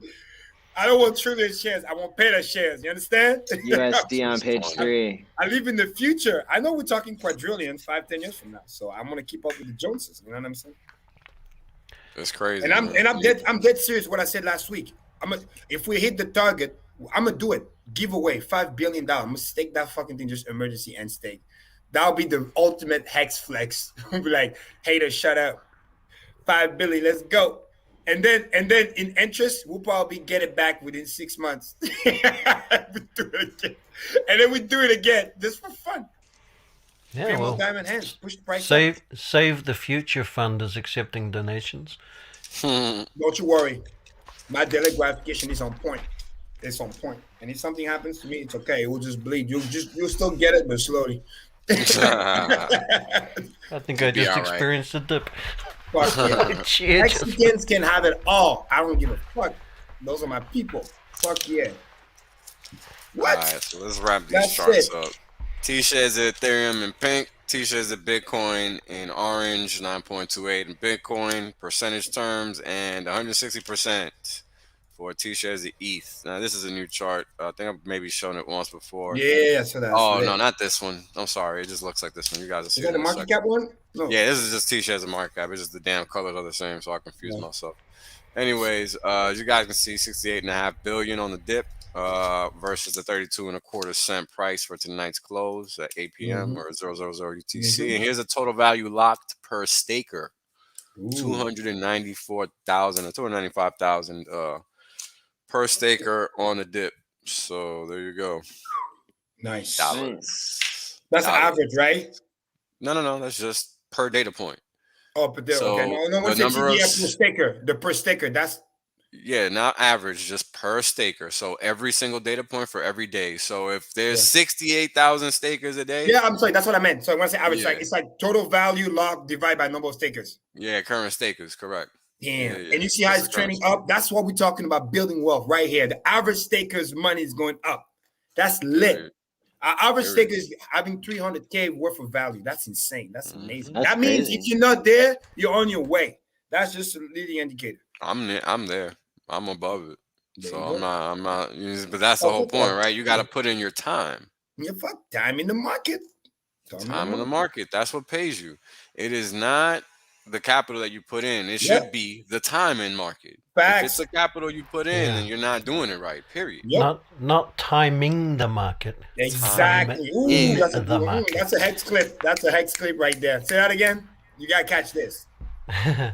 Not timing in the market. It's not timing the market. It's the time you have in the market. Yeah. Because look at this beautiful chart. Look at last year. Last year, or when I got in, you were getting $16,000 value. Now we like 300K almost. Think about it. When I got in, it was around here. Look at that. That's a 20x move. So that tells you a year from now, where do you think you're gonna be? That average staker could be in the milli, easy. This is how we're gonna get that's just a 5x or 4x from here. Millionaire. 2022. I mean, that's nothing from here, bro. It's like a 4x. So that's coming here shortly. It's crazy. It's a layup.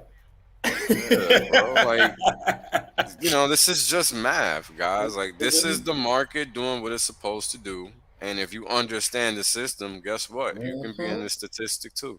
Some statistics are good as long as they're real. So here we have the little hex out the flow tracker. Did I skip the chart? Oh no, that was a chart. There's more charts coming. Don't worry. So this one, I added the staked percentage of coins, so that way people can see and we can talk about it too in chart form instead of just looking at that one graphic at the end. What it looks like versus the APY, right? Because people need to understand that this is what actually drives the APY plus the emergency end stakes, right? And this is what this chart is showing, because now not only are you seeing the inverse relationship, which is what you should see, you're also seeing the effect on the APY with respect to the emergency end stakes, which is pretty cool, because now you see the days that it happened clearly versus what the market was actually doing in terms of supply locked. And here, what the hell? I thought I freaking fixed this. Anyways, it's 19. I gotta fix this, so I will come back to this chart because now I'm just annoyed. We can talk about it like this. So the T-share rate is currently 19,053 as of tonight, probably about 4 hours ago at this point. And the interesting thing is that the T-share basis continues to compress, right? It continues to compress. Now, what does that mean? Well, what that means is that it's a good time to buy and stake, literally, right now. Savage. So if you're waiting on the sidelines, don't wait. Because that number is actually Bitcoin gets spanked, and then you realize too late what's going on. Next thing you know, Hex is 45 cents, and then you miss the dip. See you later. Bye-bye. Pretty much. That's probably what's going to happen. It's already at 32.5 right now. So, man, it's very straightforward, man. I love that chart, man. I love that chart. You see, even after the shenanigans, Hexicans, this chart is so important because you pick it back to what I said earlier about the 11 million trillion share, the T-share in the pool, and the real Hexicans stay in position, because this mimic that. That's how we stay the course, because nobody's panicking here. It's just the new guy that became the liquidity, sadly, and then pay us in penalty, not understanding how the system works and being victim of FUD. Because thank you, though. Exactly. Because if there was actual panic, we will be going back to the early days during the launch phase, all the zigzagging, because that would have shown real volatility. But this is nothing. It's business as usual. We're just buying from those people on the low, and we say thank you very much for the emergency penalty. 100%. Charts don't lie. You guys are right about that. Nope. Pure data, baby. Yeah. Pure data. Yo, Mr. Hex. Yeah, I play ball. I got an indoor basketball court on my crib, which is pretty cool at the complex. But yeah, Wells, you play ball? A little bit, not really, bro. I mean, I'm not a spend too much professional. time Shit, fucking with I charts. just I mean, I could play if I really get into it. Yeah. So yeah. I just gotta feel like it, really. Thanks. Hey, all to me it's like math. I swear to God, I see math everywhere. Just angles, man. That's all it is. Yeah, that's you're just clapping that backboard at the right angle. Geometry, you know what I mean? I'm very competitive, so it's just like, Yeah, go ahead. No, you good. So this chart, right, is showing you that forward T-share rate. And again, that forward T-share rate is coming from what the market is actually doing. So it's a pretty important number because it lets you know if you're staking at the right time, right? Well, at least what seems to be the right time, relatively speaking. And this is what we're trying to garner from this information, right? Like what is the market telling us? Because the market knows. We don't know, right? And just let me check something because I'm pretty sure. Yo, that chart is gangster because it's so crazy, right? Think about it, because it's predicting almost the thing to the T. See, you had the purple at 1953. And if you look at share rate right now, we're literally very close to that. And then the forward-looking price is telling you we're at 1952. So it's like almost on the T for the fucking thing. And it tells you in a not so distant future, we're going to be at 19,200 plus. Just 100%. Like stock market in a good way, because people don't understand. Stock market is not about real value now. It's future. It's always future looking. Yep. That's why Amazon made no money for 20 years. Exactly. So it's telling you very soon, looking at this chart, T-share rate is going to be 19,251 because it's moving very fast. I remember days when we were getting 3 points move. Well, 3 points. Remember those days? 3 to 5 points every day. Now we're getting 30, 40, 50. Like it's a joke. Yep. Now there's some volatility in the market. Very important because it's kind of funny, right? Because if you're like a day trader, you need to see that volatility, right? Like there's no other way to make money if there's no volatility. And the interesting thing is what you hear people on TV say is, oh, volatility is bad, blah, blah, blah, blah. But it's just a statistical measure. Exactly. It's literally nothing else. So it's a stupid comment. They're biased because when they get the volatility to the upside, they're not fucking complaining. It's when it goes against them. But volatility. What the fuck? Volatility is what pays you, bitch. What you talking about? Exactly. Yeah. It's only bad if you don't know what the hell's going on. Exactly. Yeah. And here's a fun fact, volatility in any fucking direction is always good for stakers because we're getting paid no matter what. We're like the market maker almost with the liquidity provider. You pay us in penalty fees. I hate to say it like that, but I'm gonna keep it at 100. So it is what it is, man. I mean, that's the whole point. That's the whole point of an emergency on stake, right? If you do an emergency on stake, there's a mathematical calculation behind that and everything. So it's not like it's a secret. You know what I'm saying? So it's no, you get us. So we're cool. But we gotta check people too to let them know. We'll educate you. We'll tell you what not to do. But then if you fucking do it, we ain't gonna complain. We're gonna collect the fees and say thank you very much. We told you not to fucking do it, and you did it. So you want to pay me extra? Hey, I'll take the extra 3%. I was cool at 37%, but you want to give me 40? Hey, everybody's an adult. You know what I'm saying? And that's the thing that kind of kills me about this shit. Like, be an adult. Be responsible for your own fucking funds. Don't rely on other motherfuckers that do it for you. Like, nah, ask questions. Don't ask them to do shit for you, right? There's a big difference. I'm not saying anybody's doing that, but I'm making a point. Steak and bake. You're right. You know what I mean? Like, do your homework. Do your homework. If you're not doing your homework, if you're not creeping, somebody is. Because that means you're sleeping. Shit. Preach, fam. Preach. If you're not creeping, you're sleeping. My conscience is clean. I do my best. I inform as much as I can. I fucking tweet about this shit. And then if you still don't fucking listen, that's on you. I'm cool. Could not be streaming. Yep. We cannot be streaming. My conscience used to be clean, and then Maddie put me onto that Omega 369, and I'm remembering all kinds of things I didn't. I'm sorry, man. You can blame Maddie for that one, though. I'm ashamed of myself. Stop signing that Omega 3, Maddie. Damn drug dealer. Oh my God. That Omega 3 health, man. Watch out. I got them pills. Watch out. Watch out. Y'all are out of control. Maddie, what you pushing? What you pushing over there? Like, I'm worried now. Trez is talking crazy. Too funny, man. Omega 369. That's why I'm here, y'all. Yeah, for sure. It's good stuff though, right? I mean, it's important to have a clear mind because hell, man, no joke, man. If you wanted to find somebody that didn't believe in vitamins and supplements and all that shit based on the science and all the rest of that, I'm your guy. I can tell you all the reasons, all the tests, all the reasons. It's just bullshit. All this rah. But man, I was getting bad, and 3 weeks on that stuff, the clarity that it's how it used to be. It was a slow decline over. So I couldn't finish sentences. I couldn't remember my own name some days. What's your name? Oh, my name's De. I'm not joking. Wow. I'm not joking. Really? Yeah, okay. I mean, it was getting so bad some days. I just could not think straight. I'd be talking just like I'm talking now, and I'd just go blank. And I couldn't remember stuff anymore. And I've been a computer programmer like my whole life, right? You have to remember stuff all the time. I was like, what is happening to me? And, for a long time I just thought, I'm approaching 50 and I guess the brain slows down. But it got bad. It got really bad. I was actually starting to get worried. I mean, something's not right here. And, so I talked to Matty about it and he said, well, and then he explained about what is it, the stuff that oh, no, it's happening again. I must need my fish oil.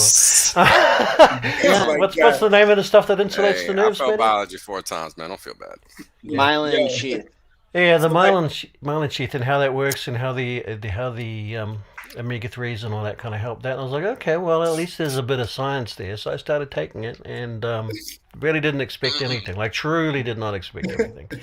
And 3 weeks later, I can think again. Everything's clear. I make decisions. They make sense. I can remember what I was thinking 10 minutes ago. It's amazing. Yeah, listen, Hexagon. But you got to get the special stuff from Matty. You can't just. No, deadass. That's not true. That's true. Any omega-3 will do. There's a comment in the chat, FutureUs. He says you're not supposed to smoke it. Man, like, it's an oil. I guess you can put it in your tobacco or something or other. Okay, maybe. But we're delivering like really important. Messages. No, it's for real. It's for real, guys. It's really for real. So joking kind of like makes people not sure. No. Hey, if the rest of it's true. Hold on. Right. Commercial break. Hold on. Yeah, but this is a serious topic. Having a clear mind is critical. If you're having those kinds of symptoms, I mean, obviously, if you've already got a clear mind, it's not going to make you like clairvoyant or something or other, but. In my case, something was missing. I thought I had a clear mind, but I didn't. All right, people. Until I started taking omega-3. Take it. Okay. It's good. I have it right here. I took extra. It doesn't show right because of the green omega-3. Screen. Oh, green screen. It's green. And then the big one, the fish oil one, 1,000 milligram. I take it diligently every day. Shout out to Maddie. So I could think clearly, but when I had to actually speak and talk about what I was thinking, it all started falling apart. And I think there was that frontal lobe, the cognitive stuff was really just falling apart. The younger you start, the better. I don't feel like I need it, but I still take it because I'm just trying to preserve. So by the time I get to 50, hopefully we're just in cruise control. So 25% of the weight of your brain is supposed to be omega-3. And the production of enough food to keep 8 billion people alive has made it so that the omega-3 doesn't work its way up the food chain like it used to. And so that leads to a macro problem with people's mental health where electricity is leaking out of the front of people's brains. No wonder people are acting so stupid in the world. No wonder people are arguing with their neighbor about the silliest thing when, all these crooks are printing more money left and right.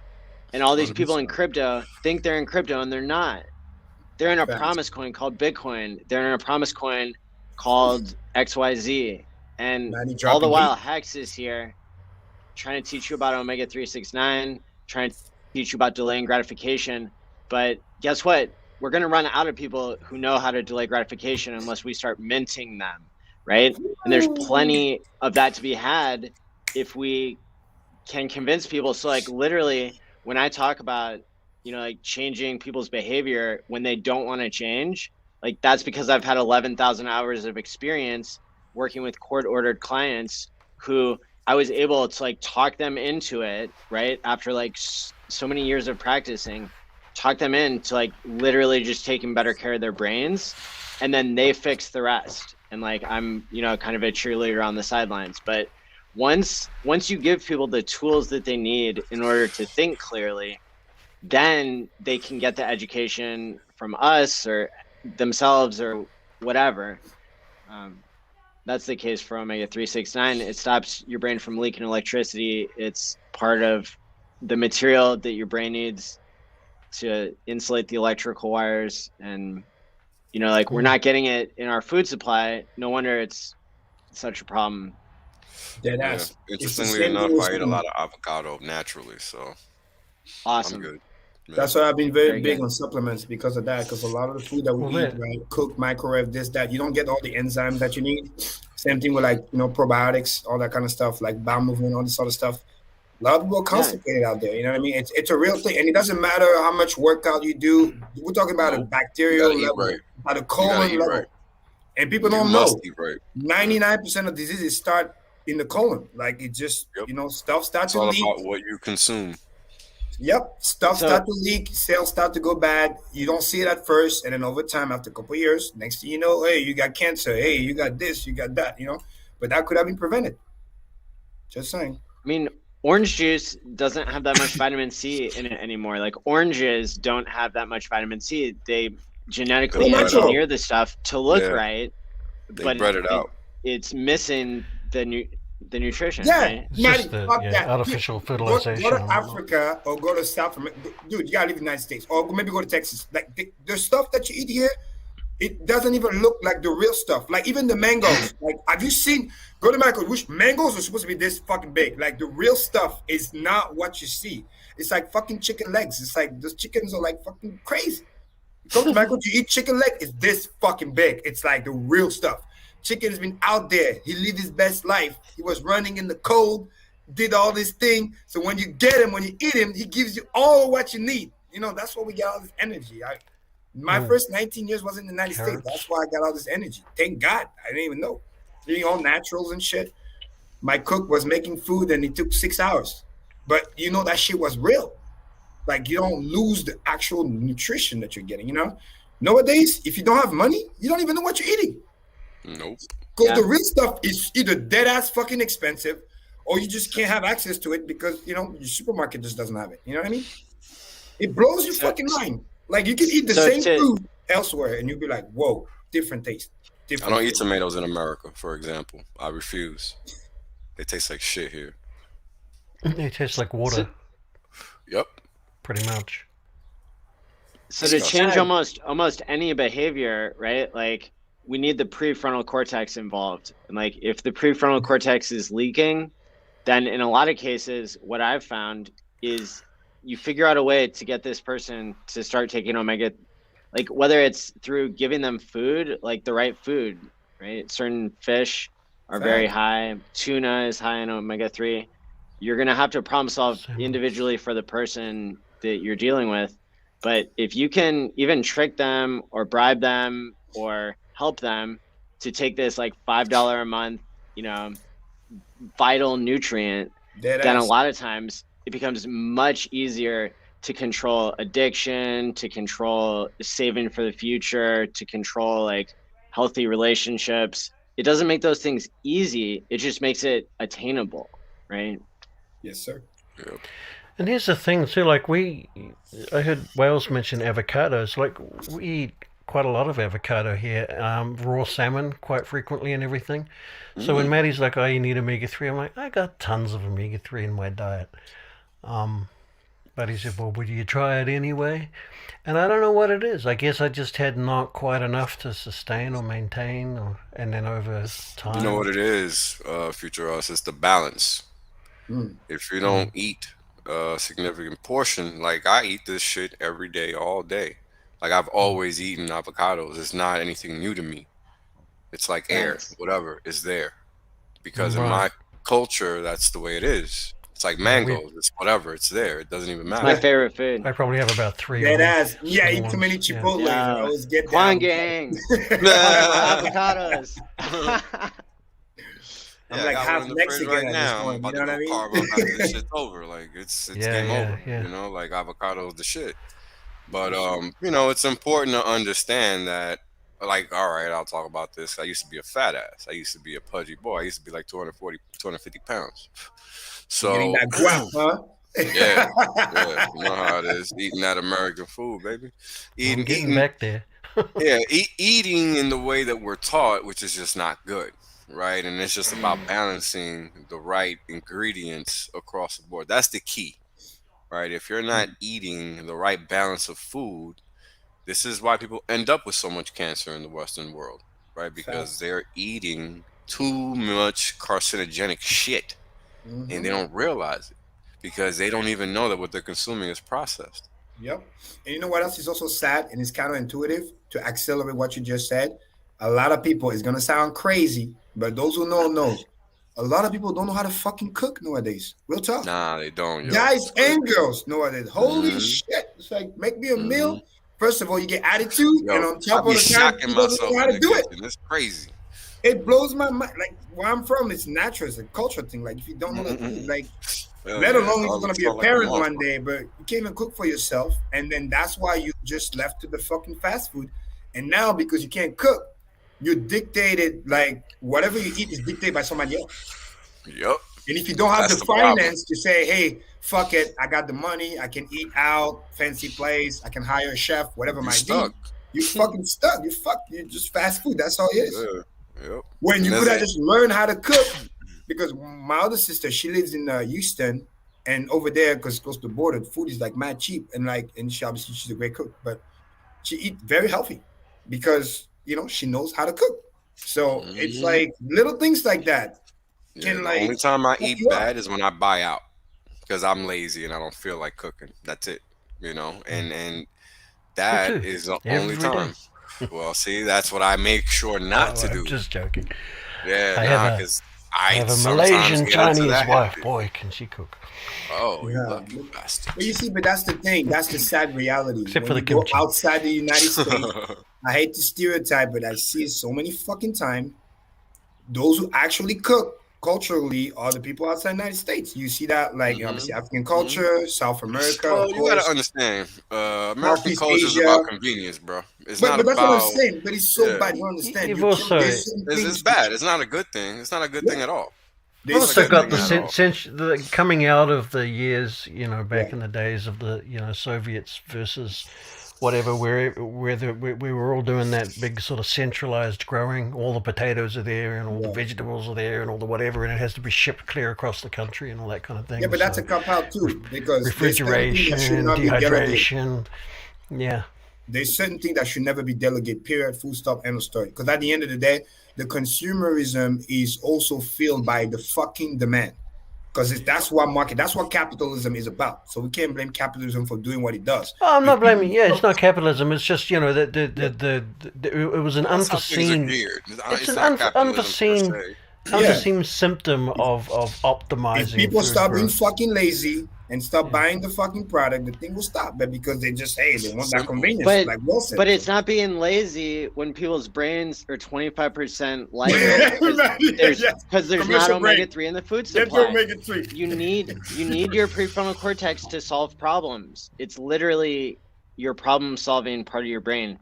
So literally, it does become a circular problem until somebody intervenes, right? And facts. Yeah, you gotta. And to be fair, also, I will say this. To be fair, yes, I know, because also the rat race, the bullshit, the working 2-3 jobs, you don't have time to. I get all that, but come on, I know people that do it 7 days a fucking. You wanna know something, Karim? I'm gonna tell you something, brother. That's bullshit. You wanna know why? Because unless you work somewhere where there's literally nothing to buy, then guess what? You should be bringing your food from home, or you should be looking for a plausible alternative that's not going to turn you into a butterball because you can't fucking control you. Like, you got to make that decision. Nobody else can do it for you. You got to really man the fuck up or woman the fuck up, right? Like, you got to really make that decision and stick to it. Like, when I said I was going to lose this fucking weight, I literally did not work out for a year, and I ate properly to the point where I was purging my system because I had to. because there was no other calorie restriction. Yeah. Yeah. Like I didn't even work out just to make sure that this theory was gonna be correct because I couldn't have it. Like I didn't work out for a full year, but I ate so well that I dropped. That's how I lost weight too. Not exercising, counting calories. I wasn't even counting calories. I was just eating fruit, eating beans, just not eating anything processed. And like once in a blue, I would have a slice of pizza. That was like it, you know, and that was it. But I would eat rice and beans. That's what's up. Just clean. Yes. You know, like I rarely ate meat. Just shit from the earth. If it didn't come from a tree or a ground, I wasn't eating it. Basically. Facts. That's it. Because that's the way I view people should be eating. That's it. Nice. Like if it's not coming, like I don't even really like eating meat, but I'll eat it if I get lazy and go out or whatever. You know, it makes perfect sense. And that's it. But I don't eat the shit otherwise. Like I'm not gonna sit here and fucking clean some chicken. I'm sorry, I got more important shit to do. No, it makes perfect sense because, like, for me personally, I've been fortunate where it's like that was never my issue because I burn so much. I just have a very high metabolism, so it's like I can eat a shit ton and just like whatever. But what I've always focused on is like I don't care about the now. I care about, again, I play chess. Everything in my fucking life is chess. I'm looking at 20 years from now because I've had family members, friends look great, but then they let themselves go, uncles and shit, and then they used to be that super motherfucking athlete like you won't even fucking believe. And then now they're in their 40s, 50s. I mean, they really motherfucking let themselves go. You know what I mean? But then it's like, whoa, I look at it like that. Do I want to be like that? Not trying to be that guy. Nope. So, but my biggest thing for me, and again, shout out to Maddie, is the intangibles. It was more about, again, antioxidant, good skin. I want to have a nice, soft skin. People touch me, it's smooth. You know what I mean? Like things like, it's not so much about the weight, it's the intangible. It's the good skin, like your vision is clear, your mind is clear, the brain, the fucking, let's talk about it. The bowel movement, like you gotta be able to take a shit, like, you know what I mean? Not be constipated, stuff like that. No, fuck that. So, and I take supplements because I know processed food doesn't help. So that's why, get your probiotics, get your other stuff. And now, but again, it's about balance, brother, right? Like you hear what you're saying, and what you're saying is you basically got a whole pie of things that you consume to ensure that your body is operating properly, right? And that's all it's about. It ain't about anything else. It's just about taking the time to take care of your body. Like that's your number one asset right there. If you can't even do that for you, shit, how are you gonna, You gotta, like, it's funny because I used to work, like I've always worked out, but it wasn't until I really cracked on what I was consuming and how I was consuming it that I didn't really get into shape. No matter what I did, and I've always been able to run and push ups, put all that bullshit, right? But until I didn't actually fucking just stop and sit down and realize what the hell I was doing, I didn't get my shit together. Because sometimes it requires that, all right, I gotta really just do this shit because this is getting crazy. And that's it. If you don't check yourself, life will check you. And then your body will be like, all right, bro, that borrowed time you got, no more. Over. You wanted to tell him to do something, you want you to do something else. And you're like, yo, what the fuck just happened? I feel 20 years younger than I am. How crazy is that? I don't never get like no body aches, bro. And I'm almost 40. Yeah. But here's the good news. It's almost never like a lot of videos can't say that shit. You know what I'm saying? Like they cannot say that shit, bro. Like I fucking rep that. Oh yeah. Yeah. I haven't been able to say that since 30. Exactly. See? Shit. I'm in better shape than most 20-year-olds, and that's sad. Yeah.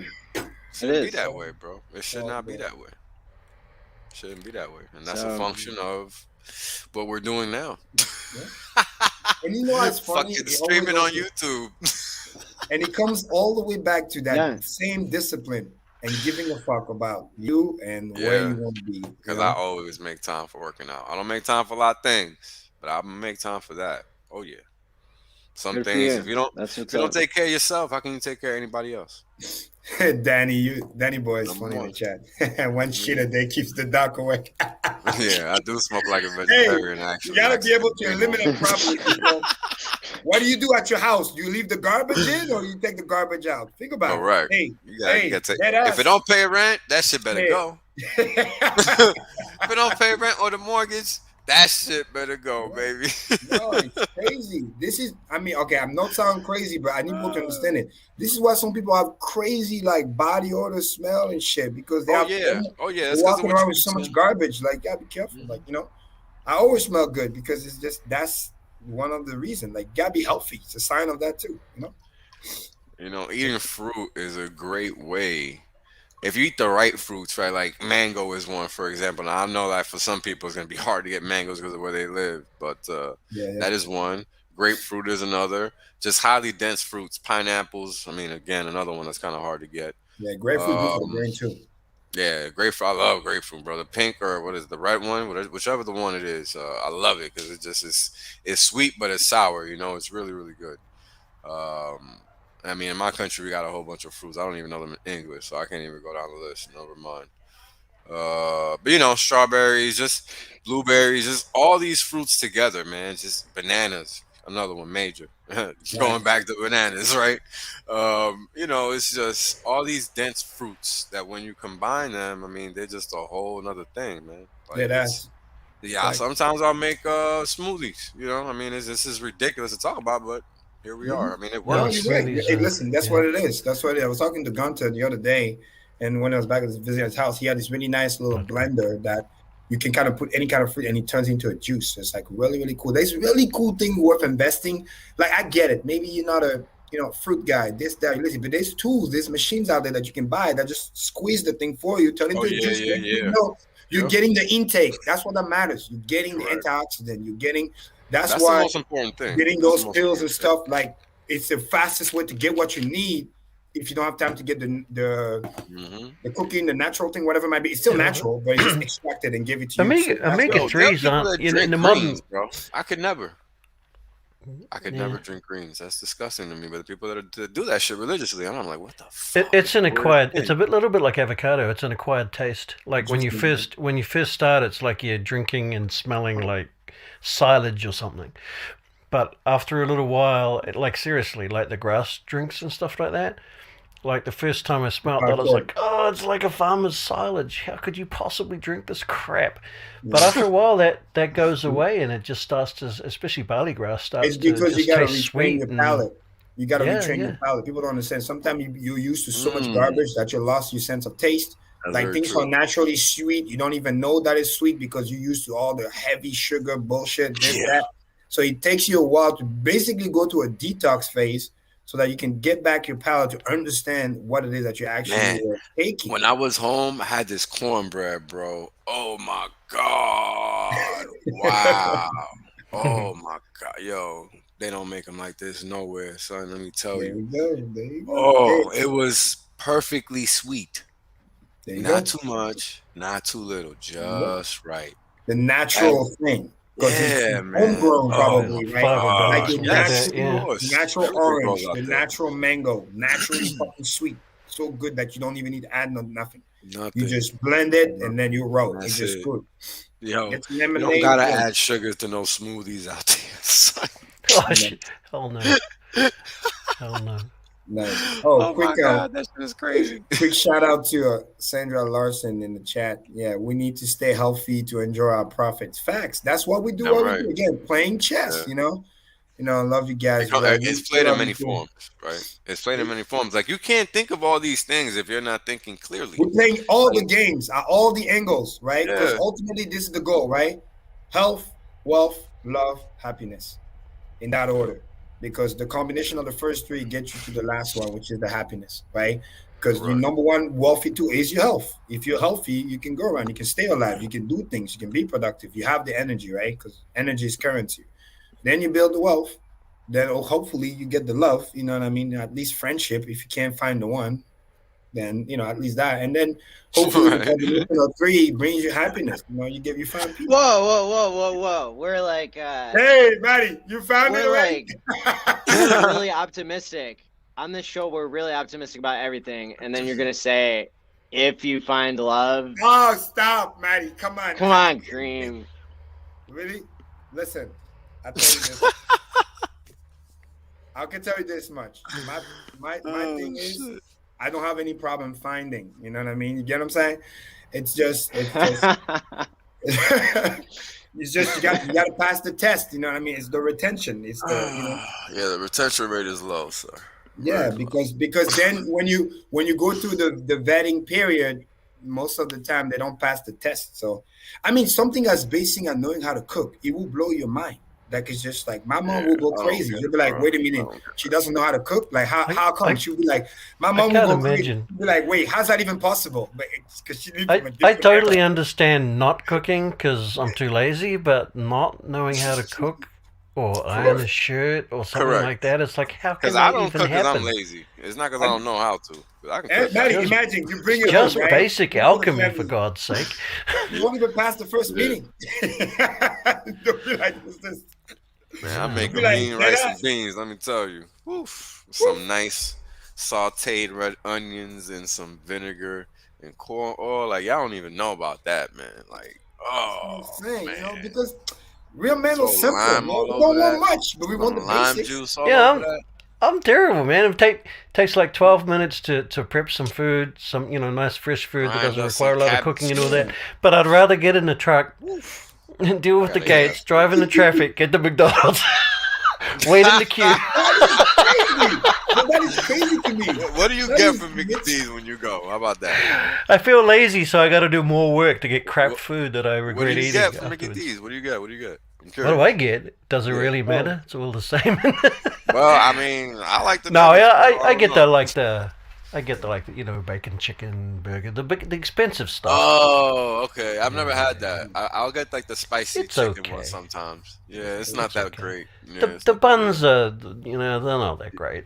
Yeah, they're not great at all. I don't like the chicken sandwich. Like, I don't really like the sandwiches. Yeah, that's a good idea. Yo, somebody in the chat said we need a Hex cooking show. Yo, that'll be dope. Are you kidding me? There is one. Cooking is dope. I will fucking hire a company that like you do the box whatever, and they ship you a meal every 7 days. Man, that's a good idea. Fuck yeah, I'll donate to that shit. Hell, fuck yeah. And then Marco, the brand here is called Spring Valley, the omega-3, the one I got from Maddie. So I was asking what's the best brand. Maddie, you found this at Walmart, right? Or that's what I recommend. Is it's all the same, right? Because it's a basic building block of life. Nice.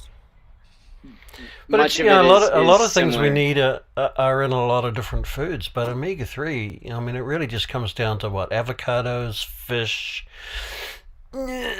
maybe some cheeses for some. But that's okay. That's the about people it. who need omega-3 the most aren't going to even have the problem-solving skills to like get different foods, right? So, let alone. Yeah, but I mean, it's just if you don't eat avocados, and a lot of people don't even like the taste of it, I do. I love them. And you don't eat a lot of fish because, I don't know, it's expensive, hard to come by, or it's not the right kinds of fish with lots of omega. I mean, what else has omega-3s in them? Some nuts, if you eat like a bucket full of them. Yeah. It's not actually an easy thing to get in the modern world for some crazy reason. So chia seeds definitely have an excess amount of omega. How the hell do you even eat that? I mean, what the fuck? I thought you grew that shit, not ate it. Chia. So those are not for human consumption because they haven't been cleaned correctly. The ones that you grow into different head shapes. However, I didn't know that. you can get a bag of chia seeds and they're tasteless, and you cook them into anything you want. But you have to eat a lot of seeds to get one little fish oil capsule. That's what like warriors in like the Roman days used to use because it has antioxidant, energy, and omega-3. But at the end of the day, where are those ancient warriors today? Getting the pills that Karim has, that's the starting point. But you guys educated me even further. Really, the starting point is cold showers. Yes. Watch Quant Gang. Take cold showers. Take omega-3. You can't lose. Treat women respectfully, right? Of course. Learn about charts. Only if they can cook. Get rich, and then you'll be happy. Yeah. Is that it? Is important though. Listen, I ain't gonna lie. The cooking. They don't have to cook, but they gotta know how. Because I might get a cold and I'll be in bed for 6 days, going, please help me. If you want, I need chicken soup and stuff. if you want the retention, no, I'm being real. This is important, for the few ladies we may have in the chat. I know it's mainly men anyway, but if you want the retention, make no mistake. I'm telling you right now, you got to know how to cook. This is basic. Why? Because it's the first thing you can do to actually also show that you care for the other person. And then if one day you become a mom, stuff like that, how are you going to feed your kids? You're going to just bring them to eat the fast food? Like, no. And then my kids going to just eat fast food all day? Like, no. Because for like, real talk, if you find I don't care if you're a woman or not. Man, you need to know how to cook. Or if you deal with me, like, what else? I don't need the other stuff. I don't need your money or whatever. I already got money. So it's just like, what are we talking about? I want quality time, quality attention, and I like to eat. Make no mistake. I just look fit to exercise, but I like to eat. I like to eat good. Two different things. I like to eat good. Eat good, of course. You know what I do to discipline myself, son? I literally think about what I'm gonna feel like after I eat something. Yeah. And it doesn't have to be fancy. Like, I swear to God, you can make me happy with a fucking like $10, $5 sandwich. Like, if it's homemade, cool, and you made me care. You know what I mean? Like the little things. I'm from Africa. Like, we're not complicated. We're simple. And fuck yeah, I need peace. Like, I can't be arguing with you every fucking day. Like, is the audience writing this down? What Karim is looking for? Important thing. Africans are simple. What Karim is looking for. Africans are some of the most colorful, enthusiastic, charismatic people with imaginations I've ever met. They ain't simple. Rubbish. For me, it's basic. Amazing people. If not, listen. If not, it's cool. I don't judge. If not, it's cool. I'll treat you respectfully, but don't expect the retention. You will get the traditional. Hey, I'm emotionally available, and that's about it. We just go, we have fun, and then that's about it. And then we just say goodbye, and that's it. But if you want those are what I call the wife qualities. You know what I'm saying? Like, to me, it's just the same way men's got to provide, men's got to become, men's got to do all the other stuff. Like, don't even talk about, potentially getting married or whatever it may be if you're not ready financially to be able to take care of a household. You know what I mean? And I'm at the point where, honestly, I can care less whether I get married or not. With all the shenanigans that I'm seeing where I'm at, it's bad out here. So it's like you're getting discouraged. It's like I may have to leave the country. Yeah, I'm broke forever. I'm have to go back. But it's just, but it is what it is. So it's a different world out another there, man. point, I guess another point to make when it comes to craving food, there's a lot of interesting, seemingly real science that says that the bacteria in your gut that form the gut-brain axis, right, can actually influence your cravings for food.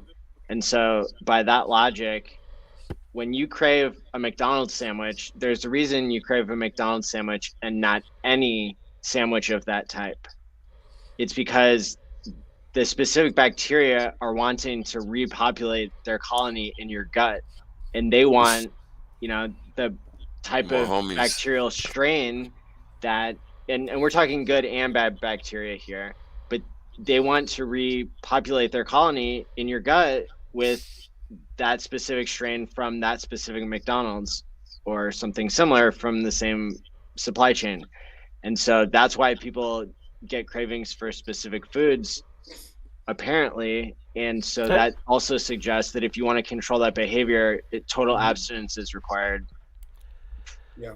That's an interesting theory, but I'm pretty sure what causes me to crave McDonald's is that I take omega-3, which gives me the clarity to do the math to compute that McDonald's is the shortest path to a full time. I'm just saying. Yeah.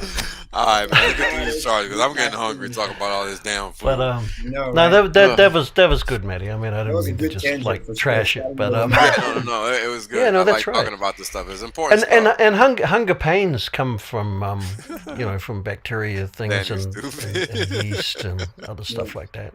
They say if you eat real healthy, you don't even get hunger pains if everything's in balance properly. You just sort of realize you're getting a bit low on energy. Yeah, you just get hungry. I'm hungry right now, so I want to like finish up and get something to eat. Intermittent fasting is good too, to allow your body to eliminate and exit stuff. Hero with some chips, It's gonna be good. I always fast in between McDonald's visits, always. Yeah, be careful. Andrew is saying long term, which is true. You may get troubles, with that McDonald's. Oh, shit. Haven't you watched the video? They show you the McDonald's. They put it in a fucking. Have you guys seen and then 6 Supersize months Me? later, it's still Yeah, I've seen Supersize that. Me? I don't need to watch their video, man. I just need to pay attention to my body and go, oh, Have you shit. seen Supersize Me, though? Supersize Me was some crazy shit. This Yeah, dude it blew up was. in It was, 30 yeah. days. Yeah. He blew up in 30 days. Because the more the story, Would what you like happened to is supersize that? those super processed food, they don't have any enzymes to break down the food. So what end up happening? That's why you get the itis and food coma because you have that's to when use even the your own vegetables are enzymes. useless because you can't digest them properly. Exactly. So you have to use your own to break Yeah. it down. But as you use your own too much, that's why you fall asleep. That's why you deplete yourself. And then sooner or later, things start to go wrong. So because you have to be able to replenish them. And that's why you have to.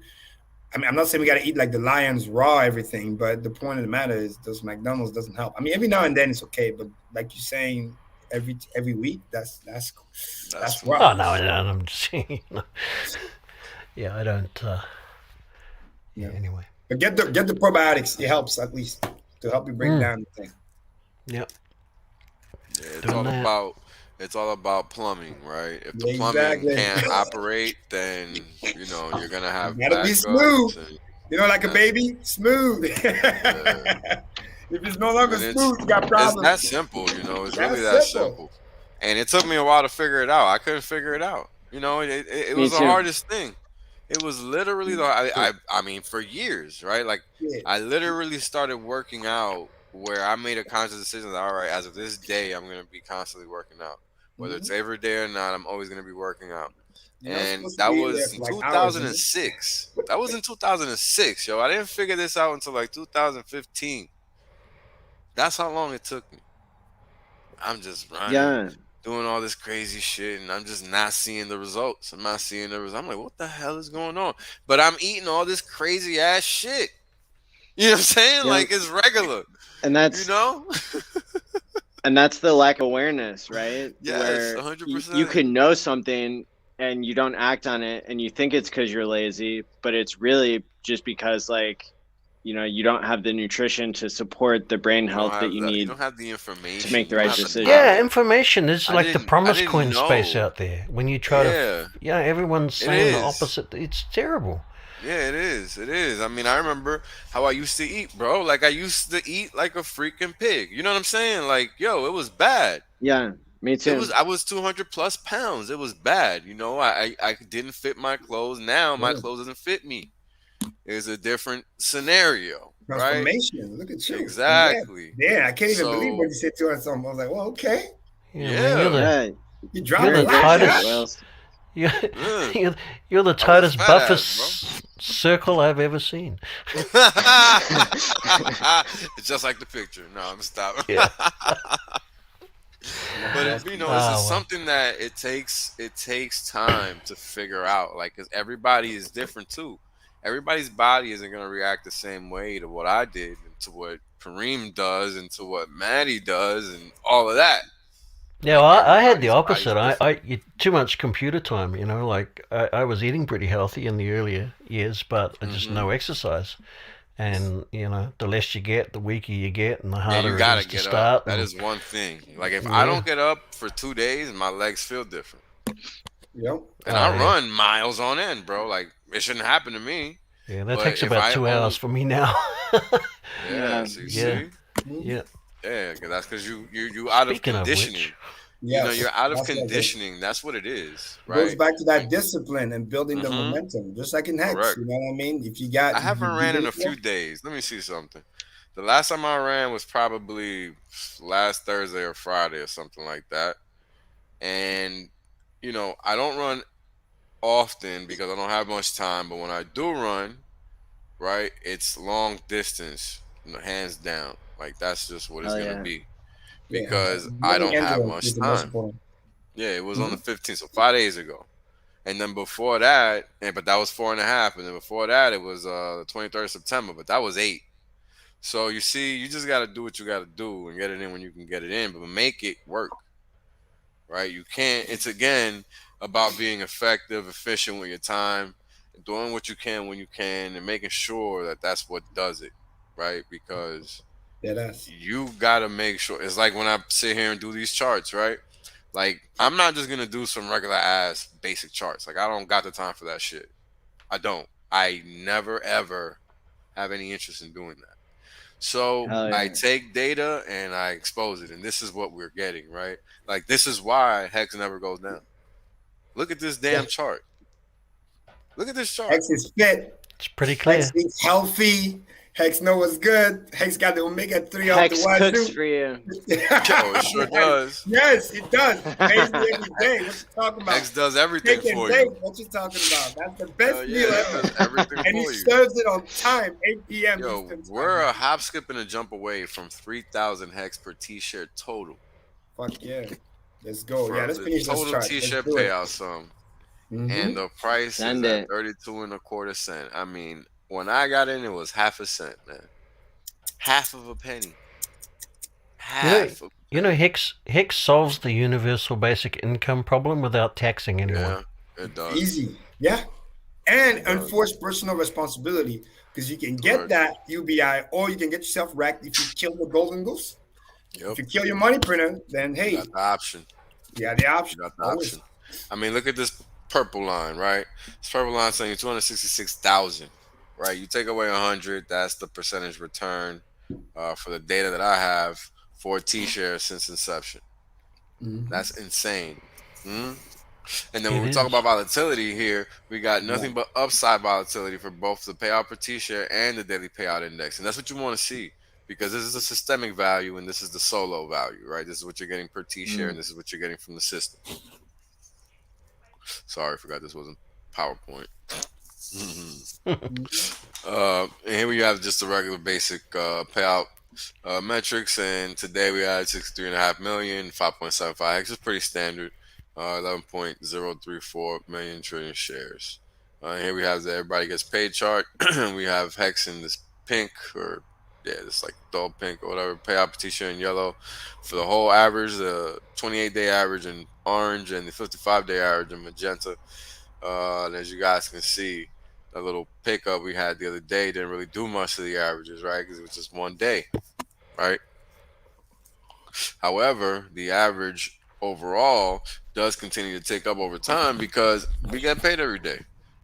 Amen. Every single day. So it should continue its parabolic rise over time. No doubt about it. It's a beautiful thing. Very beautiful thing. Here we have a month ago, a couple weeks ago, or actually, this is the 21st. Oh, shit, this is a month ago. That was a month and wow, I'm really delayed here. Crazy.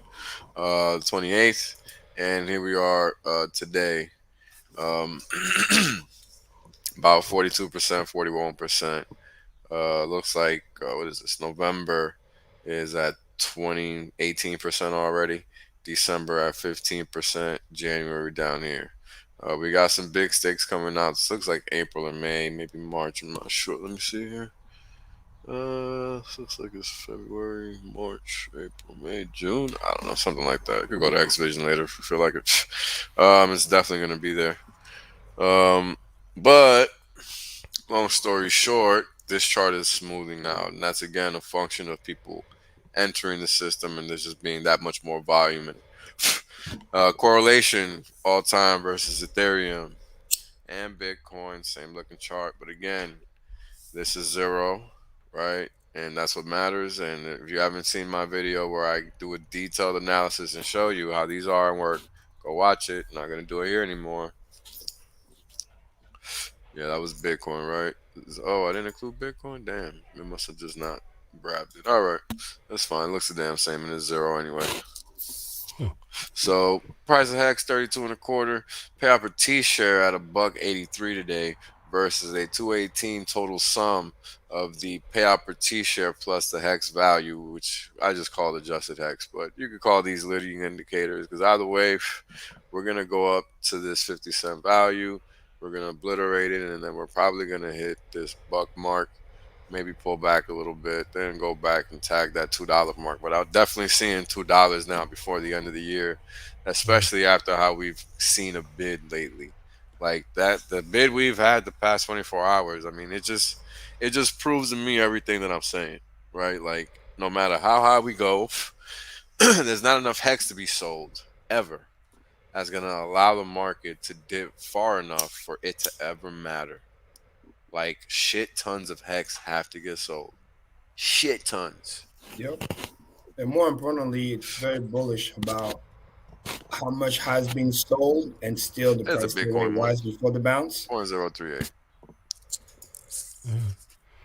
XPE, like we were talking about earlier, Kareem, 17.37%, right? So what we do with this number is we take 365 days out of the year, multiply by 0.1737, which is 17.37%, and this is how quickly we make our money back as of today, 63 days. Simple. And now we know. Whereas, insane. What's going on here? There we go. Here, the lowest rate was 5.5 times. So that means it took you 5.5 years to make your money back. How about that? Fuck that. So this is where we are. We're still here because we're in the dollars, right? We're not even at $1 yet. So we got a ways to go before we start climbing out of this. But this is going to be the long-term chart that we're going to basically track across the board because that's how the network effect works. If you haven't seen my first video, go watch it. Total holders versus the hex price. You guys can see this number hasn't stopped going up. Yep. Right. Not current, but total. That's why I love the total holder because he would drag the other one up because he would act as a leading indicator, like we had before. Last week. So it just tells you where it's pointing up. Check it out versus the stakers, though, right? It's propping it up, not dragging it up. And look at what we did. It's very similar level where we were near the big payday. So it was a similar thing. And then from there, when he went on the rep, if you take that measure move all the way to this we'll get into the dollar hex. And people don't understand from $1 to go to $2 is very easy. It's nothing. People understand it's not a game at that point. They can do dollar math. It's just 1 times whatever they're doing. So here we have a new chart. Current staker versus current holder count. And it's just a percentage value. So 26% of the market in terms of current holders are current stakers. Yeah. So it's funny. I calculated that because I was running some math for my promotion who I wanted to impact, and I came out with that same number, 26% between, because those are my people, the staker class. I work for them. Yeah, we all do, baby. We all do. And here we got the circulating supply versus the current holders. And look at that dump. And look at that dump in supply that just isn't out there anymore. And now you guys got to understand, this is probably the most bullish chart that you're ever going to see for Hex. Because those are new. This is your typical chart you see on the bullshit exchange when they talk about the liquidity. Oh, look, all the Bitcoin leaving the exchange or whatever it might be. But then again, there is no locking mechanism. Those fucking Bitcoin can come back real quick and dump on your head. This is circulating supply. This is what's available to buy. For Hex, it's different because when it's locked, holder. Exactly. When in Hex, when it's locked, it's truly locked because of Truth Engine. So when you see that yellow line going down, it's for real. This is why the ratio is going high. That's the point. That's the point. That's 2 million hex, 2.2 million hex. Right? That's basically what this count is. That's not a lot of hex circulating. Period. It's just not. It's really, really not. Or is that 2 billion? No, that's 2 billion. Let me answer this question in the chat. So David, talk about the 1.4 billion total coming out next week. You must be new. Hexicans have also money, what we call money on rotation. There's always going to be a lot of hex coming out every week or every 2 weeks because there's people doing short-term stakes, which are basically just what we call money rotation. They got their long-term stake. They got some short-term stakes. They always end up restaking the principal and taking the profit of just the interest. So, but those who don't know, they get scared and they don't understand that you're getting left behind, because share rate constantly goes up every time. So 100%. Understand that. You will always see a big number. And just so you know, back in the day, a year ago plus, that number used to be 6 to 8 billion. Yeah. Usually the bigger, the less you have to worry about the stakes ending, the smaller the more you have to worry about them ending. It's less and less. And strictly for this reason, right? I mean, when you look at the payout in Hex per current staker, it just keeps going down. Exactly. So what that tells you is the payout per T share is just getting that much more expensive. It's getting harder to attain, and the quantity of Hex you're getting per payout is getting less over time. Yes. Right. So this is in Hex terms. This isn't even has nothing to do with dollars. Facts. And this is the chart that complement the other chart that I like about when I was talking about the 11 million T-share in the pool, to show you that the system is doing what it's doing, that Hex are still, with all the shenanigans, are more getting locked over time and getting out of fashion, getting more and more scarce, which is going to push the price Hex high. per staker, 934,000. Oh, I didn't update this. Doesn't matter. This is what matters. After a dip, baby. Major dip. Yep. You can't refute this. This is super bullish. The trend is your friend doing what it's doing. Super bullish. Okay. And here's a doubling chart. This is what we're at. I love it. This is our new. It's gonna be interesting to see it capture. Yeah, this is the last chart too. It's gonna be interesting to see it capture and just keep going, because that's what it always does. This is crazy. We're tracking, dude. This is crazy. Just next year alone. Look at the numbers for next year, man. It's beautiful. Yeah, it's fucking gangster, man. It's stupid. So this is from the last double, September 9th. So I'm calculating it ended after 833 days, because the rates end at the same time then. So every 49 days and every 64 days, this is like the same date. So I just said, fuck it, I'll end them then. So every 49 days is the actual, because that's what the system is currently doing mathematically. And we'll track where we're at in terms of days right now. And the base is what the XPE gives us, and we calculated it earlier, 63.4. I just round up to 64 because it's time. We can't control it. So we give ourselves the most time. Love this comment in the chat. Stay away to financial freedom. That's the fucking truth. If you're not already there, you're on your way. We're showing you the breadcrumbs, man. Just follow the line, follow the signs. That's it. Yeah. Let me look for this damn time calculator. Give me a second. Well, remember, time in the market, not timing the market. You try to time in the market, you're gonna get wrecked, and you're gonna come back a year or two from now, and you're gonna remember how many Hex you had and what the price would have been by now. You're gonna be like another meme video, and you're gonna hurt yourself. So don't do that. Don't hurt yourself. Just chillax. That stairway really only matters if you're staked, to me, because that's your pay rises happening all the time, right? 100%. The stakes you've already got that you don't have to go and get again. Well, getting double gains anyway. Yep, you're getting the new Hex plus the price appreciation. Yeah, that's a cool tool. What day is the day? That's 20. Let's go with the 19th.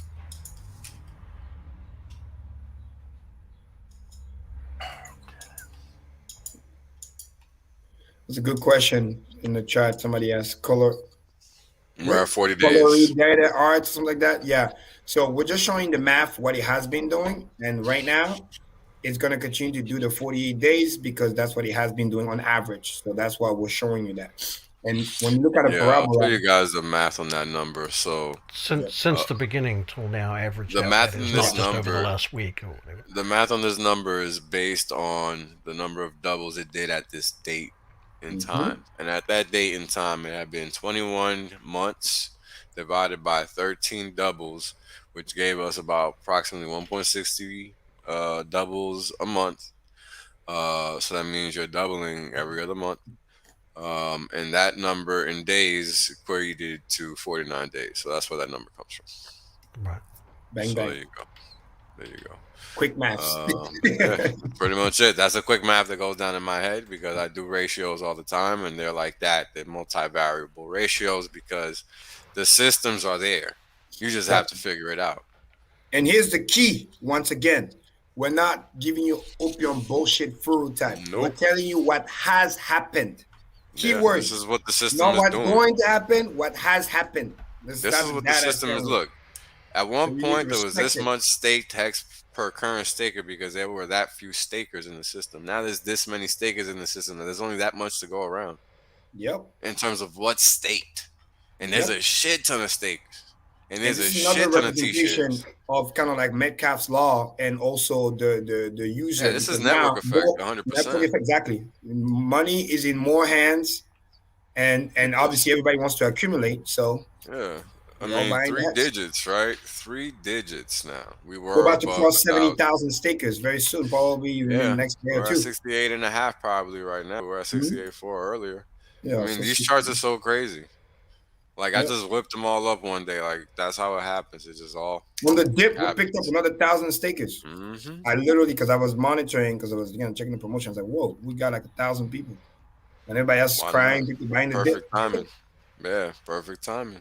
That's the thing. Perfect timing. Look at this, man. Straight down ever since this has been going straight up. Savage. Because it took this a little while to catch up. This was like a delayed move, if you can see. I don't know. It's pretty flat. It's pretty flat here. And then you get this down angle because it was still going up while it was flat, you see?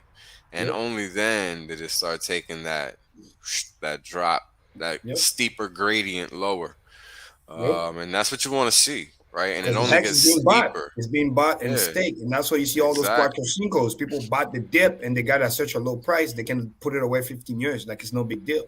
Because they can add it to the T-share preservation stack and build wealth because they got it at 40% discounted just a day ago. I mean, it's no 26% of them is stakers. And they propping up the price. Running the show, baby. I was just thinking if there's any traders out there that don't want to wait for my stakes to end before they can buy it, we can just get it over and done with now if you want. What do you reckon? 2 million per hex, something like that? I love it. I love it. That's a good price. That's a good price. Yeah. I'll over offer you at 2,000,001 for a few. There you go. Okay. That are coming out. Can't wait for that dollar parity, man. That's gonna be so epic. Oh, it's coming, bro. That's not a future value. That's now. You gotta pay up front. Yeah. You gotta pay up front if you want it. Cash now is better than 2 hands in the bush. They say no, or 2 birds in the bush or whatever. I don't know what the saying is. And shout out to Melf Tony in the chat, always keeping it real, bringing some cool stats. So appreciate you. Always 2 hands and 2 birds in the bush. Yeah, I don't remember it, man. But it's pretty much it for me. We could just keep cracking these charts all night, so we can wrap it up. We're already at 5 hours. We're good. Yeah, 5 hours. Man. When you hang out with the fam, you don't even see the time. It's all cool. Yeah, Manny, how many viewers we still have right now? Long live? Oh, of course, because I was an hour and a half late too. Yeah. Yeah.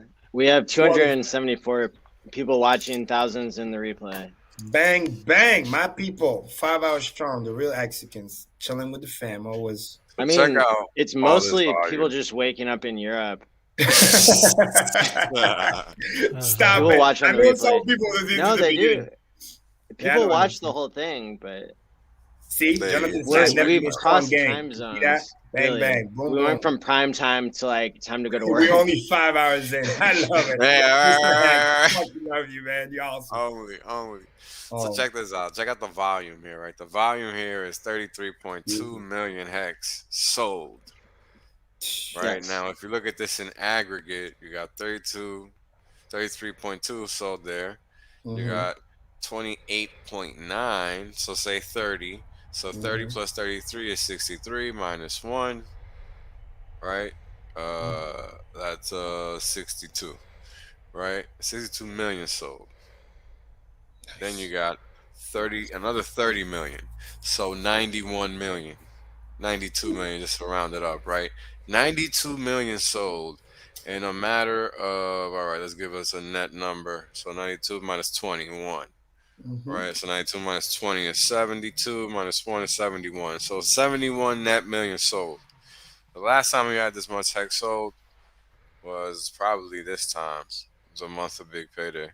Long time. 31, 32, plus 42 is 74, minus 18. So let's say 74 minus 20 is 54, minus 2 is 52.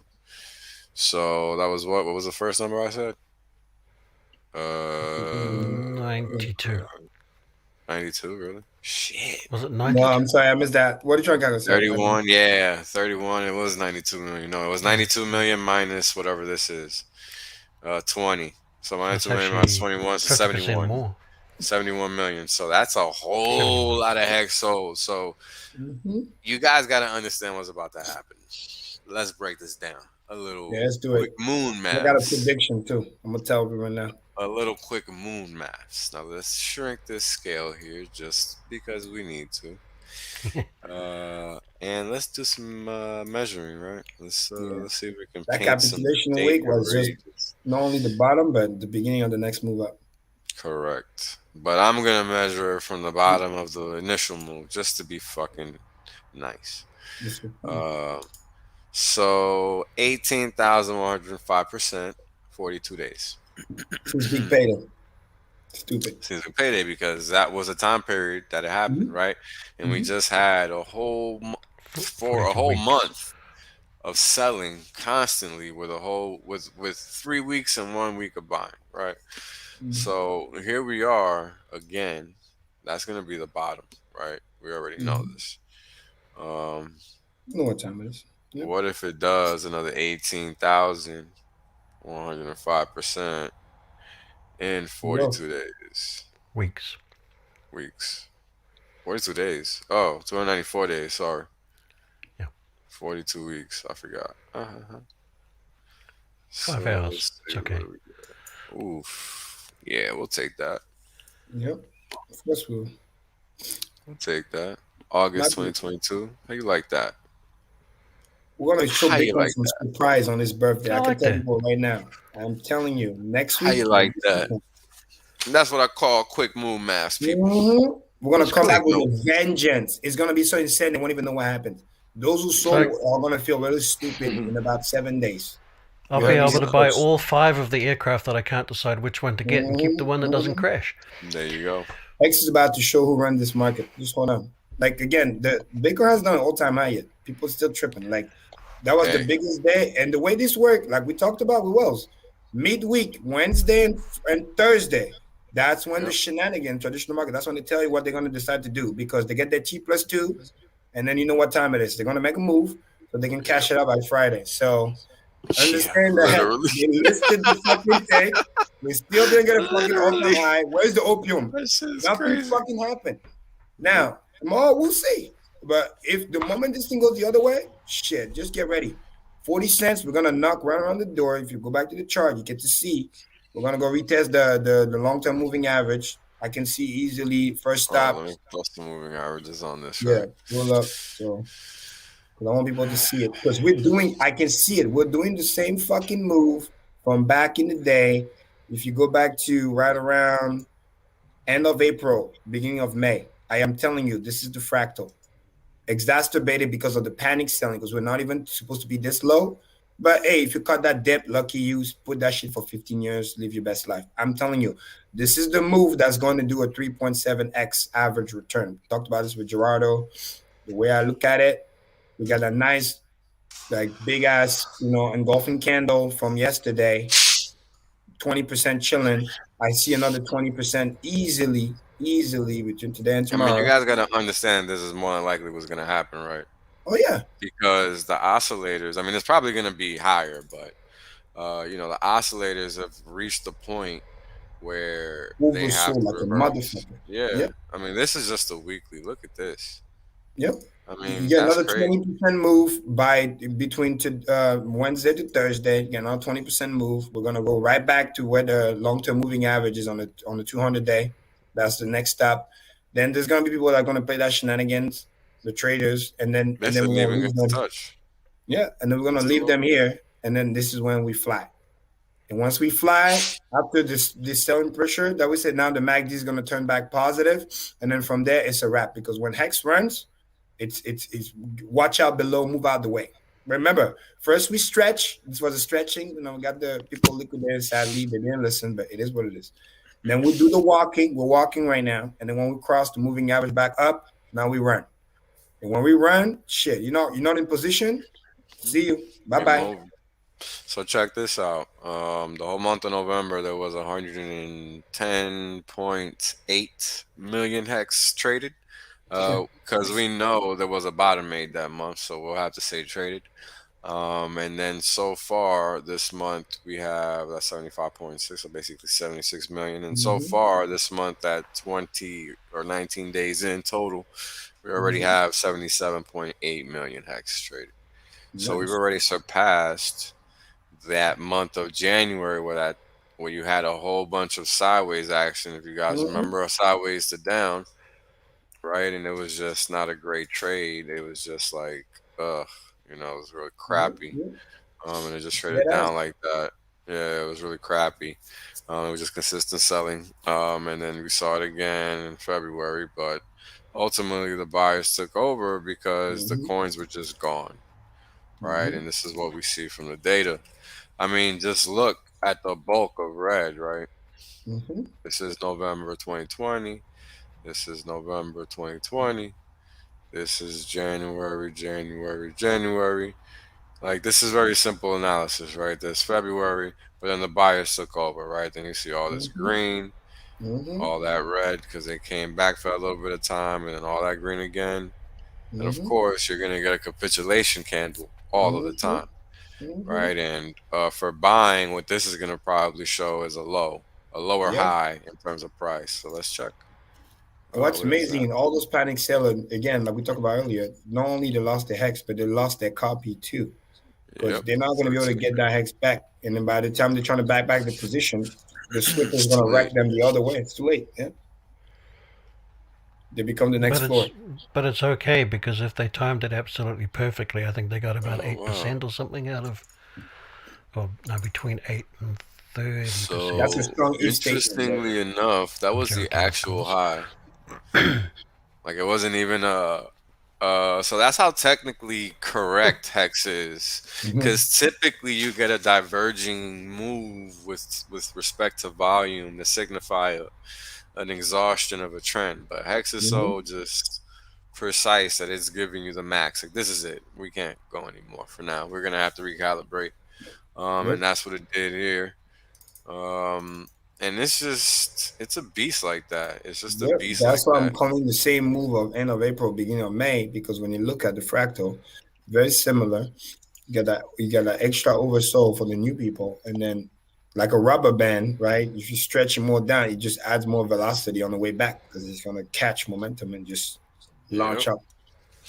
I mean, look at what's happened already, right? We've already had a couple of wishy-washy big red candles, and price just always comes back. What happened next? So exactly. You just can't expect it to not do the same thing. I don't know. I mean, some things are just designed to do what they do, and this is one of those things. And why did this change? Damn it. Because this is a pretty good chart. I'm going to take a pic. Oh, that's what it's defined as. Got it. 37 cents soon, within 48 hours. And then after that, it's 40, and then back above, and then launch. They accelerate.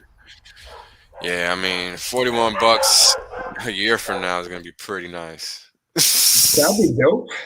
I'll take that. Yeah, I won't be mad at all, right? Like, and the funny thing is, well, let's compare it to the doubling chart, right? What does this show? Let's see, 42, 294, just to make it accurate. Yeah, because we were like 46 cents, then it was 92, and then after that, it's $1.80. $1.84. See if I grade those on. We'll leave it. We'll leave it there. It's fine. 40 is 40, right? 41 is 41. It doesn't matter. So let's look at this doubling chart. What is it saying?